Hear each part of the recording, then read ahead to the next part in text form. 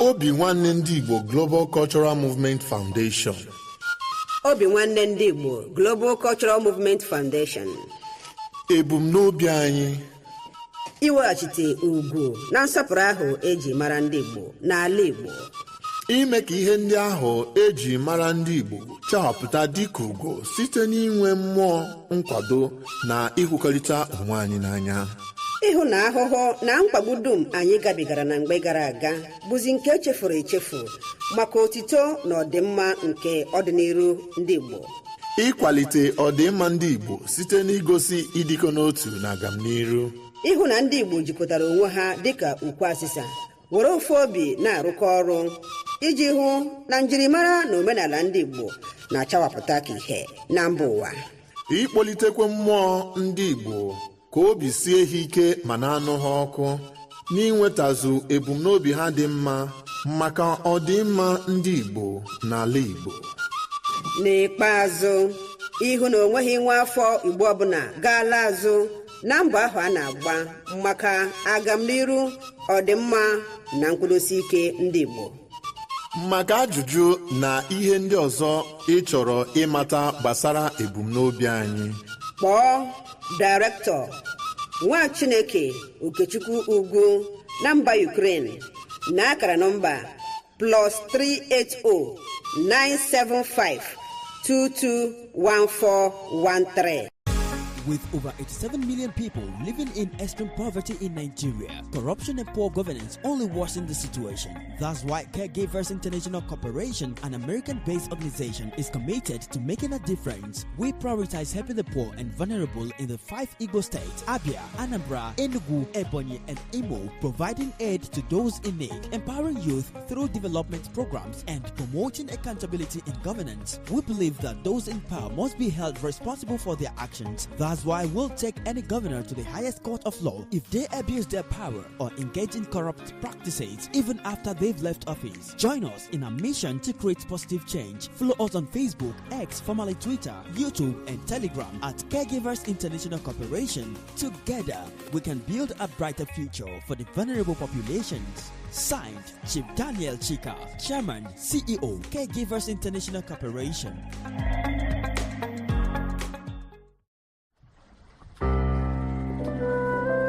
Obinwannem Global Radio, promoting the culture and traditions of Igbo Nation. Obinwannem Global Radio, the unity of culture of Igbo Nation.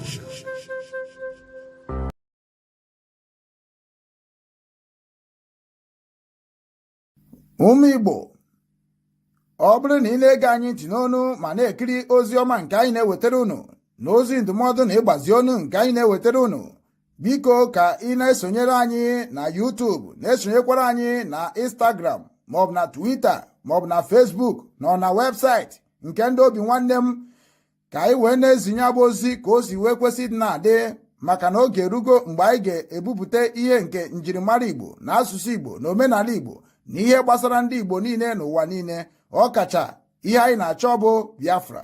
Ị ga na-afụkwanye abụ ozi ka ọ ga na-abịa. Ị na-esonyere anyị, ị ga na-ama mgbe anyị tụpụtara gị ozi nke dị mkpa ị ya mara, ma wee marakwa ị ga-eme ngwa ngwa ka emeghara ọdachi.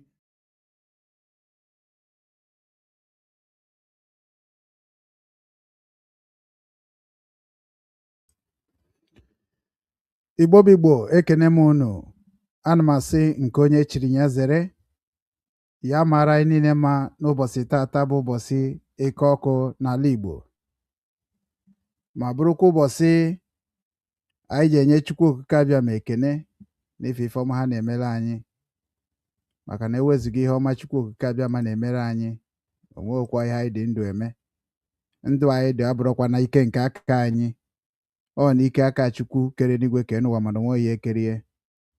Ana m asị na tata bụ ụbọchị eke ọkụ, bụrụkwa 24 Jenụwarị 2026. Eme m obere mistake, 2026, anyị anọzi na 2025. gbagharanụ m. 2026. Dịka unu si wee mara, Obinwannem Igbo TV, Obinwannem News bụ ndị na-ekwu maka ọdịmma nke ndị be anyị ndị na-agba mbọ ka mara ihe a ga-eme ka edozie ala Igbo ka ụmụ Igbo bịakọtakwa ọnụ ọzọ. Na-atụfughị oge aga m eje nabata Igwe Okoro ka ọ gọọla anyị ọfọ ka anyị wee banye n'ife anyị ji maka ya bịa n'oge adịrọ. A ga na-ewetara unu ka o si akpọtụ na Obinwanne Igbo TV, Obinwanne News. Ọ bụ na isonyebeghara anyị na Obinwanne News YouTube, ịkaba ahụ jee sonyere anyị ebe a ka anyị na-ewetara gị ka o si akpọtụ na mba ụwa niile n'ime ndụ ụmụ Igbo n'ụwa niile, maka na a sị na ọ bụrụ n'ogologo okwu ka anyị ga na-ekwu na anyị ga na-aga n'iru na ogologo okwu adị ọnụ ka mgbede. Ka anyị nabata nna anyị bụ Igwe Okoro ka anyị fụ ihe ọ gwara anyị n'ụbọchị tata maka ọ na-adị mma. Obinwanne m Ofu Obi, ọ bụ ya bụ ihe ọchị ha gosiri. Ejighị ntụje eke ma ejighị ntụje eke ma ewere selotebụl n'olu oyibo eke. Ọ bụ ịhụnanya Ofu Obi ahụ ka ha ji wee ma abụọ ogbufa. Okoro bụ họbụ, Emegbu ọ bụ họbụ, Agabi ọkwamọ ga anyị. Ya bụ omenala ndị Igbo. Kịghị ọba ezọkwụrụ ụkwụ. Nna anyị ha ọ bụrụ mgbe ọ na-abụ mgbe ọ bụ ịkwa anyị onye bịara be ya ugwu omume ka nwaanyị omume ụkwụ nwaanyị iji elu ụzọ na ịma ụzọ isiela na ọ bụ ugwu n'ụkwụ anyị maka na ebe bụ abịa na nwoke abalị na-epe epe mgbe ọ na-epe eze itoke abịa n'ụlọ ala obigo ọbụkwasa adị ka arụmọala asụ ka aka eli ọ ga-adị n'anyị mma ihe ha abịaghị emewabe Ofu Obi. Ọ bụ Ofu Obi ọjọọ nwa ji wee jikọ onwe ya na ọjị ezugbo na ya mfa ya ka adị ya bụ ka esi ekwu na n'ala Igbo. Eze itoke abịa n'ụlọ biko bịa gozie ọjị ha, gozie ebumnuche Obinwanne. Na Ofu Obi ka anyị were Ofu Obi na-aga n'ala Igbo. Igbo ga-ada, onye ọbụla ga-ada, onye dịrị na ibi ya dịrị. Ekwuru okwu sị na ndị na-eje na mba ofesi o nwere ihe mechiri hụ na ọnwa na-abụọ gara aga na Canada ezitego m ozi so na ha na-eme anya obodo ọbụla ijere ebe a ma ahụghị onye Igbo jiri nwayọ wee na ha na obodo ahụ adịrọ mma. Eze itoke biko ogologo ụkwara adịdebe na mgbede mana anyị na-arịọ ọgụgụ bịa goziri anyị mmemme ebumnuche ndị Ofu Obi. Ihe a ga-eme tata ka ọ bụ ihe a ejineta afọ nsọ site na Kristi onye ekere anyị.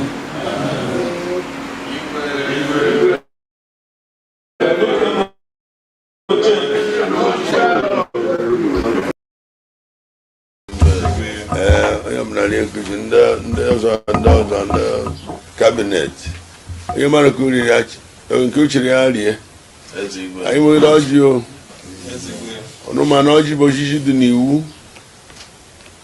Eze itoke abịa ma nyere anyị ihe a n'akwụkwọ nsọ. Ọ dị na ije na Baịbụl nọ na Psalm 150 chapter 1 verse 1. Ọzọ anyị nwere ọjị a na-enye nye ekele ụtụtụ eshue hazi ihe na ọ bụ ya bụ Chukwu kere anyị. Chọọ anyị na-akụ aka na-achị ọchị na-agba egwu were okwu ike na-ekele nye ya na-eri bụ so otuto.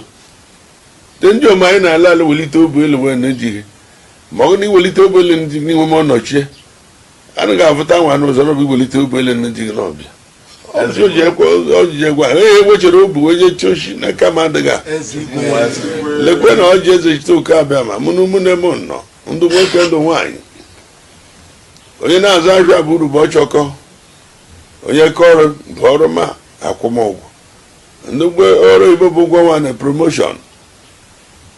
Eze itoke abịa ha ibu ndị eze nọchiri anya Jizọs Kraịst ma ọ gị n'ihe n'akwụkwọ nsọ n'oge ọ kwuru ekwu ya anya ihe dọba bụ first king, second king, prophet and clergy.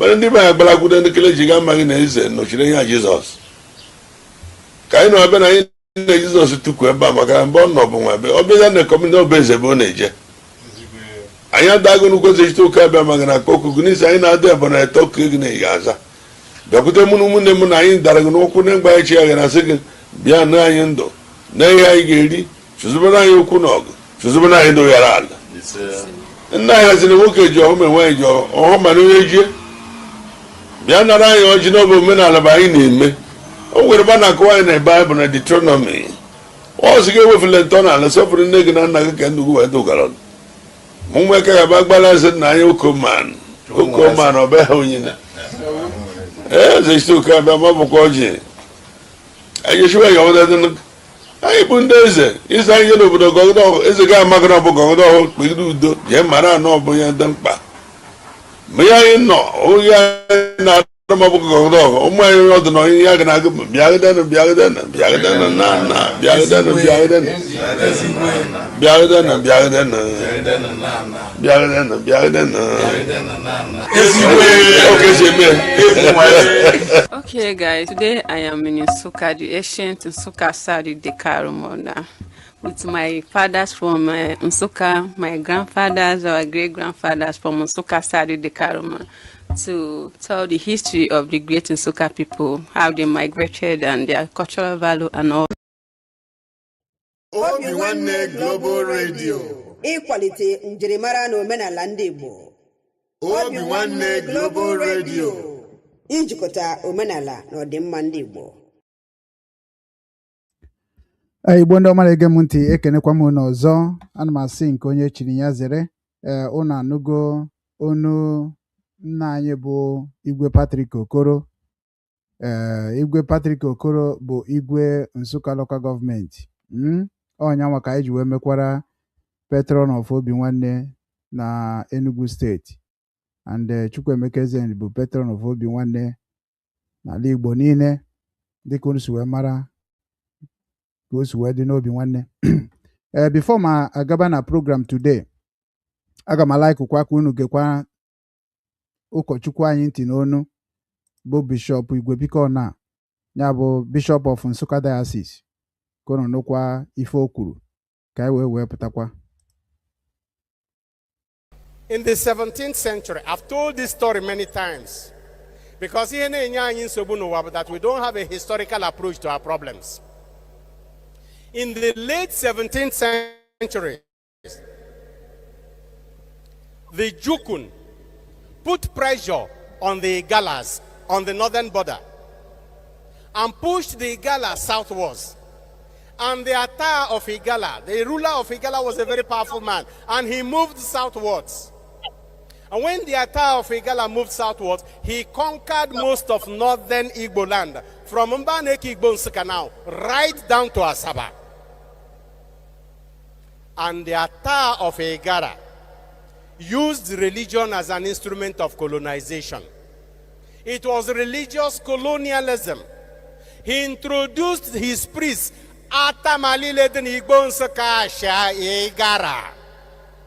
until about 50 years ago. No, Bundi gara na Batama, Mobundi gara na Biechi Hatama. Malile Donsaka, Uno Bondana. Go and research. Malile Shin Sakash, none in Sakashi Gara. Most of them. Except Enyangwe Zechitoka Biama. No Kukechi Ezechabiana. Enyangwe Zechitoka na Nagoya Notobo. O Kukena Nagoya Nimulo. Go and research. You are fathers. Mandos all Lady Arabia. Odo by an evil cult. Omabe Akatakpa. Okay, all those ones were parts of the 9 royal masquerades of the Ata that he used to enforce discipline and collect taxes. In Azano Bominal, Amutari Amuta. And Alama, the police is now doing the work that Oriokpa and Akatakpa we are doing before.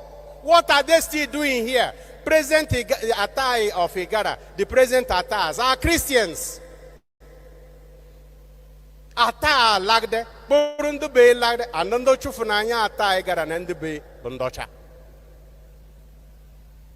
the colonial masters and the Christian missionaries, redeemed us from the slavery of the attire of Hagar and his men. But up till now, the royal masquerades that he used to terrorize us are still in Nsukka causing havoc. Look for people to do tiling for you. Umu Nsukka adagya. Look for people to do electrical work for you. Umu Nsukka adagya.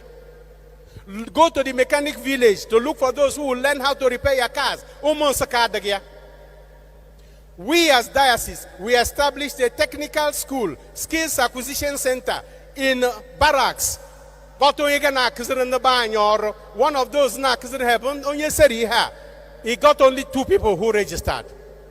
We established a school of entrepreneurship and hospitality education.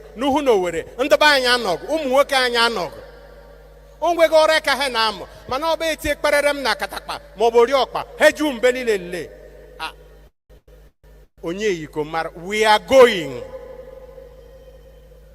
Fathers, we are going. Wake up to your responsibilities and call your children to order. This is not culture, it is crime. And the pains of blessing Umu Nna will continue to cry to heaven.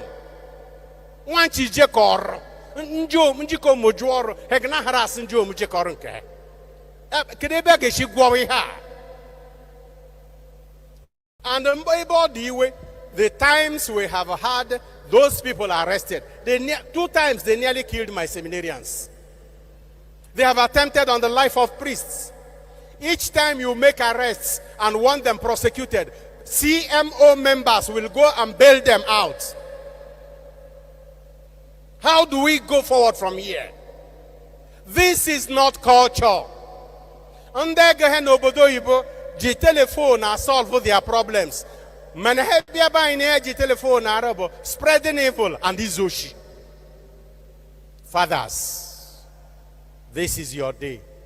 Call your children to order. Take up your responsibility as fathers.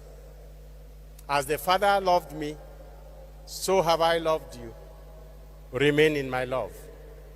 And you remain in my love if you keep my commandments. And my prayer for all the fathers, all the young men, all the citizens, all the Christians and non-Christians, and all in our diocese and beyond, my prayer and my blessing for all of you today is, may God keep you always in his love. Amen.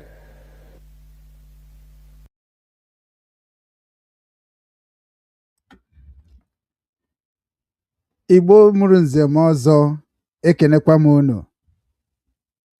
Unu n'anya, unu anụgo the voice of Nsukka Bishop Archdiocese Igbo Bikonu.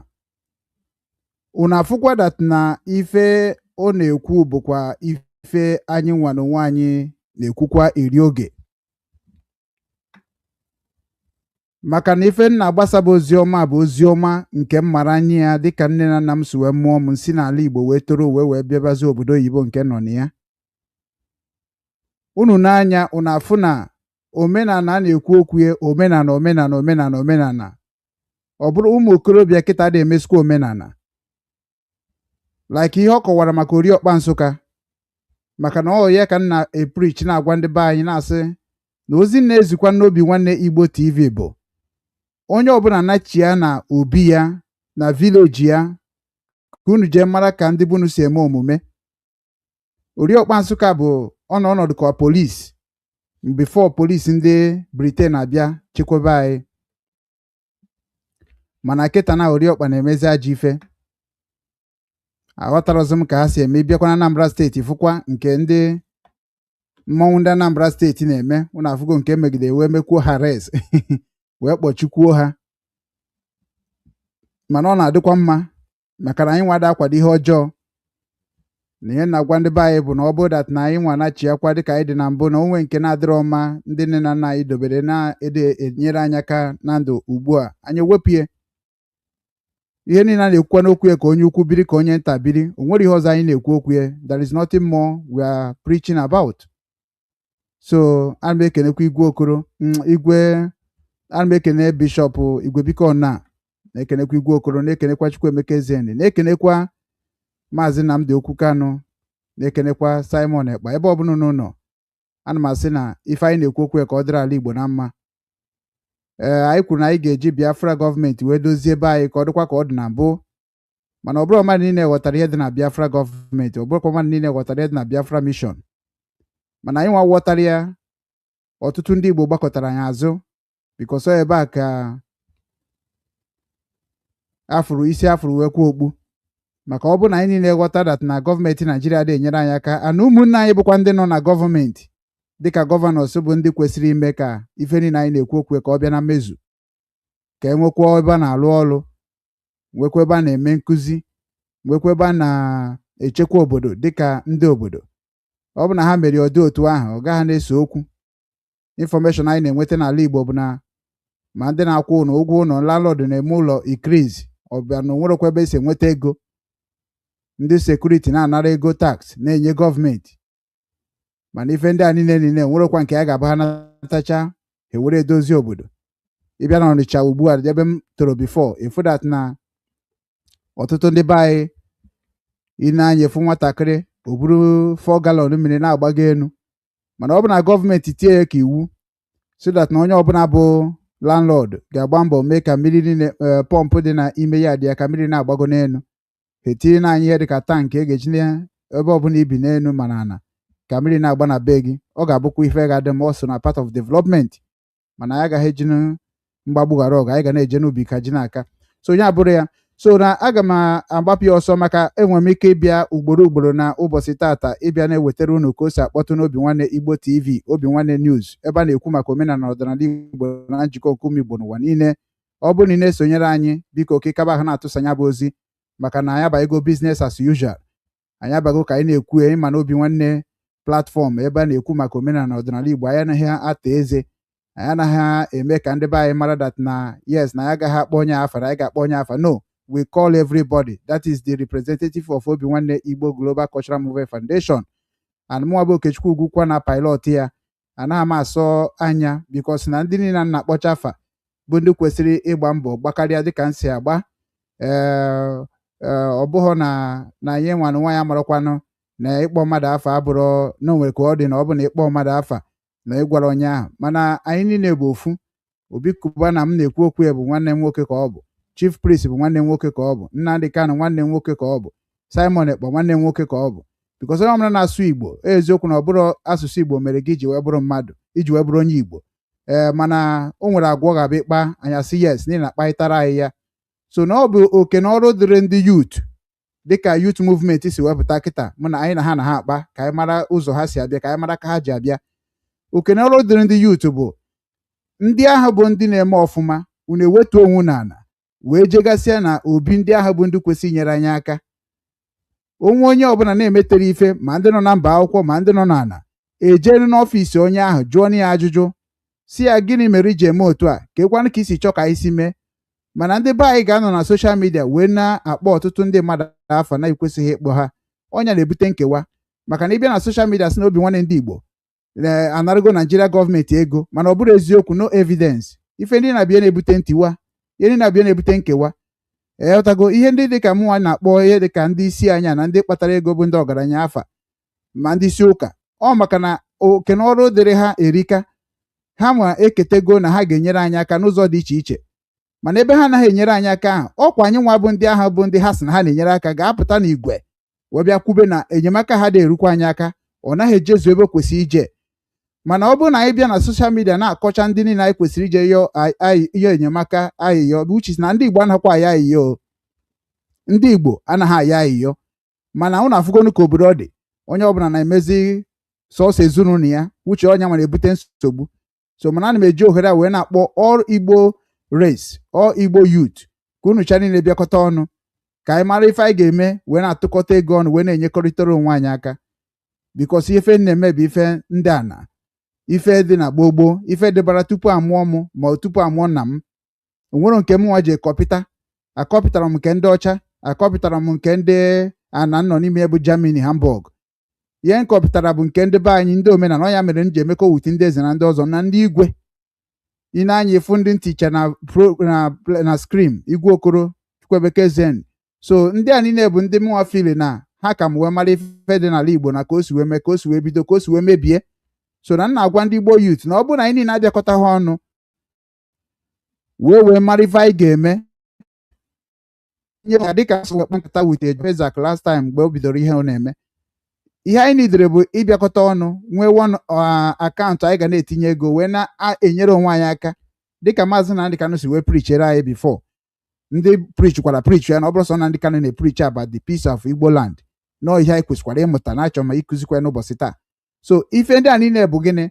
Ọ bụrụ na anyị niile pụta, anyị nwere ike iji aka anyị bụ youth to the whole world wide rụọ ihe dịka ụlọ ọgwụ n'ike nke anyị. Anyị nwere ike ịbịa rụọ ihe dịka factory. Anyị nwere ike ịbịa si n'okporo ụzọ na anyị ga-arụ ya na ya ma nchebezi ndị federal ka ha confirm bifo anyị arụọ ya na ọkụ anaghị enwu na this street na anyị ga-eme ihe ga-eme ka ọkụ nwube. Anyị nwere a lot of professional people nwerechara skills dị iche iche ga-enyere anyị aka n'ife anyị na-abịa na social media ekwu na-eblame gọọmenti. Sometimes ndị youth bụkwa part of the government, which is na ha kwesịkwara ịdị na-enye aka. Ịbịa na Nigeria nwe ha na-akpọ National Youth Council. Kedu ihe bụ ọrụ ha? Ha naghị arụ ọrụ ha kwesịrị na-arụ. Onya motivate people like IPOB. Kedu ihe bụ ọrụ kedu ya na-akpọ ya ọhaneze ndị Igbo youth? Kedu ihe bụ ọrụ ha? Evuge ha naghị arụ ọrụ ha. So now onwe nwanne anyị nwoke bụkwa Justice Obi ọzọ Obi bụ wepụtakwa onwe ya wetakwa anyị nwa fụkwa ya ka o si ebukwukwa anyị asị ya imenkwara ihe dị na ya. Ọ sị na ya menwere wute ndị ụmụnna anyị ya na ya na-eme ya because onweghị onye bụ onye creatiri Igbo Youth Movement. Igbo Youth Movement dị there before. Ya anyị na-achọ bụ kedu onye ga-eme activated ka ọ dị ka o kwesịrị isi dị ka ndị youth mara ife bụ youth jobs and youth activities na be anyị marakwa okefa, mara mgbe ha kwesịrị ịgwa ndị ọchịchị okwu, mara mgbe ha kwesịrị ịgwa nne na nna okwu, mara mgbe ha kwesịrị ịgwa ndị obodo okwu. Ọnya bụ ọrụ ndị youth. So ọ bụrụ na ndị youth pụta n'ike wee zọba right ha na be anyị, nsogbu ama ndị ka o si wee dị ugbu a. So ana m ekene unu wee na-asị na ọ bụrụ na-esonyere m, a ga na-akụziri unu na-emekwara unu ya na-akpọ ịgbazi onu ebe unu kwesịrị na-eme ife ka ọ na-abanye ebe o kwesịrị na maka na anyị nwere mba nwanne megharịa ọtụtụ ụdị development wee mata ka ndị obodo ahụ si eme. Anyị ji nwayọ nwayọ si na platform anyị wee na-apasịrị gị the message. Anyị abịara ka anyị nwee 1000 followers na watch anyị tupu anyị deliver the gospel of truth and the gospel of love. We always come out to make our people to know the right way to follow so that na poverty will reduce in our land. Because ọ bụrụ na anyị chere na-ebiataba na-akọ onwe anyị ọnụ na-ekwuje onwe anyị, esemokwu ga-akarị. So na mụ na-agwụkwa ndị Igbo youth abụ ndị muvuru pụtara kịta si na ha chọrọ ka ha marakwa ka ha ga-esi wee rụọ ọrụ ekwesịrị ịrụ ka obodo dị mma. Jisie n'ike ya bụ ndị Igbo youth na-agwa unu ebe a kịta na-abụ ndị a kịta na-ahụ wetara this Igbo Youth Movement. Ọ mara mma. Nwanne anyị nwoke bụ Justice Ozo Obi ya jisi ike dịka anyị ga-esi wee mekwa ọgbakọ tomorrow. Nwetago anyị ga-akpakwa mara ife anyị ga-eme like Germany anọ n'ime. Aga m erezi alarm, everybody ga-apụta n'ike because na o nwere ihe ndị be anyị na-adị apụta hapụ isi aka na-agba uriom uche na adịghị eme. So because ọ bụ na anyị chọrọ niile bịa na social media, anyị adịghị enwe focus, anyị adịghị enwe guideline, anyị adịghị enwe mission. Ọ na-enyere anyị nsogbu. Ọnya mere o ji abụ onye ọbụla na-ekwu Nnamdi Kanu. Ihe na-esere m na ndị IPOB sometimes bụ na kedu ihe mere that na ọ bụ na ofu onye pụọ n'akụkụ anyị na ya ma mma ka anyị ga-esi wee move ahead na-aga. Ọ dị mma. Without Nnamdi Kanu, without Simon Ekpa, we still going to make our land to be good. Without me, we still going to make our land to be good. We need to apply the new system of life, the new system of government, the new system of a family. We are also people that are suffering for what is going on. Nnamdi Kanu they preach, you want to preach, you want to preach. Then what are we going to do? Can the thing here pụtara ife? Number one, Nnamdi Kanu started his own by IPOB family. See that na ya nwa ma na-ekwusa okwu. Ka ọ started with IPOB family, onye structure a ga-eji na-aga, which that structure still remain today. Kedu ife mere o ji dị ka as not the today? All because na o compromise go, which is not part of ya isi ka abịa kwuo tata through Nneka Chimezie. Then kedu ihe mere na Igbo youth anaghị arụ ọrụ? Because na Igbo leaders compromise. Kedu ihe mere na governors ada arụ ọrụ ha kwesịrị na-arụ? Because so many governors are compromised. So all the foundations that Igbo try to use to help themselves have compromised. So what Igbo people are lacking right now, it is leadership. And that leadership, nobody want to stumble or lay himself down, lay their ego down. So that now people, because when you are serving people, you have to become a servant. You understand me? Ọ bụrụ ịbụrụ anye gị onye isi si gị jee chitere anyị ihe dị na jee ebe a jee mechitere anyị ijezi ebe ahụ natachasị information ịchọzi ka ndị mmadụ tabazi afọ ịnata gị information ije weta for ha nwa which na ha gbara gị aja n'ugwu ka ije weta. So we cannot be waiting for anybody. It's like a father when your papa si ka o jee ozi ọkpara ka ọ ga-arapụrụ ezinụlọ si ya jisikwa ike gbaa mbọ fụrụ ụmụnne gị na ụmụnna gị na nwekwa ihe ọjọọ merefa na-edoro ha anya. The same thing ka ọ dị with Nnamdi Kanu, the same thing ka ọ dị with Simon Ekpa, the same thing ka ọ dị with ka anyị were na ndị mmadụ na-akọwakwa na ụwa zuru ike emego nke nara ego mana Lolo Nneka na-ekwue oge erugo mgbe anyị ga-ejekwa n'ọfịs ejụọ ya ajụjụ kedu ka o si wee kedu evidence gosi na ụwa zuru ike nara ego, because ihe ndị a niile bụ ife na-ebute esemokwu. A lot of people are following Nnamdi Kanu. A lot of people are following the mindset of Simon Ekpa. A lot of people are following the mindset of Wazirike. A lot of people are following the mindset of our governors. A lot of people are following the mindset of our religion leaders. A lot of people are following our traditional rulers structure. A lot of people are following our ancient structure. So if we divide go why manyamaro. That is what Obinwannem Igbo Global Cultural Movement Foundation is trying to make everybody to know, that it is time for us to come together and to make this thing that we all have in our mind to work in the favor of our future children.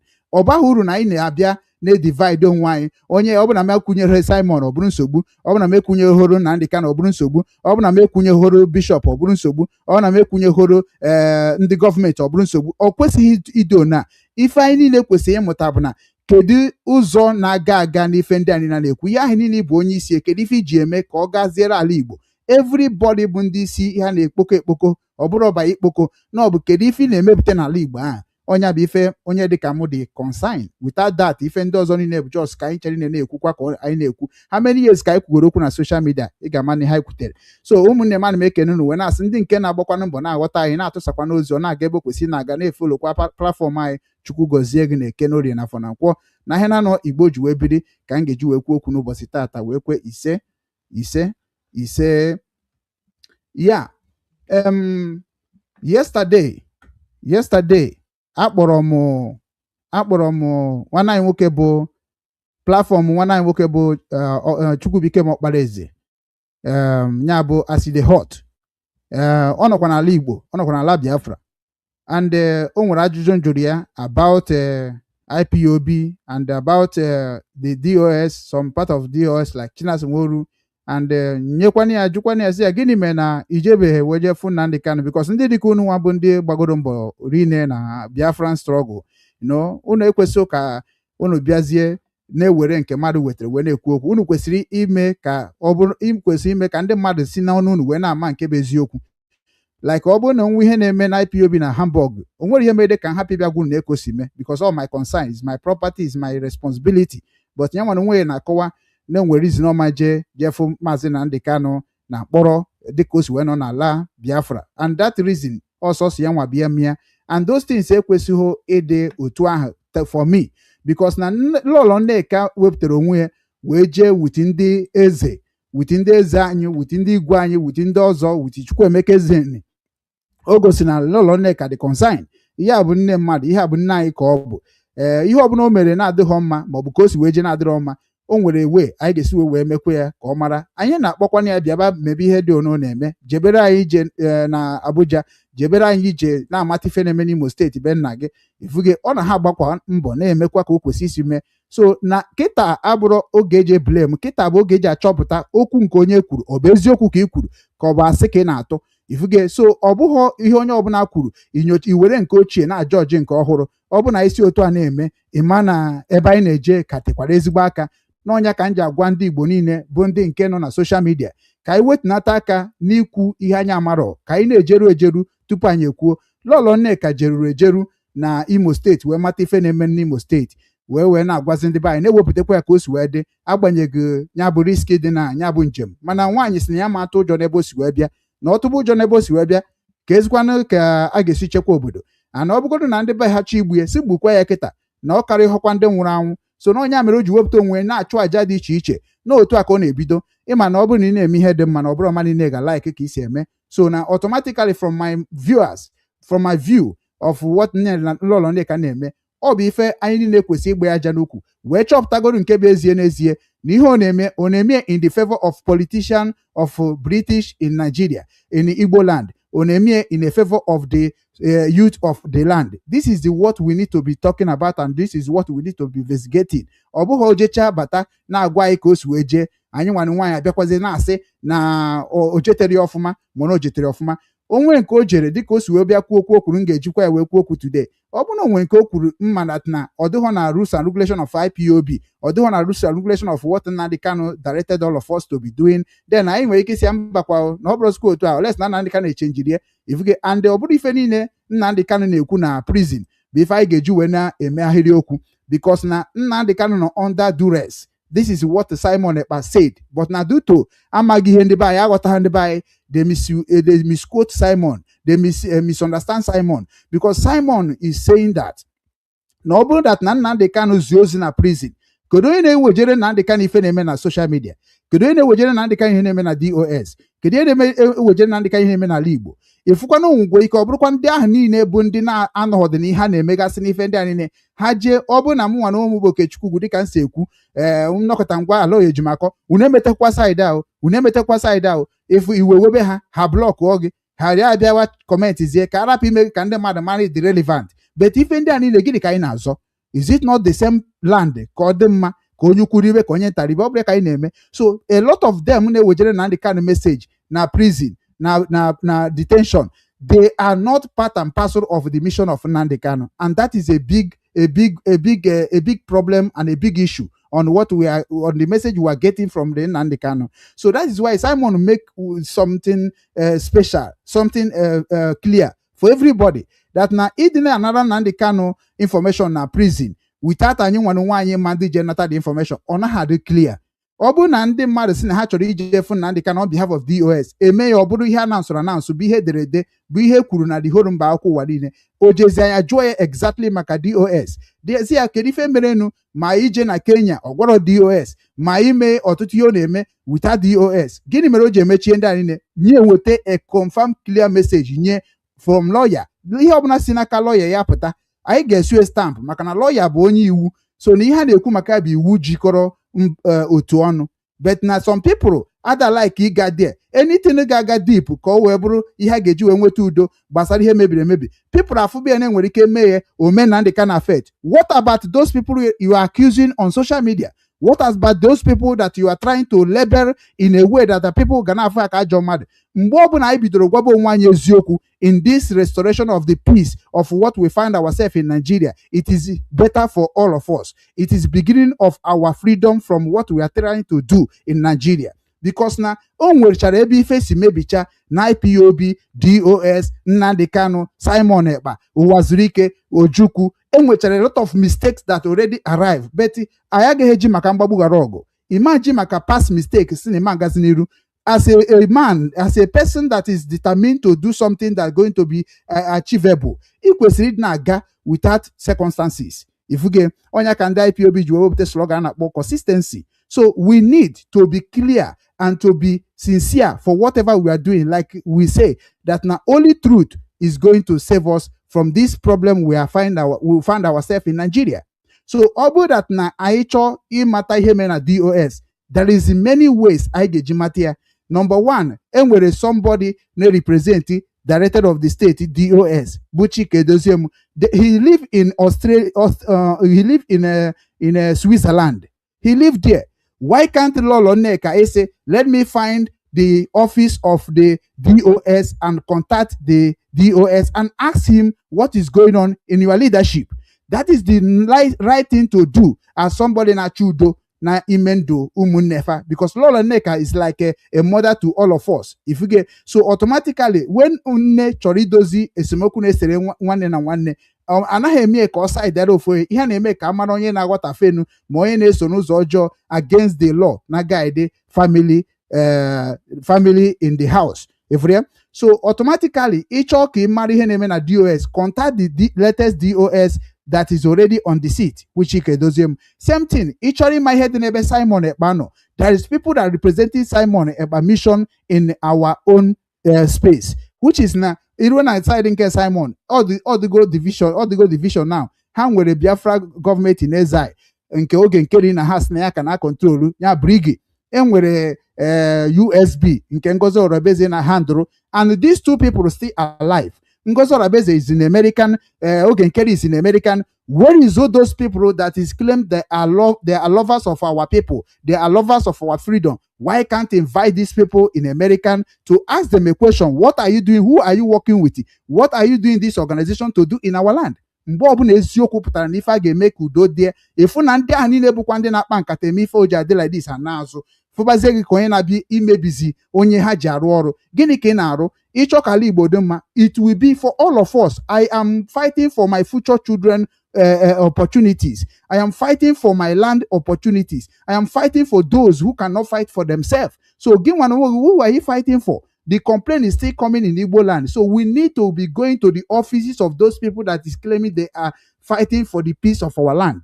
Or if anyone where is Obinwannem Foundation on Nigeria? I have an office. Where is the office of all those people that is saying that they are fighting for you? Start asking yourself a question, a common question. Those people non American, those people non Germany, those people non a lot of countries.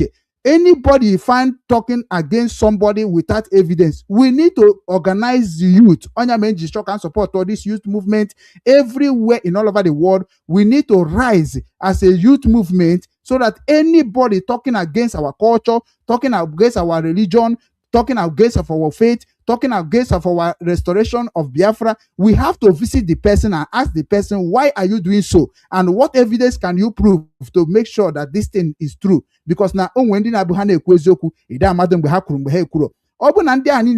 blackmailing and propaganda, then we have to report the person to the authority where you are living. That is the part and parcel of the job of Obinwannem Foundation, because we cannot be complaining and the blackmailing and the propaganda in our people on social media. On social media, social media, we was living without social media. We was doing everything on ground. Like IPOB, I learned a lot of things in IPOB. Everything IPOB do under my own leadership, it is on ground. What we are using social media to do is to pass a message. That is all.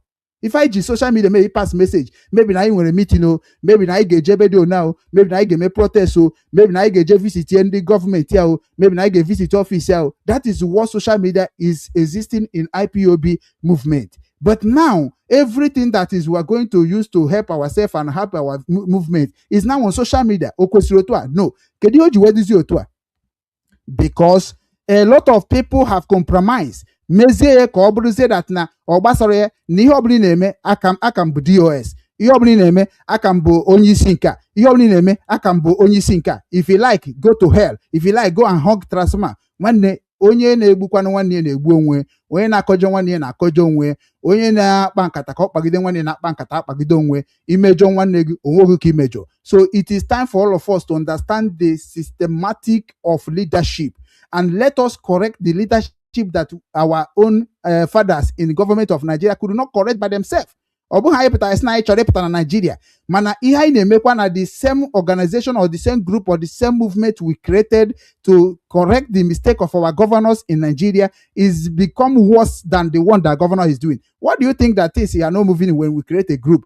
We are doing exactly even worse than what we are complaining about our governors. Go and check everything about the group they're creating. Nobody want to use truth and honesty and transparency to create a group that's going to help our land.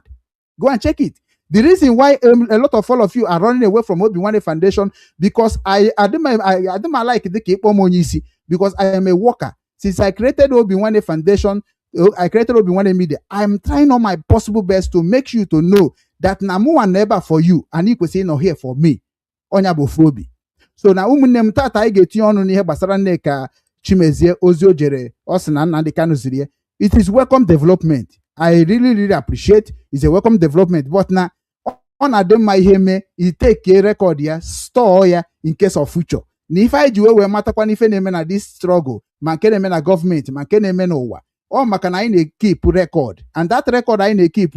Bunyama biege me ka imara no nya nekwiha obezibo madu kobajo madu. So we are going to come together in a platform that is going to make what? To say it as it is, which is Obinwannem here to make it possible. Ndewo Umu Nna kaiban na yabo video of 191 yebo Lolo Nneka ka o si wee kwuo gbasara njem o jere wit Chukwuemeka Ezene and other ndị nna anyị ijefu Nnamdi Kanu anọsị na Nnamdi Kanu zikwa na ozi ka anyị mara ozi o zirie ka anyị sizi ebe a wee kwuru okwu gaba asa onye ma ihe a na-eme na IPOB mụnwa na onwe m ga-etikwa ọnụ na ya wee gwa unu nke m ghọtara na nke mụnwa ghọtara ọnya oge so wee nye aka ka anyị wee mara ka anyị si akwado tupu ma na-aga n'iru na ihe gbasara ihe Lolo Nneka kwuru maka Mazi Nnamdi Kanu achọrọ m ịkọwakwara unu onye mbụ ọfụma n'ihe gbasara IPOB.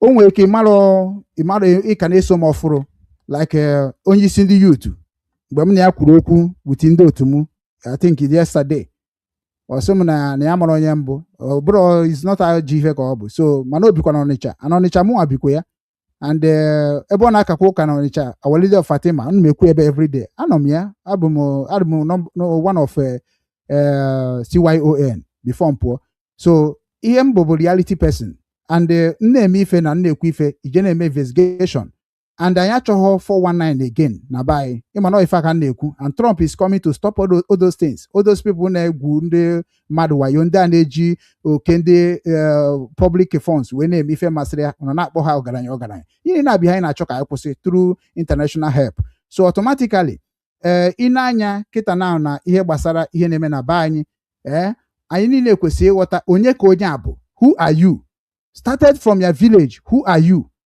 started from what you are doing what is your position started from what your position it is what are you going to use that position to do kedu ife ị ga-eji ọnọdụ ahụ ị nọ na group ga wee mee so we need to be holding ourselves accountable of whatever we are doing ọ bụghị onye pụta ọsị gị na ya bụ onye isi Igbo youth ịjụbazie characteristic of that thing ọ na-achọ ime ya bụ the function or the mission or the project or on the terms and condition ọ tagheribe ọnụ that means onye adịghị qualified ịnọkọta jụọ Okechukwu ugwu si ya kedu ife na-eji Obinwannem emedi kedu ihe bụ mission gị mbịakwa ntagheribe ọnụ those things is show that amarọ m ihe na-eme and ndị a ga-emislead the people so much ihe etu esi eme organization ndị ọcha bụ na ịbata ndị ọcha na-ebu ụzọ structure ha dokumenti ebido registration registration na-adị mma n'ife ọbụla na-eme registration is part of to take your identity so that na aga m onye bụ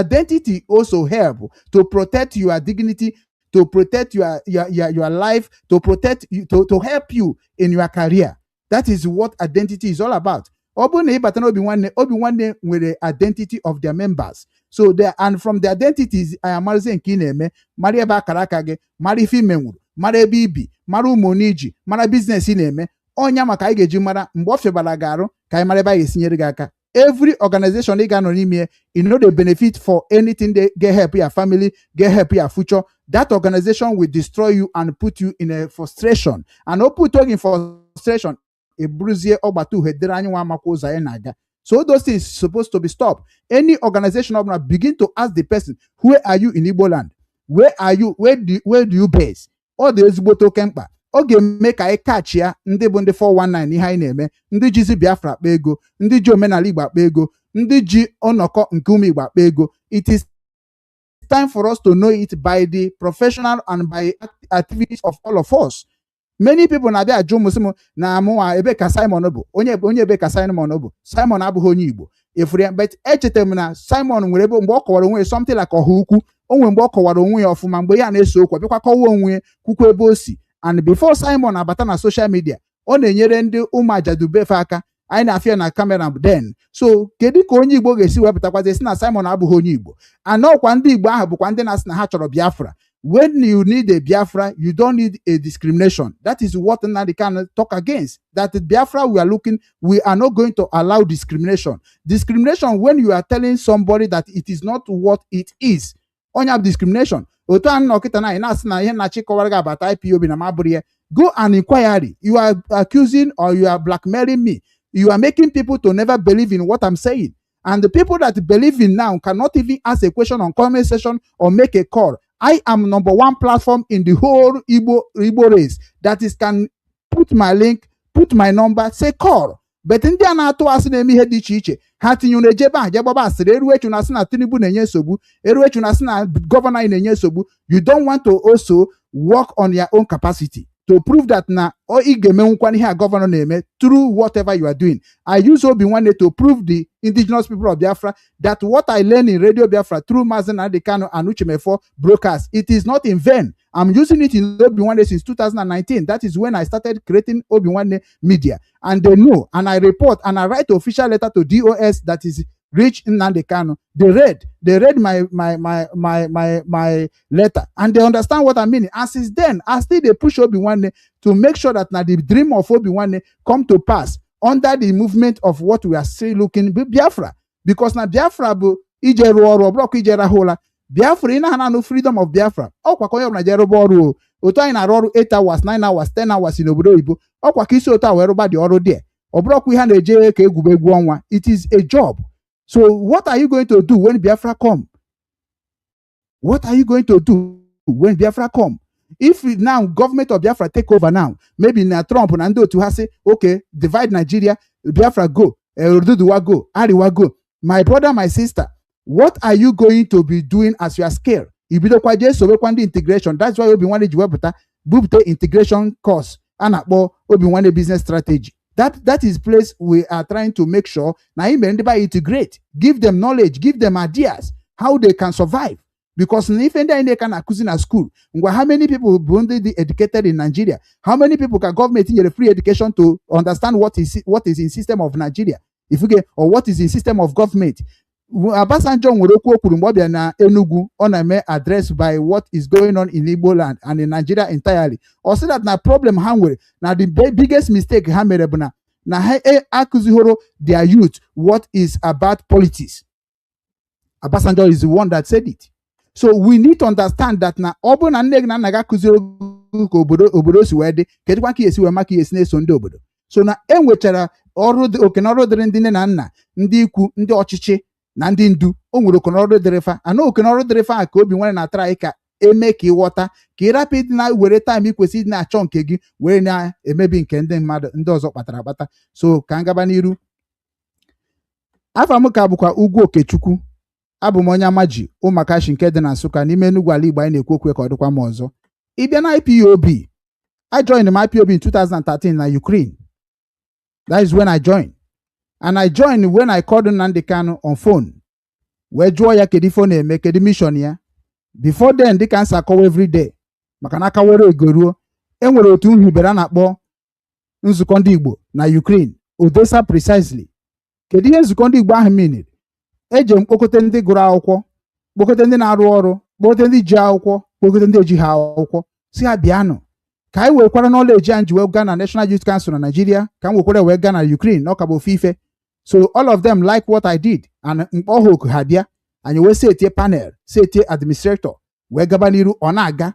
All the people nọ there nwe na-akụzi ha omenala ọdịnala because o tego m na omenala ọdịnala nọ ebe a mụnyere m na-akụzikwara ha ka nwoke na nwaanyị si eme, ka oyi na oyi si eme, ka ezinụlọ na ezinụlọ si eme, ka nwanne na mba si eme because ndị Igbo tụrụ inu si na nwanne dị na mba. Anyị niile abụrụgo ụmụnne. Otu anyị si gbaka ebe a ofu nne na nna bịa eji anyị, which is na ịbịa on the administrator of a family that we are going to be looking for what they are going to be bringing to us. So we are like family. So na anyị ga na-eme ihe niile ka otu. Onye nwee nsogbu ebe anyị chere na chikaka ọnụ wee mee gịnị wee solve ọnụ nsogbu ahụ. Onye chọrọ enyemaka anyị achọ mara onye mara enyemaka ka ga-esi solve n'ime anyị asolve. That is the project I brought to them. They was like happy, you know, ma ụmụ ọgaranya ma ụmụ ndị politician ma ihe niile ha juru na that place until man nụzie voice of Nnamdi Kanu through my friend my onye baịkwa some that na nekwere ekwe onye na-ekwukwa ka m nje gee Nnamdi Kanu ntị ka m gechara Nnamdi Kanu ntị mfụkwa na the voice ya and vision ya is almost the same thing I'm talking about Igbo Union na Ukraine then si na ọba hazi uru na ebe nke a bụ global ka I join is here. That is how I join IPOB. And when I join IPOB, the same thing ahụ m na-eme na nzukọ ndị Igbo ka m na-eme na IPOB. Ọ dịghị iche. The same thing na-eme na IPOB ka m mee na National Youth Council n'Ọnịcha. The same thing na-eme na that IPOB ka m mee na CYON n'Ọnịcha. The same thing na-eme ebe a bụ the reason ji bịa obodo oyibo. So ọ dịrọ change enwere m reason ji bịa obodo oyibo. Abịara m obodo oyibo ka m bịa kpata ego bịa ma bara ụmụnne m aka gbaba oke moto change ba akwa kpọbụ ụmụ nwaanyị ka m si like. That is not why m ji bịa obodo oyibo. Abịa m obodo oyibo ka m weta ife na-adịghọ na be anyị ka ọ dị na be anyị. That is the priority of all of us going to abroad. mana onwe ndị bịara abroad just ka ha kpata ego bịa maara ndị oyi ha aka ndị asị na ha agaghị eme in future. Onye ka gị na-ama aka imekiri it is not a business of anybody, it is your business, and for you to show that you make it in your land, ọ gị nwa na nwoge nyeziri ndị be gị ihe ahụ iji imekiri onye ka asa akụrụ na onye kpara ya. So ịbịa na IPOB, mụ nwa na ụmụ bụ former zonal coordinator of IPOB in Ukraine. That is how I started before wee gagidekwa wee bazie na national coordinator of IPOB in South Korea. If I na gwa gị bụ people now work with Nnamdi Kanu, people now work with the IPOB officials, I am with them.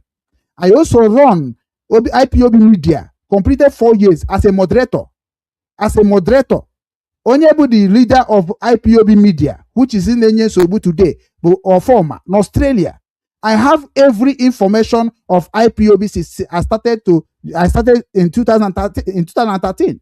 Mana nna egwu na okwu ihe ga-eme ka udo dị unu na-eje na nke ahụ ga-abụ jecha. You can never find a road where there is no road. I am a truthful person. I am a sincere person.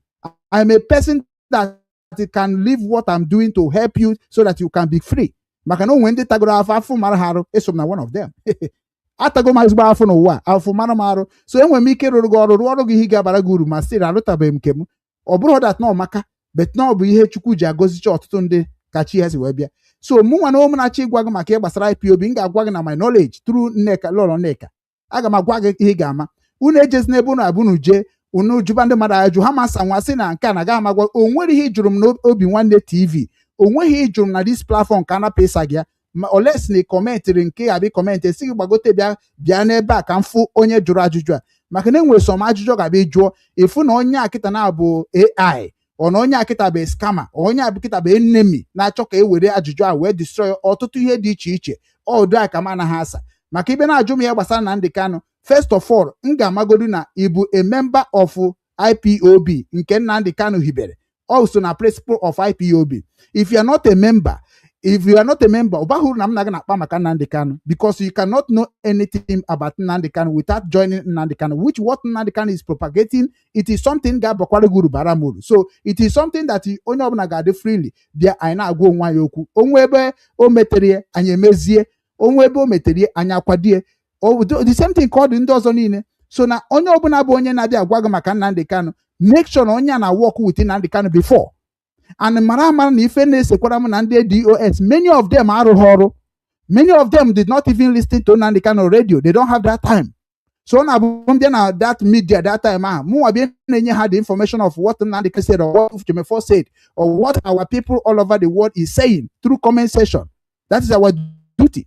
Mgbe create ya na Radio London group page. Ọ ebe a ka anyị si amata ebumnobi ndị Nigeria. Ebe a ka anyị si amata ebumnobi ndị be. When you post something, people have to comment their mindset from their you to know what people are thinking about. So ndị a niile bụcha ndị isi ha na agba mbọ amata ihe dị n'obi anyị. If you bring some problem from the other states, ha ma ga-esi ha ndọrọ ya. Those things be na-ebutere anyị nsogbu. And mụnwa na-ekwu everyday unu fụcha m na-agba nkịtị na-eso Nnamdi Kanu ijide Nnamdi Kanu ma iji họmụ to God ihe iji bụ nkakwu ọ ga na-ebe pee iji sọgide Nnamdi Kanu jebe na court. Nnamdi Kanu cannot do anything, not make Biafra to change like you're thinking. Nnamdi Kanu cannot do more than what you can do. Nnamdi Kanu is a one person that is we trusted and give the mantle to go because he's an outspoken person. He nailed it. So it's not that Nnamdi Kanu knows everything about IPOB worldwide. No, he's a leader, but there is a lot of things you need to tell him before he know. He have a problem with Germany before he have a problem. The problem that Nana Gweno when Bogabo Ndo Ochichi will tell you something like a message. Here he with the original message. Now you have a caution story. On your brother five mandaka had hocha. So we need to make sure that na I in the whole our leaders responsible. Obu have to say na Nnamdi Kanu kuhano kugo. Only Nnamdi Kanu only lawmaker in IPOB worldwide. That is what people have to understand. I na baneba gedozi obodo. Ana haba eba garasia. Eba onchibu. Ya na mebo ochichi onye kuchie. Then otu akita na IPOB no. Nnamdi Kanu bu the leader. Be the motivator, be the speaker. Then AGA Kita, who is going to be the next speaker? That is what we are trying to do. Simon, if we make program today, ihe kpọpụta Simon Ekpa because mgbe Nnamdi Kanu ejie a lot of people onwe onye ghọtara ihe oge na-ekwu ka ọ na-aga aga. Many people na-edere message that na onwesikwa ndị Kanu na mụ na-ekwu ka Nnamdi Kanu na-asụ Igbo na-achọ onye na-ekwu na English ndị be anyị na English Igbo na-amaji because of this ha na-asụ English. That's why Simon mere arrive mụ agwakwara ha agwa ekwesị emekwa ka ekwesị na nya ihe ndị be anyị na-akpọ otu aha na-eteki. Otu aha bụ na ọnọdụ ka mmadụ iji aka ya kwuo onwe ya nkwa aga m emejọ ndị mmadụ aga m emejọ na lebe na aga m emejọ onwe m ifuge so automatically ahazie ya ka o wee na-agakwa akọrịta otu anyị si aga mgbe ha nọ m n'obi nwanne. But na many of our people mechakwa je choose Simon Ekpa, choose other people that are going to be speaking on behalf of Nnamdi Kanu when he's not around. Ha chefuzie na ọha ma bie mere Simon Ekpa employ. Ha chefuzie na ọha ma bie mere Simon Ekpa endorse. And mgbe na-eweta ndị ga na-ekwuchitere IPOB, which is even IPOB structure, ọkwa ndị mara anyị ihe dị na IPOB ekwu okwu IPOB na social media, which is I have been warning them that this is what I moderated about 4 years. I teach all of you what people are doing on social media. And many of you people think I am illiterate. That is why you can guru ago. No, we know in South Africa, call me stuck illiterate. And I call me stuck illiterate based on that now, I can marry head in the media. Even at the whole IPOB worldwide, the best person that design fly age protest. Anywhere design came, but I want to how many years did then? It's since 2013, 14, 15. I am designing all those things. That's why I'm working on the media. Manamu wana agunu na obro to aka isi we bido na media. O ji we ga ihe ogara. Una na afomu ka as if say am na bi igba Nnamdi Kanu aka. Ona na bi igba Simon DOS aka. Nwanne Biafra aburo so nke Nnamdi Kanu. Biafra aburo so nke Simon Ekpa. Biafra aburo so nke DOS. I shall never ever use because Nnamdi Kanu said, will not say my mind. That is what makes me to become like I am a saboteur. I am against Nnamdi Kanu. That is your business. I am a pure, genuine person that will tell you what is you do that is not good. I am telling you what in any way you will land in that my speech. Made in the well land there. That is why in EKE OKU preaching because of Ozuzo. I am trying to tell all of you,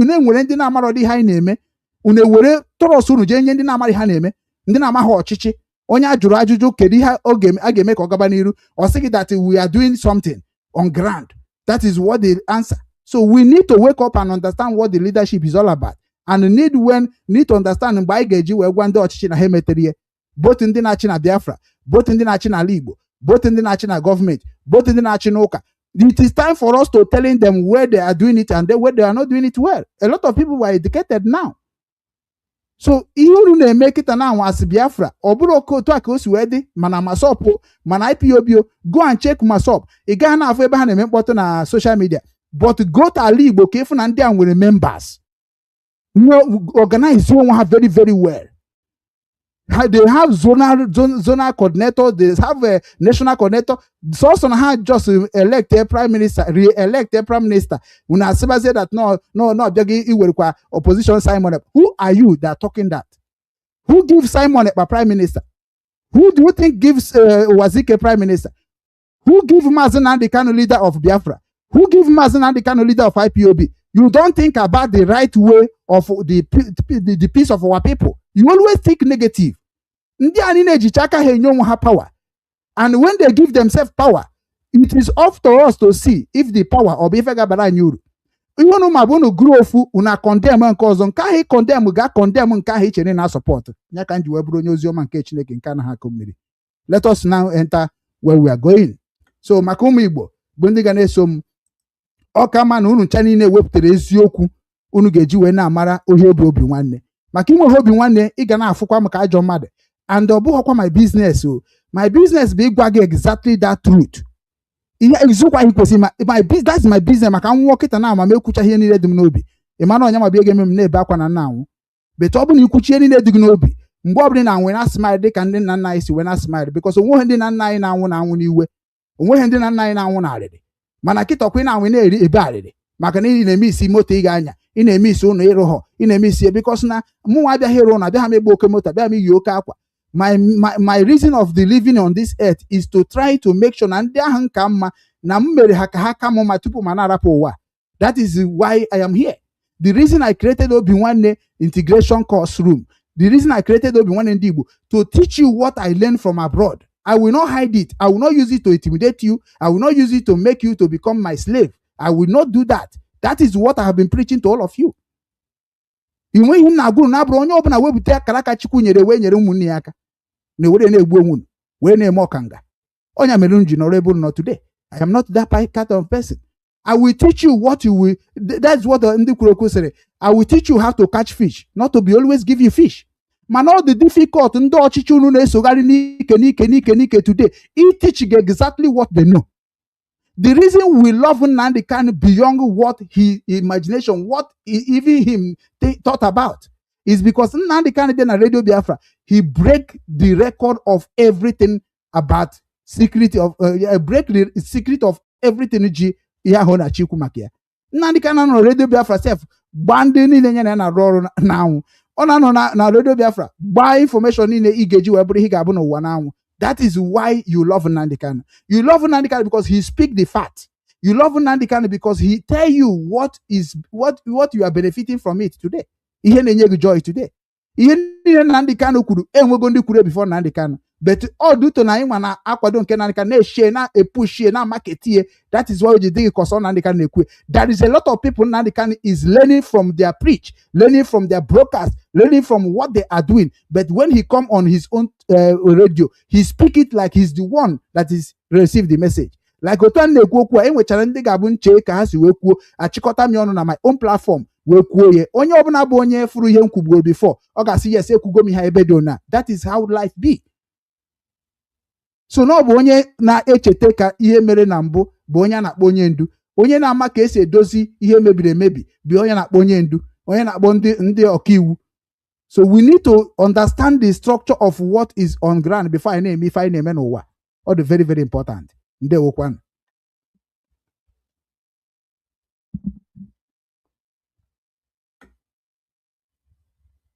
Then I ga-abazi na kai umene were this thing nwayọ nneka na-ekwu aga na enye unu the thing small.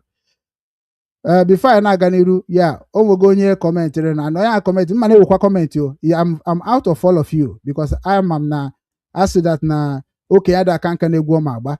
It is time ndị be anyị ekwugo ya na-ekwu simopụta full time apụtago m full time. So nwanne nwoke ị na-akọwa sị that na Simon Ekpa criminals group by their commit and the photos of Simon Ekpa shows that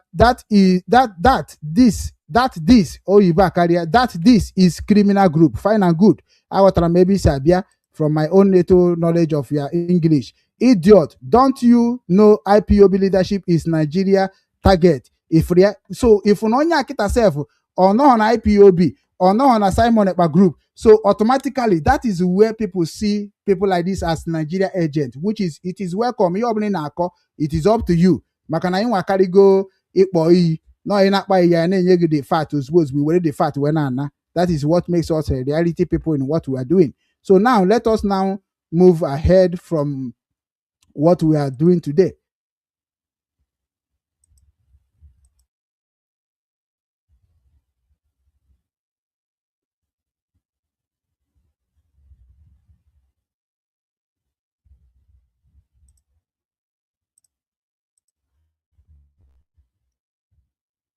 Ka we come Lolo Nneka.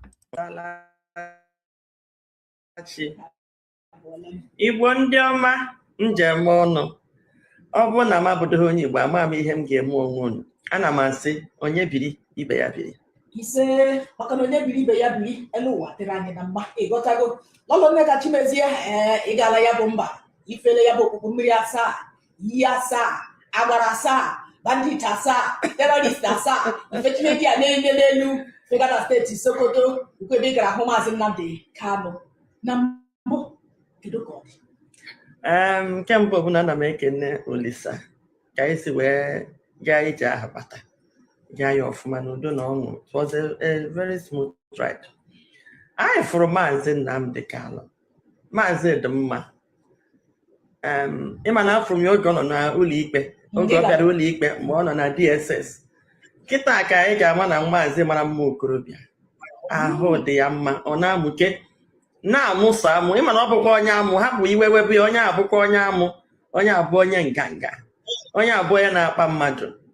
So oge ọ fụrụ m, obi bụ ya aṅụrị, amadị m ka o si wee mata ihe m na-eme, wee kene m na ọrụ m na-arụ, sị anyị jisi ike.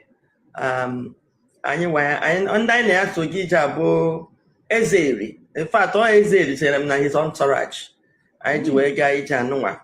Unu lekpere anya n'ihe ndị nsendụrụ ga-ahụ ya mụọ. Ezeri bịakwa kpee ekpere. Amadị m how spiritual that Eri Kingdom dị. Ha na-eme more of ikpe ekpere, ọ bụ ụdị ikwu okwu dị anya. Ọ bịa kpee ekpere wee sị na Chukwu ndị Igbo ga-edunata Nnamdi Kanu. Na ọnụ ihe ya ji wee bịa ka ya sị ya jisi ike na anyị fụrụ ihe ọ na-eme, ana ihe ọ na-eme dị anyị mma. Anyị na oze ndị Igbo na Sokoto kpọtakwa ntọraji ya. In fact, Igbo dị mma. Eme ndị Igbo asị Igbo afụrụ onwe ha n'anya, Igbo adịghị enyere onwe ha aka ha riwa nsị ọnụ. Ihe a bụcha ndị a azụrụ na Lagos bịazie na-emeji omume, bute omume ndị obodo a na ndị azụ n'ugwu Awụsa. Ebe a ka m etinye obere ọnụ. Ebe a ka m ga-etinye obere ọnụ gbasara ihe Lolo Nneka kwuru maka ihe gbasara Igbo ahụrụ onwe ha n'anya. Lolo Nneka before Igbo hụrụ onwe ha n'anya, mana kịta Igbo ahụrụ ozo onwe ha n'anya. I can bet it, I can debate on that. I can also give fact and figure. The reason na ndị dịka anyị ji asị na Igbo ahụrụ ozo onwe ha n'anya, which na onyanwa butere agitation. Onwe ihe butere agitation of Biafra na-abụrụ na Igbo na-ebitere onwe ha n'ụzọ. Onwere ihe butere oke organization n'ala Igbo today maka ndị na-asị na ha bụ charity this, charity that, na-abụrụ maka na Igbo ahụrụ ozo onwe ha n'anya. Maka na ọ bụrụ na Igbo hụrụ onwe ha n'anya, otu foundation ezugo iji bring Igbo niile together. The reason IPOB ji wee gaa far because they come together and make a lot of themselves. So Igbo ahụrụ ozo onwe ha n'anya. Nne m ana onye ka gị nwana nwogu ji wee na-akọwara ndị Igbo na TikTok, na-akọwara ndị Igbo na ebe dị iche iche. Ị na-asị na ndị ahụ bụ ndị Igbo na-ahụrụ onwe ha n'anya bụ ndị atụrụ na Lagos, which is not kwa Lagos ka ị toro. Mgbe mụnwa bidoro wee mata ife na-eme ndị Igbo bụ mgbe nọ n'ala Igbo. O nwere mgbe ọ ga-abụ onye Nsụka bụ ikwu okwu na Ọnịcha asị ya na ịbụ onye Nsụka na obere ihe bụ ihe gbanahịrị unu na ndị Awụsa. Onye Abakaliki ekwu okwu asị na ịbụ onye Abakaliki, and ndị na-asịkarị ya bụ ndị Anambra. So what is that is showing you? That is somewhere things go wrong. Ịbịa na Ọnịcha kịta now bụ center of Igbo land. Ifu Tarabalis now o juru eju. That is where I grow up. So ịbịa na-eme ka ndị be anyị mara na Igbo hụrụ onwe ha n'anya n'eziokwu in this time asị Igbo ahụrụ ozo onwe ha n'anya. Onye dịka Obi Kubana kpachara ego niile ọ kpara, mana onweghị ndị ọba na-ebenefit from nyanwa in a way that na ndị mmadụ ga-amara n'eziokwu na village Obi Kubana na ọ rụrụ ezigbo factory na-eprove ha ọrụ dịka bita obidogwu bita. Gịnị mere ọ rụghị ya na ọba? Gịnị mere o mere ụka da factory dị n'ọba ka esi n'ọba wee na-eweje ebe ọbụla ga-eweje ka ọ bụ depo? Gịnị mere na Peter Obi arụghị ya ahụ niile o kwesịrị ịrụ na agụrụ? So what are you talking about Igbo hụrụ onwe ha n'anya? What do you mean by Igbo hụrụ onwe ha n'anya? Igbo hụrụ onwe ha n'anya gịnị mere otu a gị nwa nọ na ị nwere ike isi ka ịkpọ ndị ahụ niile nya na Nnamdi Kanu na-arụkọ ọrụ wee jugoro ha ife na-ese tupu ikwube maka ha? Onye a bụ ife a na-agwa ịhụnanya. Gịnị bụ ịhụnanya? Whenever you people talking about ịhụnanya unu na-ekwu okwu ebe ịhụnanya political, like otu akịta ị nọ ị na-eme ka ndị Igbo wee hapụ ihe eti gị nya ka iji asị na Igbo hụrụ onwe ha n'anya. Mụnwa na-agwa gị na Igbo ahụrụ ozo onwe ha n'anya. Ezigbo nne ebo ị ga-ama na Igbo ahụrụ ozo onwe ha n'anya. Na Igbo hụrụ onwe ha n'anya ma ha na-egbu onwe ha na-ata anụ onwe ha n'Imo steeti be nna gị.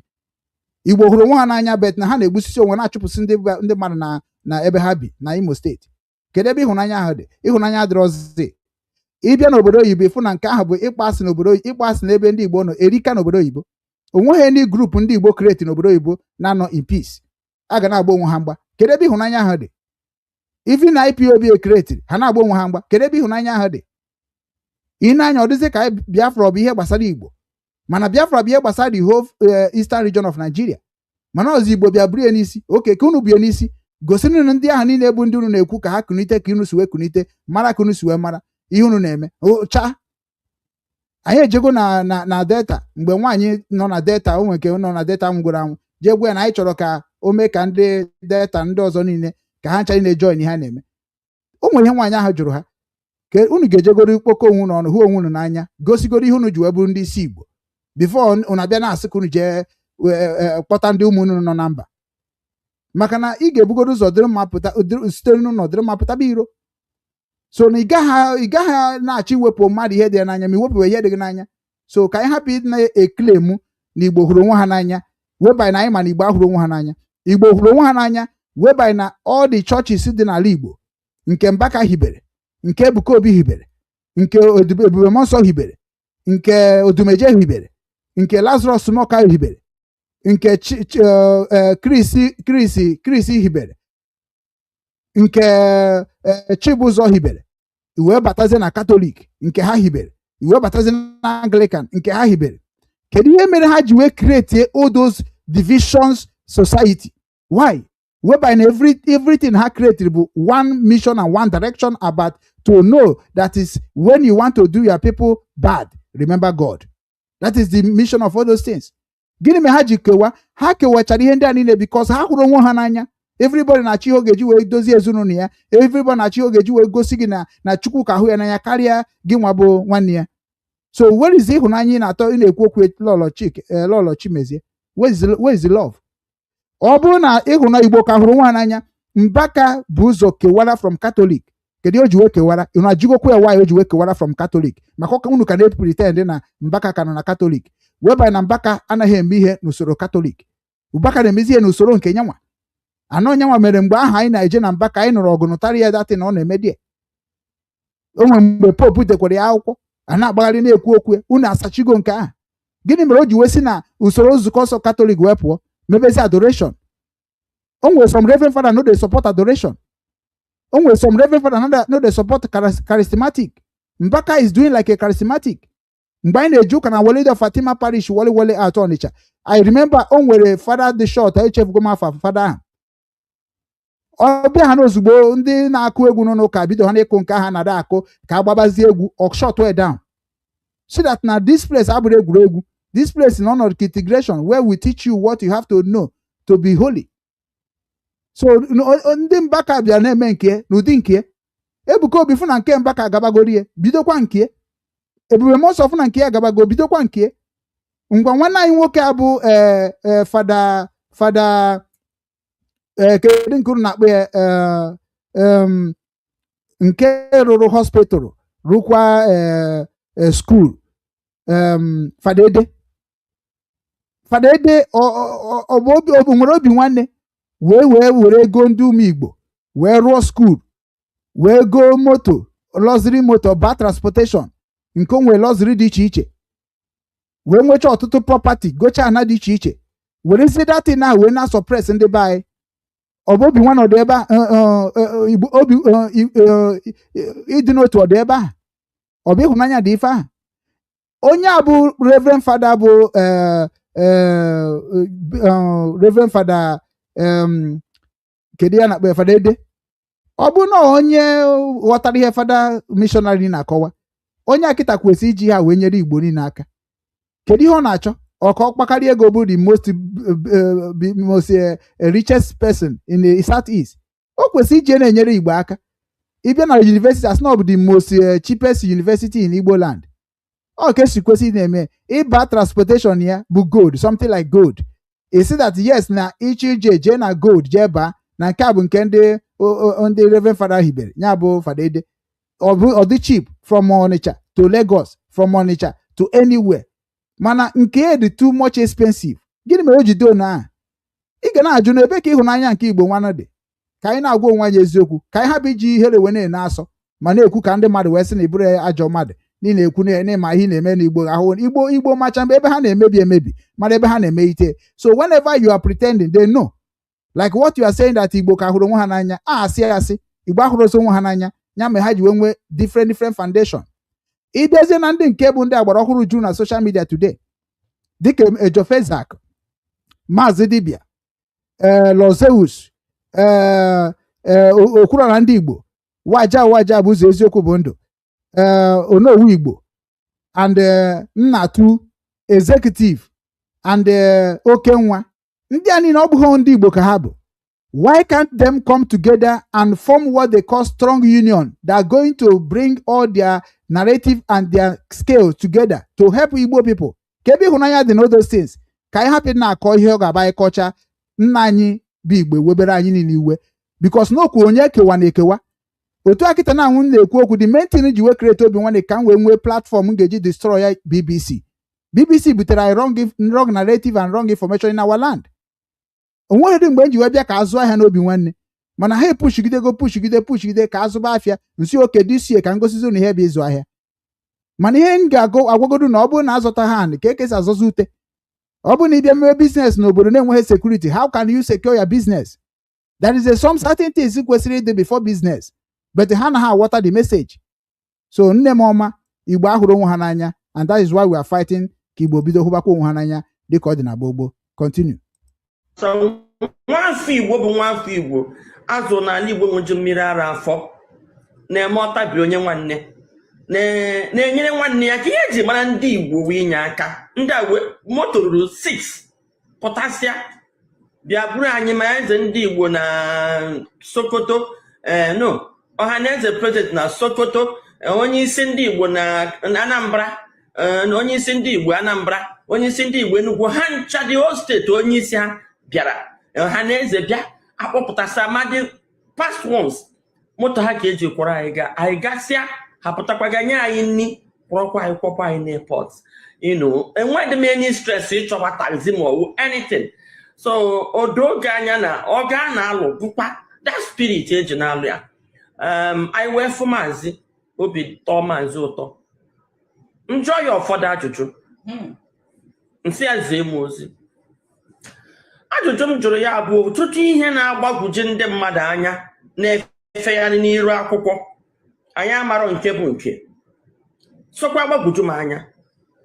Nke mbụ m jụrụ ya sị ya biko kedu ndị anyị na-eso eso, kedu ndị awụọ m onye IPOB abụọ m onye ESN, mana onye ọbụla bụ onye Igbo si na ihe ndị IPOB na-eme ọ nọghọ kwado ma ọ bụ si akwado gịbasị mụọtụ na ndị kwadoro maka ihe okwu ha na-ekwu gbasara ọnọdụ Igbo bụ eziokwu and sọsọ ihe mma nwere ike ime ewu isonye n'ụzọ m nwere ike na-etinye ọnụ and eto ha ka ọtụtụ ndị Igbo si na-eme.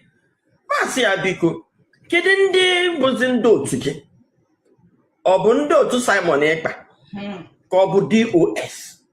Kedu ndị Igbo ga-elegara anya tata? Ọ sị m na DOS na DOS bụ IPOB afọ anya tata na onye nwa hiwere DOS ọkwa ya ma bụrụ onye isi DOS.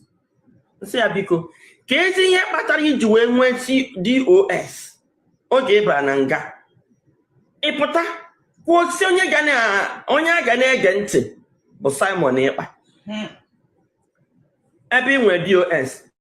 Ọ sị m n'oge ya gara ebe anwa ya na nwa amadi ahụ debe ahụ ka onye otu mara okwu ekwu sọsọ ihe ya gwara ya bụ ya kwubu okwu n'igwe okwu were gbasawa okwu na ya nyedikwa ya onye isi ya bụ Simon Ekpa.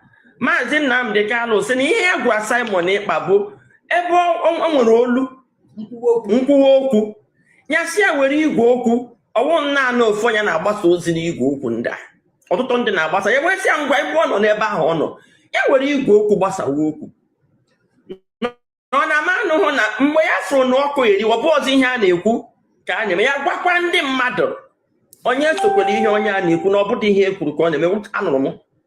Anụrụ m mgbe ọ sị ya kwube nụkwazie mgbe ọ pụtara sị na ihe a abụghịkwa ihe asị mebe. Mgbe esi ya oke ọ dị mma enwekwe ndị otu dịkwa iche iche kịta na-afakpute. Anyị ga-etinye ọnụ ebe a ka nke o kwuru ekwu ka ọ wee na-adanye. Nke mbụ bụ na o kwuru si that na ọ jụrụ na ndị ka na-ajụjụ ka ndị a ga-eso n'ihe gbasara Biafra restoration. O wee sị that na ọ DOS bụ ọnọdụ ka Department of Indigenous People of Biafra ebe a na-summarize na ebe a na-document then o wee kwukwasị kedu ife merenụ o ji wee bụrụ Simon bụzi ndị be anyị na-esozi na nọọsụ sobe Simon na ọ na-ekwu ọfụma na-emekwana ka ndị be anyị na-aghọta ife bụ problem anyị nwa na Naịjirịa. Nyanwa wee gwazie na ya nwa na onwe ya kwuru ya n'eziokwu, mana along the line na ihe ọ na-eme abụrụzi ihe ọ gwara ya, and nya pụtakwa wee sị na ọ bụrụ ihe ọ na-eme na ọ bụrụzi ihe ọ gwara ya ka ọ na-eme. And Lolo Nneka na ebe a wee kwuo sị na ya nwafụkwara na ya nụkwara mgbe Nnamdi Kanu gwara ya si ya mebe ya jee preach bere ndị be anyị exactly ka enwe si preach, because ihe IPOB stand for evangelism, to educate and to integrate our people mindset, ka ha pụọ na Nigeria mindset and join ya Biafran movement mindset. Lolo Nneka, aga m agwa gị eziokwu na ka ị bidoro wee na-eje ije ọdịmma nke ala Igbo anyị, alaba anyị, ọ ga-aka mma na ị na-ekwu okwu kwuo exactly na ihe ji wee mara IPOB bụ ndị ahụ na-ekwu eziokwu ka ọ dị, ndị anaghị asa anya, which is Nnamdi Kanu nwere ebe ọ gwara gị sị gị anywhere you find corruption destroy it. Gị ta ị na-ehe eje ka inye aka asa ezigbo nne, ị ga na-agba mbọ fụ na ihe ọbụla ị na-ekwu etikwe na etinye, ewepụkwa na ewepụ, ọ ga-enyere gị aka iwe nweta ife ị na-achọ. Then let us go to DOS. DOS nwere reason Nnamdi Kanu nwere reason o ji wee dị ka ọ dị today. The reason eji create DOS, ha na ha arụ dị ọrụ. Nke a bụ number one. Anyị nwa bụ their workers, anaghị afụ ọrụ anyị na ọ bụ na anyị rụcha wejerefa ka ọ dị ka o kwesịrị ịdị. Ya mere ebe ha ji wee bupụta ya na-akpọ we are doing it on ground, we are doing it on ground, that is their slogan. Then kedu ihe mere DOS ji wee reject ye Simon Ekpa?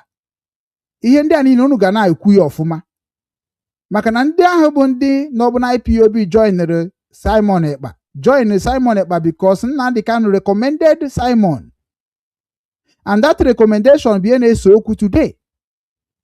And mara ama na mmadụ niile na-emetechi ya dịka na bụ na-ekwu okwu sị na anyị niile bụ ndị Igbo kwesịrị ịmata na everybody anaghị adị perfect full time. Then ọ bụrụ na o nwere ebe Simon emeterie, it is for us now isi Simon na nke a ide emetie side a wee kwuo ya ka esi ekwu ya. Nnamdi Kanu nwere mgbe ọ pụtara na court wee sị Simon kwụsị ife ị na-eme, na ife ị na-eme adịrọ mma, na ọ bụrụzie m na gị kpara, because Simon gwakwara anyị sị na o ji template Nnamdi Kanu wee na-arụ ọrụ na brigi. Mana anyị nwa bụ ndị soro Nnamdi Kanu mgbe ọ na-eti mkpu a ghọtara ya wee were mekwa ọchịchị, mana ihe Simon na-eme abago na another thing na-adịghị ọdị na template of IPOB. That is part of the reason why ndị otu Simon ji wee ha etie m, ha chọrọ ka m bịa closer to them, mana ọ na-abụ ọfịaba arụ ha chọbakwa m.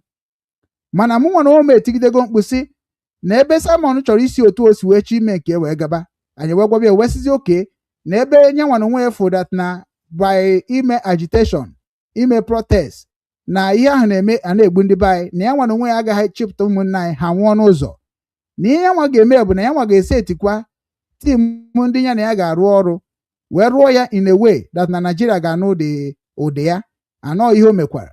So na onweghị mgbe Nnamdi Kanu pụtara na court wee sị na Simon na ihe ahụ m gwara gị na-agwaghọzi gị ya, na that template m bunyere gị ọ bụrụ ya ka ị na-eme. Onwere mgbe o kwuru, mana ị na ebe asịrị nọkwa mgbe ọ bịa gwa ya ifo that na o nwere ihe ntụkwu dị n'okwu a. Nke ịbụa, mgbe Nnamdi Kanu, mgbe somebody like Ikenga Uruagụ na-ekwu sị Nnamdi Kanu bịa na kọtụ etu ahụ isi abịa ịpụta enye gị obere ohere, unu cha na-enye obere ohere kwuo okwu, let the land be peace, na ọ ga-esikwa otu ahụ o si abịa ekwuye kwuo ya si na Simon na ihe anya na ndị otu ya na-eme na ha na-agafezi oke, ha wetunata aka na ọ bụ na ọ bụ freedom ka anyị na-achọ n'ime onwe anyị. O kwurie ọnya mere onye dịka Ikenga ji wee sị na ọ bụ na o kwuru otu a that na ya nwa na onwe ya ga-apụ na IPOB, because na ya nwa ma nọ na IPOB ebe ọ ga-abụ apụta rekọmend ndị na-emebi nke arụrụ arụ, ya nwa na onwe ya abụrụzie onye nke eji achị ọchị. Then ọnya mere o ji wee withdraw from IPOB from statement ya. Then mana kịta ị na-ekwu na onwe ebe o kwurie, and mụ nwa mara ebe o kwurie, sọsọ ihe mma mgbe o kwuru bụ na ọ sị that na Simon is doing a great job, and a great job because na Simon na-eweta ihe niile gbasara Nigeria government, bad leadership in Nigeria government, how terrorists work, and he tag it and he explained what is going to happen in future from this video. O wetere onya bụ tag ya side a, or tag onwe side a. That is a great job for the media outlet. So that is what triggered Nnamdi Kanu to come closer to Simon Ekpa. Then mgbe abịaziri fụ na Simon na-eme ọfụma na-ekwu ọfụma, o recognize ya. The same way o recognize Simon Ekpa is the same way o recognize Nwada Acharugo, I think so. Recognize ya Efe Urobo, recognize ya Uwasofie Edo, recognize ya General in Germany, recognize ya Darlington, recognize ya Ikenguru Ago, recognize ya although a lot of people bụ ndị nke bịara na social media edepụtara na list, which that list nchọ ebe m store ya ga-enwetakwu ya. That list ka Nnamdi Kanu bịara kwuo sị na ndị a na ọ bụ na ya nwa nọ na ndị a ka unu ga na-ege ntị na their platform, not only Simon Ekpa, not only Simon Ekpa. He recognized everybody. Kama na Simon bịa nwee knowledge karịa ndị a niile recommended na ọ bụ na IPOB arụ ọrụ before. So mụnwa na ụmụ so nọ na this platform na-agwa ndị be anyị sị ha na-enwere ka nsi wee handle media of IPOB na gbogbo under Ofoma na Australia. That na ihe a ga-eme na bụ otu akịta recommended ndị a si ihe ha ga-eme ha fọmụ ya na-akpọ WhatsApp group. Ha fọmụ WhatsApp group, ha nwa na ọzọ ebe a na-akpa nkata ka a ga-esi na-ewepụta message to the world. Then ọ bụ na Simon ga-abụ onye ndufa, bụ onye nwere knowledge of the media, and onye nwekwara onye dịkwa outspoken in many ways like Nnamdi Kanu. Nyanwa bụrụzie the leader of that recommended media messengers. Ndị be anyị agaghị m ntị n'onu, ndị be anyị na-efili na mụnwa na ụmụ na-ekwu okwu a maka na erecognize na na-ewe anya ọkụ na erecognize ndị ọzọ recognize hom nsi ha na ọbụrụkwa about recognition o, no about our land and about the progress of what we are fighting and what we are preaching for. Ihe ka m na-eti mkpu n'obi nwanne a na-akpọ m sabotua. Then ọkwa datin ahụ m kwuru na-abịa ebutere nsogbu today. Then ndị nke ahụ niile bụ ndị recommended na data akwụkwọ ahụ ha nchara na-adịkọ ọdụ n'otu, ebe a ka nsogbu bidoro. Then Simon na-emuvuru onwe ka chi esi wee gwụ ya, ndị mmadụ wee like ka o si eme preaching, like ka o si akọwa, wee join bazie na the group nke o jezi create, instead of create group nke ga-abụ template to Nnamdi Kanu IPOB movement. O creatizie template nke nyanwa ga-eyuzu o ji wee baa ha Biafran Republic Government in Exile. Ebe a ka o bidoro wee sizie na oge eme ife na ebe ndị IPOB enyere ya ohere ka ya nwa wee mee onwe express na ihe gbasara the Radio Biafra and other places. O wee bidozie nke ya. So mgbe o bidoro nke ya, ọkwa ndị Igbo bịa si ya na nke ọ na-eme dị mma, nke bụ na ndị ụka nọkwa ebe ahụ, nke bụ na ndị omenala nọkwa ebe ahụ. So na ọ ndị be anyị ka ị ga-eblame na ọ bụrụ ndị Simon Ekpa, maka Simon Ekpa na-ekwu ihe niile ọ na-eme na the platform. So na ndị na-asoro Simon today, ịkọjakwa na Simon gbagam, ndị a niile ga-amapụtakwa wee bịa sị gị na kọrọbish. Ịkọjọ Nnamdi Kanu ha ga-amapụta sị na kọrọbish. Ịkọjọ IPOB ha ga-amapụta sị na kọrọbish. Ịkọjọ Uchemefo ha ga-amapụta sị na kọrọbish. Ịkọjọ Ụwazurike ha ga-amapụta sị na kọrọbish. Ndị a niile na-abịa amapụta defend those states bụ ndị ha build goro to their mindset and to their ideology. And that is the biggest problem in this struggle we are facing today. Because we don't want to start from where problem started to be treating it. We always jump by the middle. And not by jump or by middle. Anya kobazie dị ka ndị na-aka akụkọ anya amara ọka o si wee mee. Ajụzie ga ajụ isi na ịbụ onye otu ha. Mana gị nwa bụ onye otu ha, gịnị mere iji ekwu maka ha mana onwe onye otu ha i mere invite wee gba ajụjụ ọnụ ị ga-eji wee mere oshiarị dịka a witness. So automatically DOS nwere life were ndụ ha na-ebi bụ ihe na-emetụta the mission of IPOB.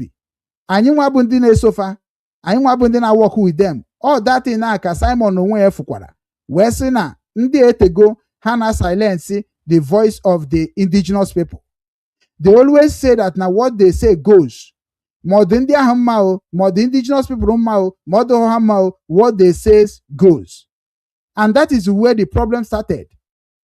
O nwere ebe ọ ga-abịa jụọ fasi ya na ife a na-emebizikwa ife na ebe m nọ ebe dị na asị gị that na that is what our leader said. and everybody must follow our leaders' instruction.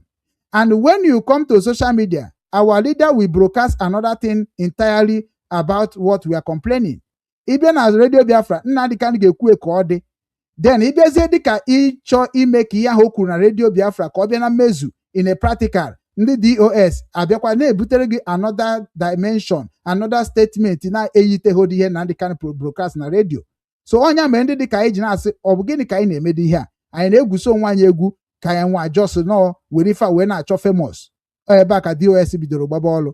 Na the reason ndị dịka anyị ji agwa ndị DOS wake up for their responsibility because na ha na-eme ya kwesịrị na-eme, ha nwa na onwe ha na-eme exactly like Nigeria government.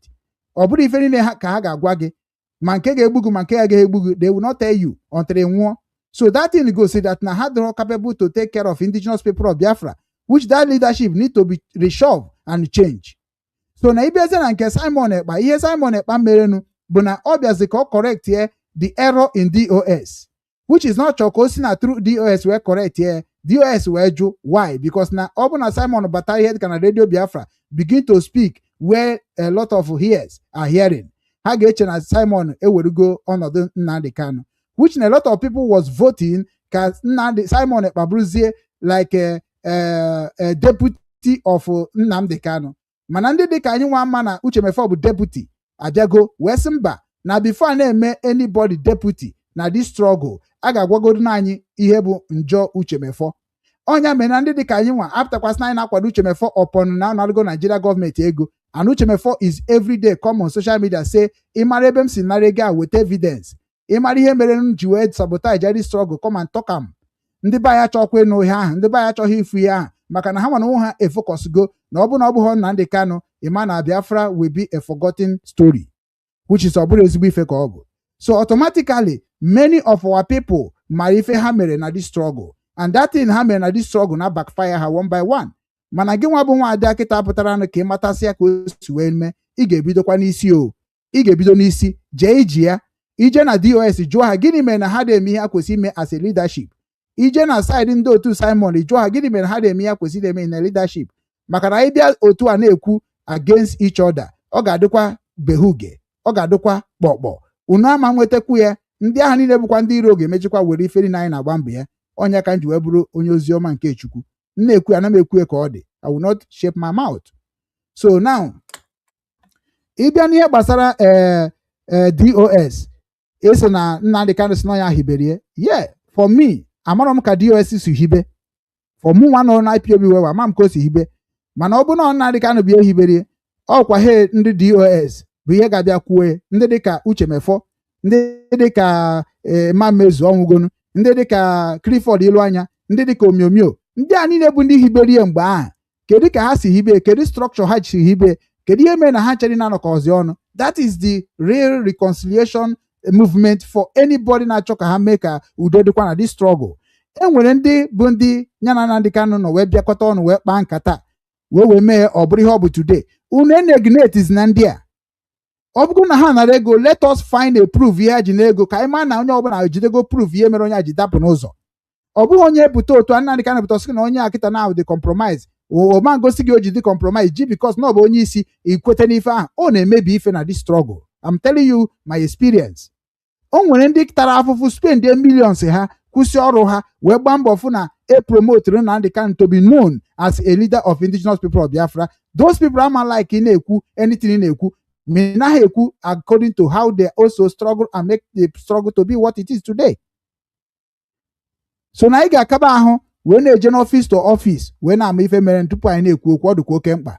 Maka na ọ bụrụ na ị nọ na social media na-akọ ka isi like, ịmana ị na-ebute ihe a na-akpọ division, and ọ ga-abụ a disaster when before you know it. And before na eme na ise okwube na ndị IPOB adịrọdụ mma, ndị IPOB a reshọt na kịta ka ha nweta na eche m na ha ma ihe a na-eme na ị ga-emechikwa kwuba otu ahụ. Because na mụ nwa bụ onye nọ n'isi injin nọ ka onye na-ekwuchitere indigenous people of Biafra with my experience since 2013. Ọmụnwa ga-agwakwa gị the way ị ga-esi mee ife a ọbịakọta ọnụ, the way ị ga-esi mee ihe amara ndị bụ ndị nsogbu, mara ndị na-enye nsogbu, ma ndị na-emebi emebi, ma ndị mara ihe ha na-arụ, ma ndị amaghị ha na-arụ. I am here, I volunteer myself long time. Enwere the department ị kwesịrị ije, enwere numbers you supposed to call. Ewepụta ebugo m Obinwannem ka m wee ji ije, mana kita youth movement pụtara kita. That is people I'm going to use. Wee gwafasịa na ebe unu ga na-eje kpọọ ndị nke a, kpọọ n'ọfịs a, kpọọ onye nke a, onye nwa ga-eme ka anyị niile bụ ndị youth jizi aka anyị wee dozie ife niile anyị chọrọ ka ọ dị n'ala Igbo, which is na ndị youth ahụ na-akwadokwa ka ha jee meet Nnamdi Kanu the same way ije meet Nnamdi Kanu with our elders. So ndị youth ahụ jezie kịta onye isi ndị youth ga-ajụ Nnamdi Kanu, how are we going to start and restart for what we are doing so that we can actualize what we are talking about or what we are propagating.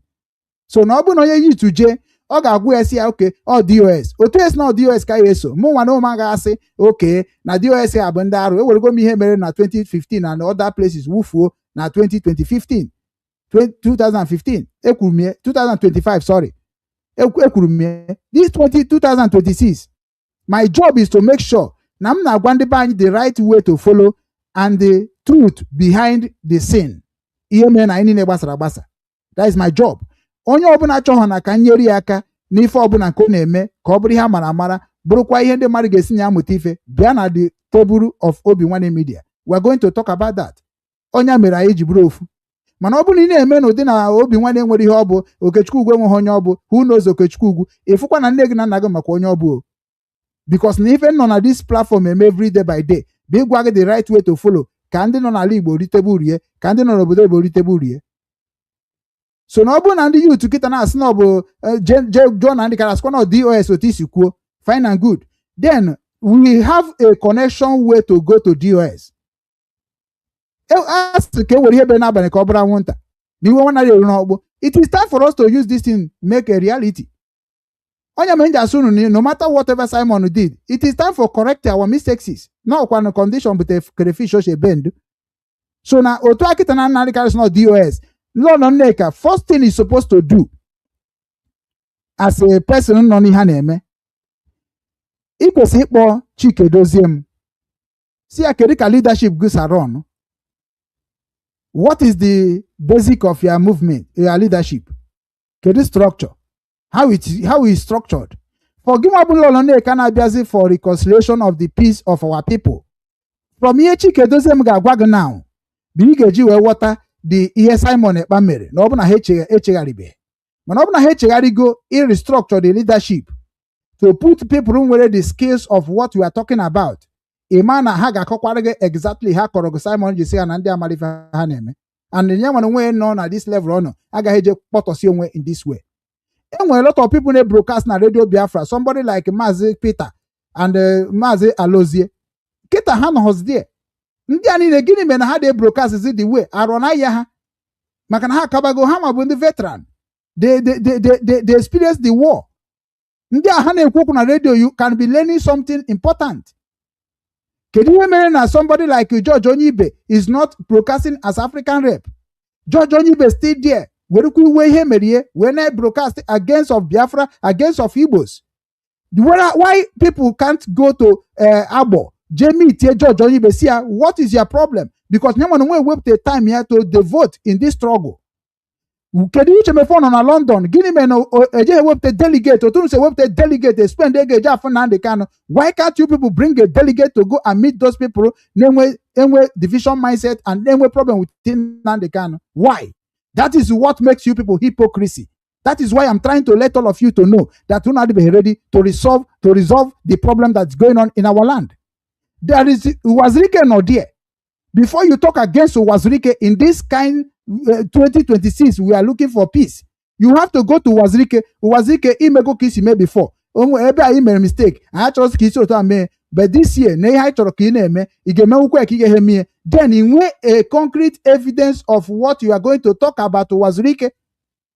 Because Wazirike no we tarafu bambo we make Igbo duko kwesi di. So no matter what, una kwesi jabe na condemn Wazirike na promoting Nnamdi Kanu, which is not nya bia na divisions of mindset. So no obna beri dozi Igbo, you have to start from scratch. Like Nnamdi Kanu always say, that we can never left anyone along. When we are doing, we must carry everybody along. Then why can't the people na patasne hana cho reconciliation agaheje to every Igbo Biafran people or every Biafran indigenous people to start asking questions from the beginning? The people who started this Biafra struggle after Ojukwu stay alive for Wazirike. before Wazirike, then onwere ihe onye ọzọ bụkwa onye na-ekwu maka Biafra. Then after Wazirike, how many groups have created in this struggle? Onya ka m gwara ndị youth na-apụta kịta, it is your job to visit the offices of the whole old leaders of this struggle and to visit all the department of people that are talking about Biafra. That is when we have to get all the reasonable answer and the reasonable direction from what we are going to be doing as a youth of Igbo people. Anyị bidoko na nke anyị, ndị Ikwere like ya, ha ebidokwa ka anyị si bido, ndị Igba nke like ya, ha ebidokwa ka anyị si bido, ndị Urobo like ya. That is the same. Ka anyị bidoko na nke anyị, a na-asị na Biafra is not about Igbo. Nwanne egene ha ntị. Start to do what you can do in Igbo land. So na mụ na-agwa Lolo Nneka, if you want peace and ihe niile na ndị Kanu tara afọ ya, na ndị IPOB tara afọ ya, na ndị Biafrans tara afọ ya, ka ọ bụrụ ihe na-agaghị na n'iyi, you have to start from the square one. Begin to ask questions. From there you will know the problem. But if you better Nnamdi Kanu kwuru, Nnamdi Kanu ekwuru, you are going to fail on the way. Because now there is a lot of things you got wrong, both in DOS, both in Simon Ekpa, both in Wazirike, and both in Biafra in general. It is time for all of us to come and begin to ask questions to those people that claim are self-claimed leaders of Biafra struggle, because the faction is too much. And we a group nku Chemefo jaga, and we group nku Wazirike jaga, and we group DOS jaga, and we group Simon Ekpa jaga. Ungozo Rabeze nwekwana group now. Ogen Kerry nwekwana group now. Why those groups? Whereby we can come together with the mindset of all those group leaders and form what they call allies and cease fire of against each other. That is what Nnamdi Kanu said before kidnapping in Kenya. Also, no una koto Wazirike, stop. Una kotos na Masop. Masop una kotos na IPOB. Let us unite. Now we are looking for one common mission.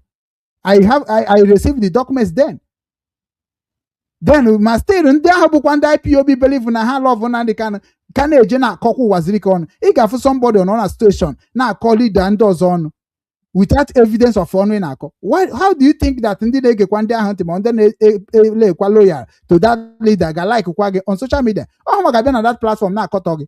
They can only get there on a platform. We can comment and you're like wa. If you get EKE OKU eba can see where so we need to start from where the problem started and we correct it. Igbo nwere mmadụ. Igbo nwere a lot of things they are seeking for another land. But how can we make that thing to become achievable? Can you benefit from it? Or here ikwesi na-ekwu. Ọ bụ Nnamdi Kanu say DOS emeterie, Nnamdi Kanu say Simon emeterie. It's not the proper way to do that. The proper way to do that bụ onye ọbụla ọ gwara gị jee jugode ese na ọ bụ eziokwu. Esita sọsọ n'ọnụ Nnamdi Kanu wee na-ekpe ikpe. Ọ bụ ajọ ife ka ọ bụ n'omenala Igbo. Ọ bụ na Nnamdi Kanu complain about somebody, go direct to the person and ask the person ọ bụ eziokwu. Onye bụ the proper journalism and the research way. Ka anyị tete n'ụra brush our knowledge ka o nyere anyị aka. Ka anyị na-agakwa n'iru. Na afụmahịa dịka Avid, Rising Sun. Ọ dịkata ha na-ede akwụkwọ na-ekwu okwu dịzị ka gị na ha ọ na-arụ. Maka na mị na onye isi ndị Avid ma ọfụma anyị dị mma.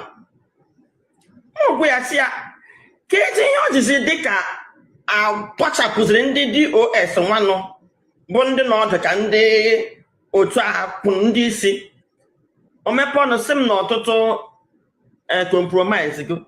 Wee si oke ya compromise ya ọ bụzi otu gị na-arụ ga-represent ọnwa iche na ọ ga-aka m otu unu batara file na-enwe ka o si dị unu ahazie ha karịa ịwakpụtezi n'etiti na-ekewa ọfụma ọfụma. Ajụkwara m nwanne ya nwoke ajụjụ a. Njụkwa ya si ya na ụmụnne ya na-emebi ihe. Ọmakwa ihe ụmụnne ya na-eme. Na ụmụnne ya na-emebi ihe. Na ịmana na okwu bịa ọ na-ede ka kerozin enweghị onye ụjọ ga-ekwepụta kwuo. Ọ na-ede ọ dịgidede ihe ahụ mgbe ọ ga-ejezi oje kpitikpiti. Nsị ya na ihe ụmụnne gị ga-eme ga-enutu gị. Nsị ya lee Wazirike tata. emasị na Igbo anaghị enweghị eze. Igbo ọdachi Igbo enyi ha ahụ. Inwekwa ike ịpụta ugbu a na-asị iwu onye isi Igbo gburugburu, enwe onye ga-adọkwa gị n'akwa, enwe onye ga-akụ gị ihe. Mana mgbe maka na ya amaghị Igbo nke iwu gburugburu ya, ọ mgbe ịkpọzi oku amara ndị ga-aza gị na nwanne na nsị ya na ọnọdụ gị ugbu a na-abụkwa Igbo, ọ bụrụ ezinụlọ nke Igbo na ị na-ede ede bụ Igbo na emeghala ya na-afụtazi ya si ihe ezinụlọ. Nsị ya nna m ịdịgokwa nnukwu arụ kịta, ụmụnne gị ama mbụgwu ihe dị na gị ịwụzi prọpati ndị Igbo kịta. Ya ka ị hụrụ eze eri ji hapụga nwoke ahụ adapụ apụ anyhow. Mụ nwa na ebe a wee very private person na-emere onwe m ihe, mana ọ maka gị ka m na-eji hapụga be m na-agbagharị, onye ọbụla na-agbagharị. Ọwụ maka Igbo.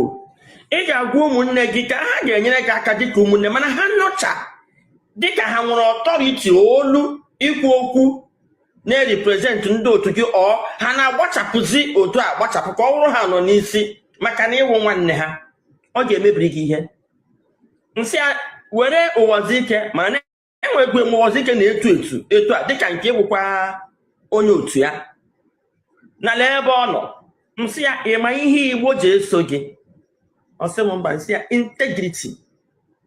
Igbo kwetere na integrity gị ka kwụ ọtọ, na ịgwala anyị na anyị na-anụ olu gị mgbe ị na-eti mkpu akwa ịga na kọt ise na ị gaghị esi ebe a pụta eji gị Biafra. Anyị nwa nọzikwa n'ezi na-ehu ya aja na-agba mbọ ole anyị nwere ike ịhụ na anyị nyekwere gị aka ka ị weta nyanwụ Biafra. Ụmụnne gị nọ n'ezi na-agbara wing nke ha ji ga-achụ ego. Agwa m ya komkom, ha ji gị efere ego ebe a, efere ego ebe a, efere ego ebe a, ọ na-apịtọkwa aha gị. Ị ga-agwa ụmụnne gị ha nọcha, ha bịa ebe a, ha tupu ọnwa ahụ bịa hịa nyere gị aka, ha ga-enye gị dịka ụmụnne. Ha ga-apụtago nyere gị aka enidide ha. Nsị na ọ bụ akwa sọsọ gị bụ onye Igbo nọ na Sokoto prison ahụ, ụmụnne ha bịa hịa atọ ute. Nwanne gị nwoke ma nwanne gị nwaanyị a na-ekwugharị ihe a na Igbo kwụsị iweta ego ugbu a Naijiria kacha ebe a, ha ga-enwezi ohere sef mgbe ka ha nwere family, mgbe gị ama na ha nwere commitment more. Ya unu n'anya ka anyị were kwuo ebe o kwudobere ya. Ọ pụta o kwuru maka ụwazirike because na ndị be anyị na-eme ya na-akpọ mere mere n'ikwe nkwete n'azụ, and it need to be stopped. Ụwazirike ka dị ndụ, ọnwụrọkwa nwụọ, ọ nọ n'Owerri. Lolo Nneka bụ onye Imo steeti, and they believe na Lolo Nneka na-eji ije niile ọ na-eje n'Imo steeti. Jugodo na Lolo Nneka ka m ga-esi jụ ya si ya, gịnị mere ijebeghị tu ụwazirike jụọ ụwazirike na onwego ị ka na-eme ka isi emebu bifo ka onwego istrọkchọgo maka unu asị na oriri ego na oji ego egoro ụlọ ivi Lolo Nneka dịkwukwure na broadcaster. Then unu ejegokwa jụ ụwazirike si ya kedu ka isi akwado this time, then ka anyị were ihe na-eme kịta wee jọji ba ihe mere na gbogbo maka esoghị m ụwazirike wee mee nke o mere. And a lot of people na-ekwu na ụwazirike riri ego na kpuo, mana enwere mbọsị a jụrụ Nnamdi Kanu si ya na enwere ka ikwuo maka Biafra na ụwa niile without akpọgo ụwazirike. Ọ sị no, na ụwazirike bụ the founder of what he is doing today, that na nna na-amụta nwa na ọmụtago ndị dị ka IPOB, which ụwazirike na onwe ya mekwere acknowledge na ya nwere onwe ya agbago mbọ n'ụdị nke ya, bet na ị na-agba mbọ nke gị ejina nke wee dozie nke gị, gbara nke gị gaba. Onwe ihe ị chọrọ ịjụ m bịa jụọ m ya, adị m ndụ anwụghọ m anwụ. So nke a bụrụ Lolo Nneka na nna gbazirigo na-asị gị jekwuru ụwazirike, jugodo ụwazirike how far, maka na ụwazirike si na ya na-achọ nke without gun na bullet, na ya na-achọ nke without violent. IPOB si na ha na-achọ nke ha without violent. That is the two ways I know. So it's like almost the same thing. Na mgbe ụwazirike bịakwa kwubekwa tibekwa mbụ mgbe creatiri ya na-akpọ ESN, which is na mgbe create ESN, Igbo World Congress is involved. Mgbe create ESN, a lot of ndị Igbo dị involved. Like otu isi wee kwuo na ndị Igbo adama onye ọbụla ka nwere ike ịpụta, otu enwere ike ịpụta sị na mbụ eze ndị Igbo n'ụwa niile, enwere ike ịpụta sị na mbụ onye isi ndị Igbo n'ụwa niile, which is not the suppose. Na ife ndị anyị na ọbụla ndị clear ya na original ndị Igbo kwesịrị ịbịa jụọ m ajụjụ erika. Ndị eze ndị Igbo ga-abịa sị kedu ihe mere gị eze, onye mere gị, kedu ihe iji bụrụ eze ndị Igbo. Mana duto na ndị eze ndị Igbo na Igbo groups ekretiri adịgo compromise, ọnya mere ihe na-eme. So na anyị ga-ebido n'oge wee mara na enwere usoro esi eme ihe n'ala Igbo. Igbo nwere structure ha ji eme ife. Onye bụ ife mụnwa mere program ya with my team about Umu Nna, ụmụada, ife ndị a niile ka dị n'ala Igbo dị strong, dị na village dị iche iche nke gị nwa na nwoke si na ya wepụta. So what we have to do bụ ọ bụ na anyị chọọ ka anyị dozie ala Igbo maọbụ ka anyị mee ka ndị Igbo marakwa ebe nsogbu ha dị, we have to start from our villages. Representative from every villages, representative from every local government, representative from every community, representative from every state. Ndị ga na-ekwuchitere obodo ha dịka obodo ha si eme. Enwere m right ịbịa kwube maka Anambra steeti ka ha si akpa agwa, ọ bụrụ ihe ziri ezi. Enwere m ike ikwu maka Imo, enwere m ike ikwu maka Abia, enwere m ike ikwu maka Ebonyi. Ọ ga-abụ ndị Ebonyi na-ekwu maka Ebonyi, ọ na-abụ ndị Ebonyi chọọ ha gbuo nwanne ha, ndị Enugu chọọ ha gbuo nwanne ha, ndị Abia chọọ ha gbuo nwanne ha, ndị Anambra chọọ ha gbuo nwanne ha. Like now, a lot of you people na condemn Simon Ekpa. Simon Ekpa na condemn onye dịka m start ya kwube about ihe dịka Wazirike, kwube about ihe dịka Nnamdi Kanu. You will not like it. Abias will not like it. Imo will not like it. Anambra nkwube maka Uchemefo ebe o meterie, Anambra will not like it. Those things is what I have witnessed, and we need to correct ourselves from all those things. When you are doing something you want to do for Igbo in general, you gotta carry everybody along. That is the only thing that can make a peace. Maka every village we can say bina befa. We wrote today. Some problem dị na Umu Nna, ọkwa ha ji aka ha kọswe, ha ma ga-eji aka ha dozi. Maka na afụbeghị m onye Igbo na-eche ka ezinụlọ ka another family bịa doziri ya family ya. I never see him before. Di na nwunye na-eso okwu, before itinye ọnụ na esemokwu di na nwunye, ị ga-amakwa ka isi ekwu okwu. Maka na ọ bụ na ikwuru ọfụma ewere gị dozie n'oge abalị. So na automatically na anyị niile bụ ụmụ Igbo na na-eme unu niile encourage na-enyekwa unu ya na-akpọ information ka anyị bido n'oge na-agwa ndị a na-edobe ahụ na ha na-abịa ka ha dozie ọrụ anyị rụgoro arụ na ebumnobi anyị, ka ha wee mee ya ka o kwesị isi dị, ka arabid na-eme ka e wee sị data ibe ezigbo mmadụ maọbụ na ebe ajọ mmadụ, mee ya ka o kwesị ịdị n'iwu ndị Igbo. Obinwannem Foundation ji iwu ndị Igbo aga, o nwere iwu nji aga na-abụrụ iwu ndị Igbo. Onye ọbụla bido na village, that is what I have been fighting. Ịbịa na Nigeria gọọmenti ya na-akpụ ya bụ regional control. Ịbịa na omenala Igbo ya na-akpụ ya bụ akụrụ ụlọ. So automatically everybody have to be taking care of their villages. Ka anyị hapụ ibu na social media na-akọjọ ndị isi pụtagoro ka ha dozie obodo. Ihe anyị ga-eme bụ correct ndị isi ahụ wee direct ha to the appropriate channel ha ga-eji were eme ife a ga na-eme ka ọ na-abara onye ukwu na-abara onye nta. That is our duty. Ịna-anya ebe ifu na ọmụa bụ onye na-carry everybody along. Ịna-anya na flyer kịta na ahụ ị na-afụ na social na screen now, ifu that na our governors nọ there, present governors. Ịna-anya ifu na Ojukwu nọ there bụ onye isi Afrịka okpunye gbasa Biafra na according to Igbo side. Maka na enwekwara Philip Effion ndị nke nọ na the other side, nwekwa ndị nke nọkwa na the other side. Mana anyị nwa na-ekwu on behalf of Ojukwu, the mindset of Ojukwu, the reason why Ojukwu shout about Biafra. So anyị nwa bụ ụmụnne Ojukwu that is trying to make sure that na the effort of Ojukwu did not go in vain. Then Nnamdi Kanu bụ onye Wazirike bụ onye koro from Ojukwu. Wazirike na Ojukwu discuss one-on-one. Ojukwu wee gwa ya exactly what he's supposed to be doing to achieve what he could not achieve during his own time. Then Nnamdi Kanu join Wazirike. From he join Wazirike, then nyamanụ nwe wee vụkwa na onwekwara ihe a ga-emekwa ka ọ gaa more far than nke Wazirike structure. Osebekwara ha okwu. From there, Simon Ekpa wee batakwa wee fụ that na onwekwara ebe ndị Nnamdi Kanu na IPOB emeterie, o wesikwa ka o metie. From there ka Uchemefo ji wee pass message ọ passịrị from the people. From there ka nwanne anyị nwaanyị bụkwa Ngozi Orabaeze ji wee bịakwa nke ya wee bịakwubekwa that na ebe Simon emetekwa here. And the only thing na try ka mee to our people or can preach to our people bụ na ndị anyị na-etinye na screen a bụ ndị ga-hold accountable of what is going on in Igbo land. Onweghị onye ga-agụ hapụ ebe a. Governors anyị niile bụ ha ma bụ the architect of ihe mere na Nnamdi Kanu na-ekwu okwu Biafra. Gọvanọ anyị bụ ihe kpatara na Simon Ekpa na-ekwu okwu Biafra. Gọvanọ anyị bụ ihe mere na Ngozi Orabaeze na-ekwu maka Biafra. Gọọmenti anyị bụ ihe mere na Uchemefo na-ekwu the same thing to Wazirike. and the onye na-akpọ Tinubu enweghị say to Igbo land without the governor concept. Tinubu enweghị anything to do in Igbo land without the youth of Igbo land. Mana gịnị mere na Igbo youth anọkọ ha ọnụ? Gịnị mere na Igbo youth anaghị ekwu how to rebuild our land? Because a lot of ndị Igbo youth na-arụkọ with the governors of our land. A lot of Igbo youth na-arụkọ with the leaders of the agitators. A lot of Igbo youth are trying to benefit from the problem that we are going through right now in Igbo land. Then, is it how we are going to achieve our dreams? No. So na ndị nne nọ na screen aka dị ndụ, onwebeghị onye nwụrụ anwụ. Simon Ekpa nọ ebe ọ nọ na prison. If you want to know much about the brigade Simon Ekpa hibere, go to the prison in Finland to meet him in the time of the meeting. Otu se meet Simon. Una ajụgodi Simon, kedu ihe iji mee ihe a? Kedu ihe eji tụgo mkpọrọ? Kedu ife a na-ekwu na ọnya ka eji tụgo mkpọrọ? Ekwesịrị inwe platform na-akọwa exactly what is going on with Simon in Finland. Onya mere nji ewe iwe abatụ ndị otu ya.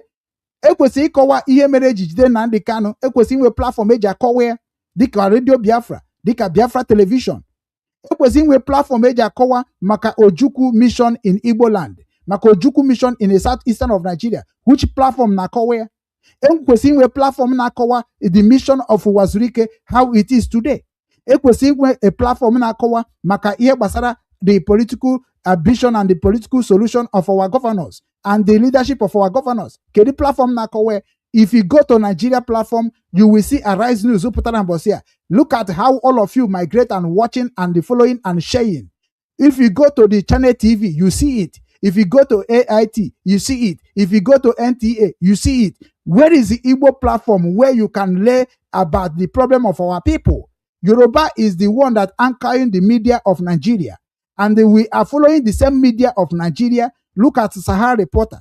Sahara Reporter bunke showere ibere. That Sahara Reporter, when I was working with IPOB media, Sahara Reporter is totally against of the mindset of IPOB. Sahara Reporter is totally against of restoration of Biafra. Sahara Reporter was working hand to hand with the Nigeria government. And today, the leader of Sahara Reporter is now trying to claim that he wants to help to actualize our dreams. We started without Sahara Reporter. We started because of the situation of Nigeria. Where is our own platform where we'll be bringing our mindset? There is no way. I am one person say that namu ama nokata ji because na ndị mmadụ hate Ngozi Orabeze, hate Uchemefo, hate Wazirike, hate Nnamdi Kanu, hate Simon Ekpa, or hate our governors. Naga ha bịa wee kwuo obi m na ife na-eme na ndụ ha maọbụ ife ga-eme ka nke ha na-eme ka ọ gazie. Ife mụnwa na ụmụ believe na ọ bụ ihe bụ nsogbu right now bụ kedu ife a ga-eme ka a correct ebe ha na-emetie, ka a gbazie fonu, ka ha si na the right channel wee na-emere anyị ife ga-abara anyị uru. That is my duty as a Obinwannem ndị Igbo director, Obinwannem ndị Igbo culture and tradition, ya bụ omenala na ọdịnala. Because na mụnwa ma pụta de discriminate ndị mama ho. Mụnwa bịa na-discriminate some people mụma that na ihe ha na-emekwa bụkwa part of ihe na-eme na ọ bụ ka a ga-esi unite ya bụ the problem. So na onye ọbụla bịa na-ekwu okwu ya gbasara Biafra, you have to make sure that you contacted the people that are supposed to be contacted before you begin to use it to make a broadcast. Now, we bịazie n'ihe gbasara nke compromise. Nnamdi Kanu gwara gị na IPOB na some DOS have compromised. Yes. Ọ itibe m mkpu a since how many years? Nwanne m nwoke bụ Chukwubike Mokpareze as e dey hot. M jere gwa okwu na program yesterday na platform ya. O nwere ajụjụ njụrụ ya, jụchakwa ya. As ndị mfu na ha gbara mbọ during the mobilization of IPOB in Igbo land, in Biafra land as a whole. Ndị a bụ ndị gbachara mbọ mara a lot of secret about this movement. Ndị a nidiri ka akpọọ ha oku one place. Si ha bịagodunu. Onye dịka Chukwubike Mokpareze bịagodu. Okwesịrị bụ PA Nnamdi Kanu. That means PA means that you know a lot about Nnamdi Kanu. Then come. What do you think it is going to be the best way to follow? Anụkwanụ ọnụ ya, anụkwanụ uche ya. Agaghị eme ignore. Agaghị eme ignore maka ọda package onwe maka na o meghe onwe ka ọ bụrụ a commander. We need to respect our dignities and our skills. Onye abụ na ya enweta ebe anyị na-eje, onwe onye ka ibie. Ihe ahụ nwere nke m nwere, ị nweghị ya. We must acknowledge everybody's skills in this struggle of restoration of the peace in our land. DOS compromised. some of them compromise in attitude of saying what they're not supposed to say.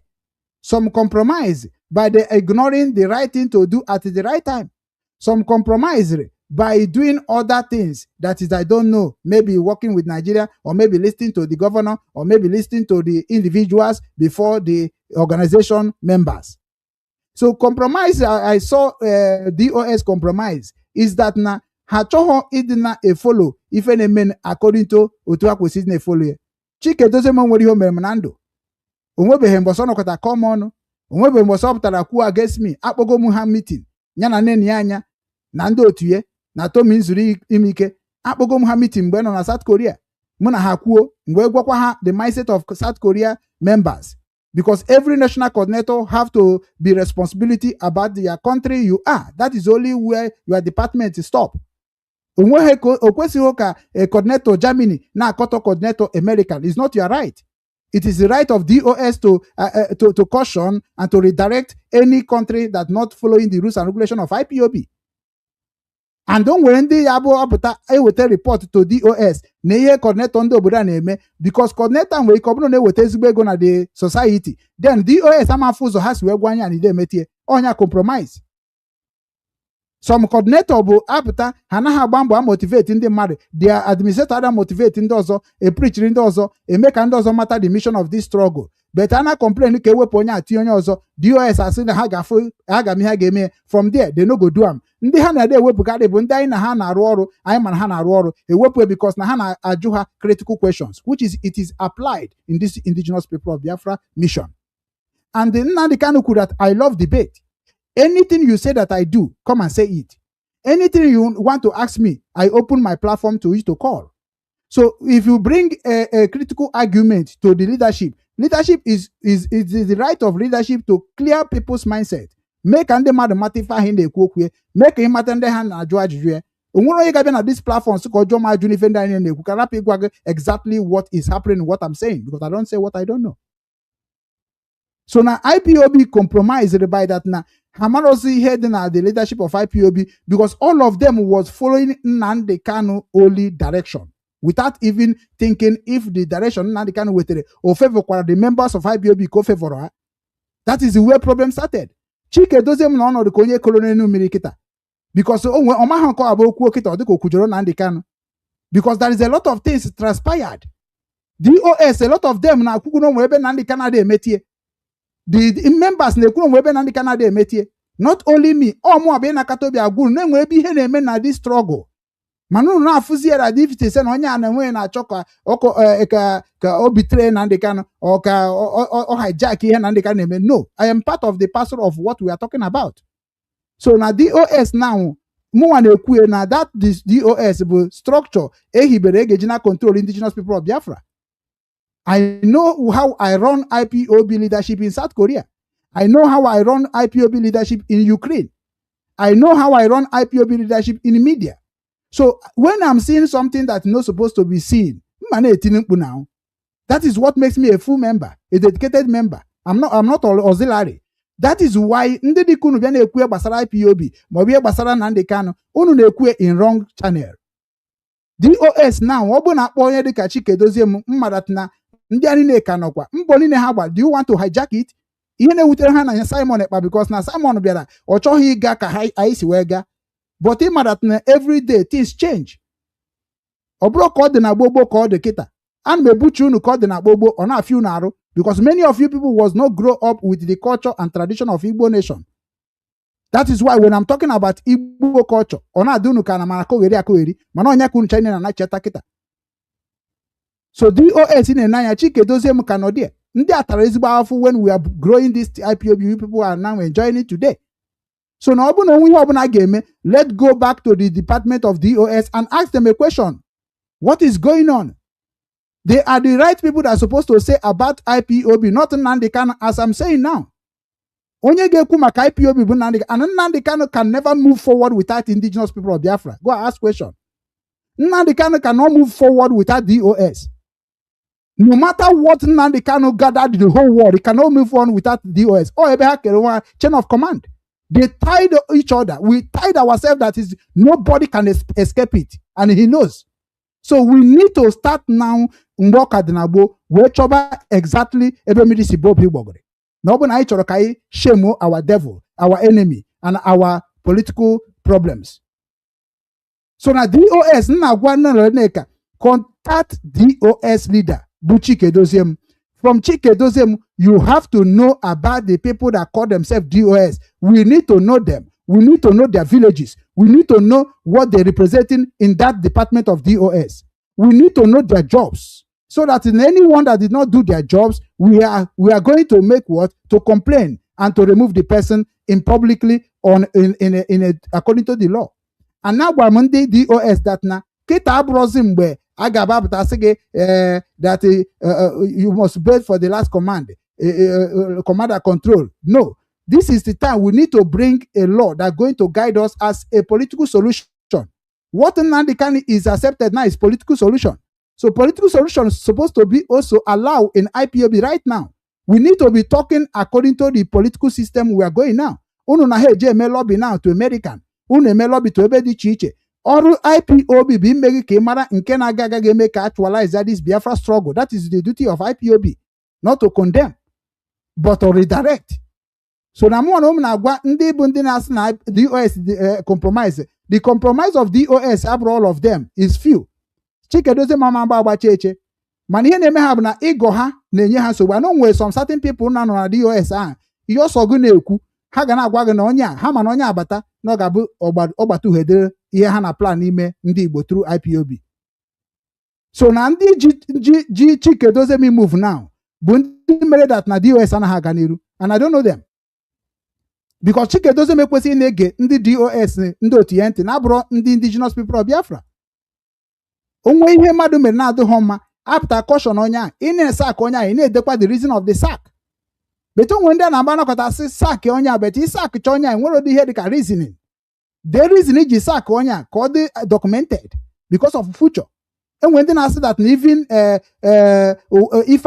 Ifeajuna did not do what they are labeling Ifeajuna. Onye ji aka agbuo onwe according to ihe unu na-ekwu. Mana because of na the same way esi wee gbuo na Biafra peto by the whole world. Amaro that na Nigeria be the problem. But it draw m nsị na asị. The world knows the problem, but ha ma that na ihe Nigeria na stand for. Maybe ha ga-esi benefit here. So they join hands together to suppress Biafrans so that they can be getting what they're getting in Igbo land, in Biafra land till today. So now, ihe ọ bụla anyị na-achọ ime ka anyị gbaa mbọ for that na anyị bidoro from leadership of any organization that meant good for Igbo people and for Biafrans in general. That is what I have been applying since the day I created Obinwannem. So now DOS, Jekunu Chike Doziem, Juanu Chike Doziem, what is the function of IPOB right now? How IPOB is running since Nnamdi Kanu was jailed? How the IPOB can help before you people talk about IPOB? Because now we any problem with these people. No, na ha chohi ganyi wabunde matari leadership wanti. That is my problem with them. Happy na ndị ka anyị nwere offer maka ada asụ kpokpo Igbo. Mana oyibo ninu na asụ na ejigo we restore Biafra today. No. Akwụkwọ niile no guru were go restore. Unu ji akwụkwọ no guru we na-eme ụmụ unu na agụrụ akwụkwọ intimidation. How can you think that the gods of the land will be happy with all of you?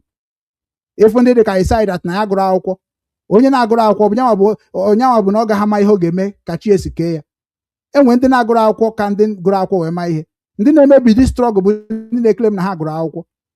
Because we cannot run this the indigenous people of Biafra mission with the British structure. Now, the government structure. If we will keep using the British structure, government structure, we are going to be landing in their own paradise. But when we go to our traditional structure, British will never understand how we runs. Onye ka na gwa ndị niile bụ ndị na-eme ihe Biafra since no Obinwannem. Si ka anyị na chi ya ka anyị dị na mbụ na Nnamdi Kanu kwukwara na broadcast. We see that na we are going to go back as our forefathers structure it. That is what we are agitating. Let all of us go back to our bases. But unu chani na hije to our bases because many of you people na-eme ihe ọjọọ in this struggle. Many of you people ji this struggle akpa ego. I witnessed it during my own regime. Many people will call you from all the part of the world. Please, I need a contact from Ukraine. I need a contact from South Korea. You will be thinking that it is normal business as usual. When I understand that almost all IPOB members are 419, I begin to shout. How can I give you a contact of some of our brothers in another country? Where we pull back account. Whereby that why we are agitating for Biafra is because of impunity that going on in Nigeria government department.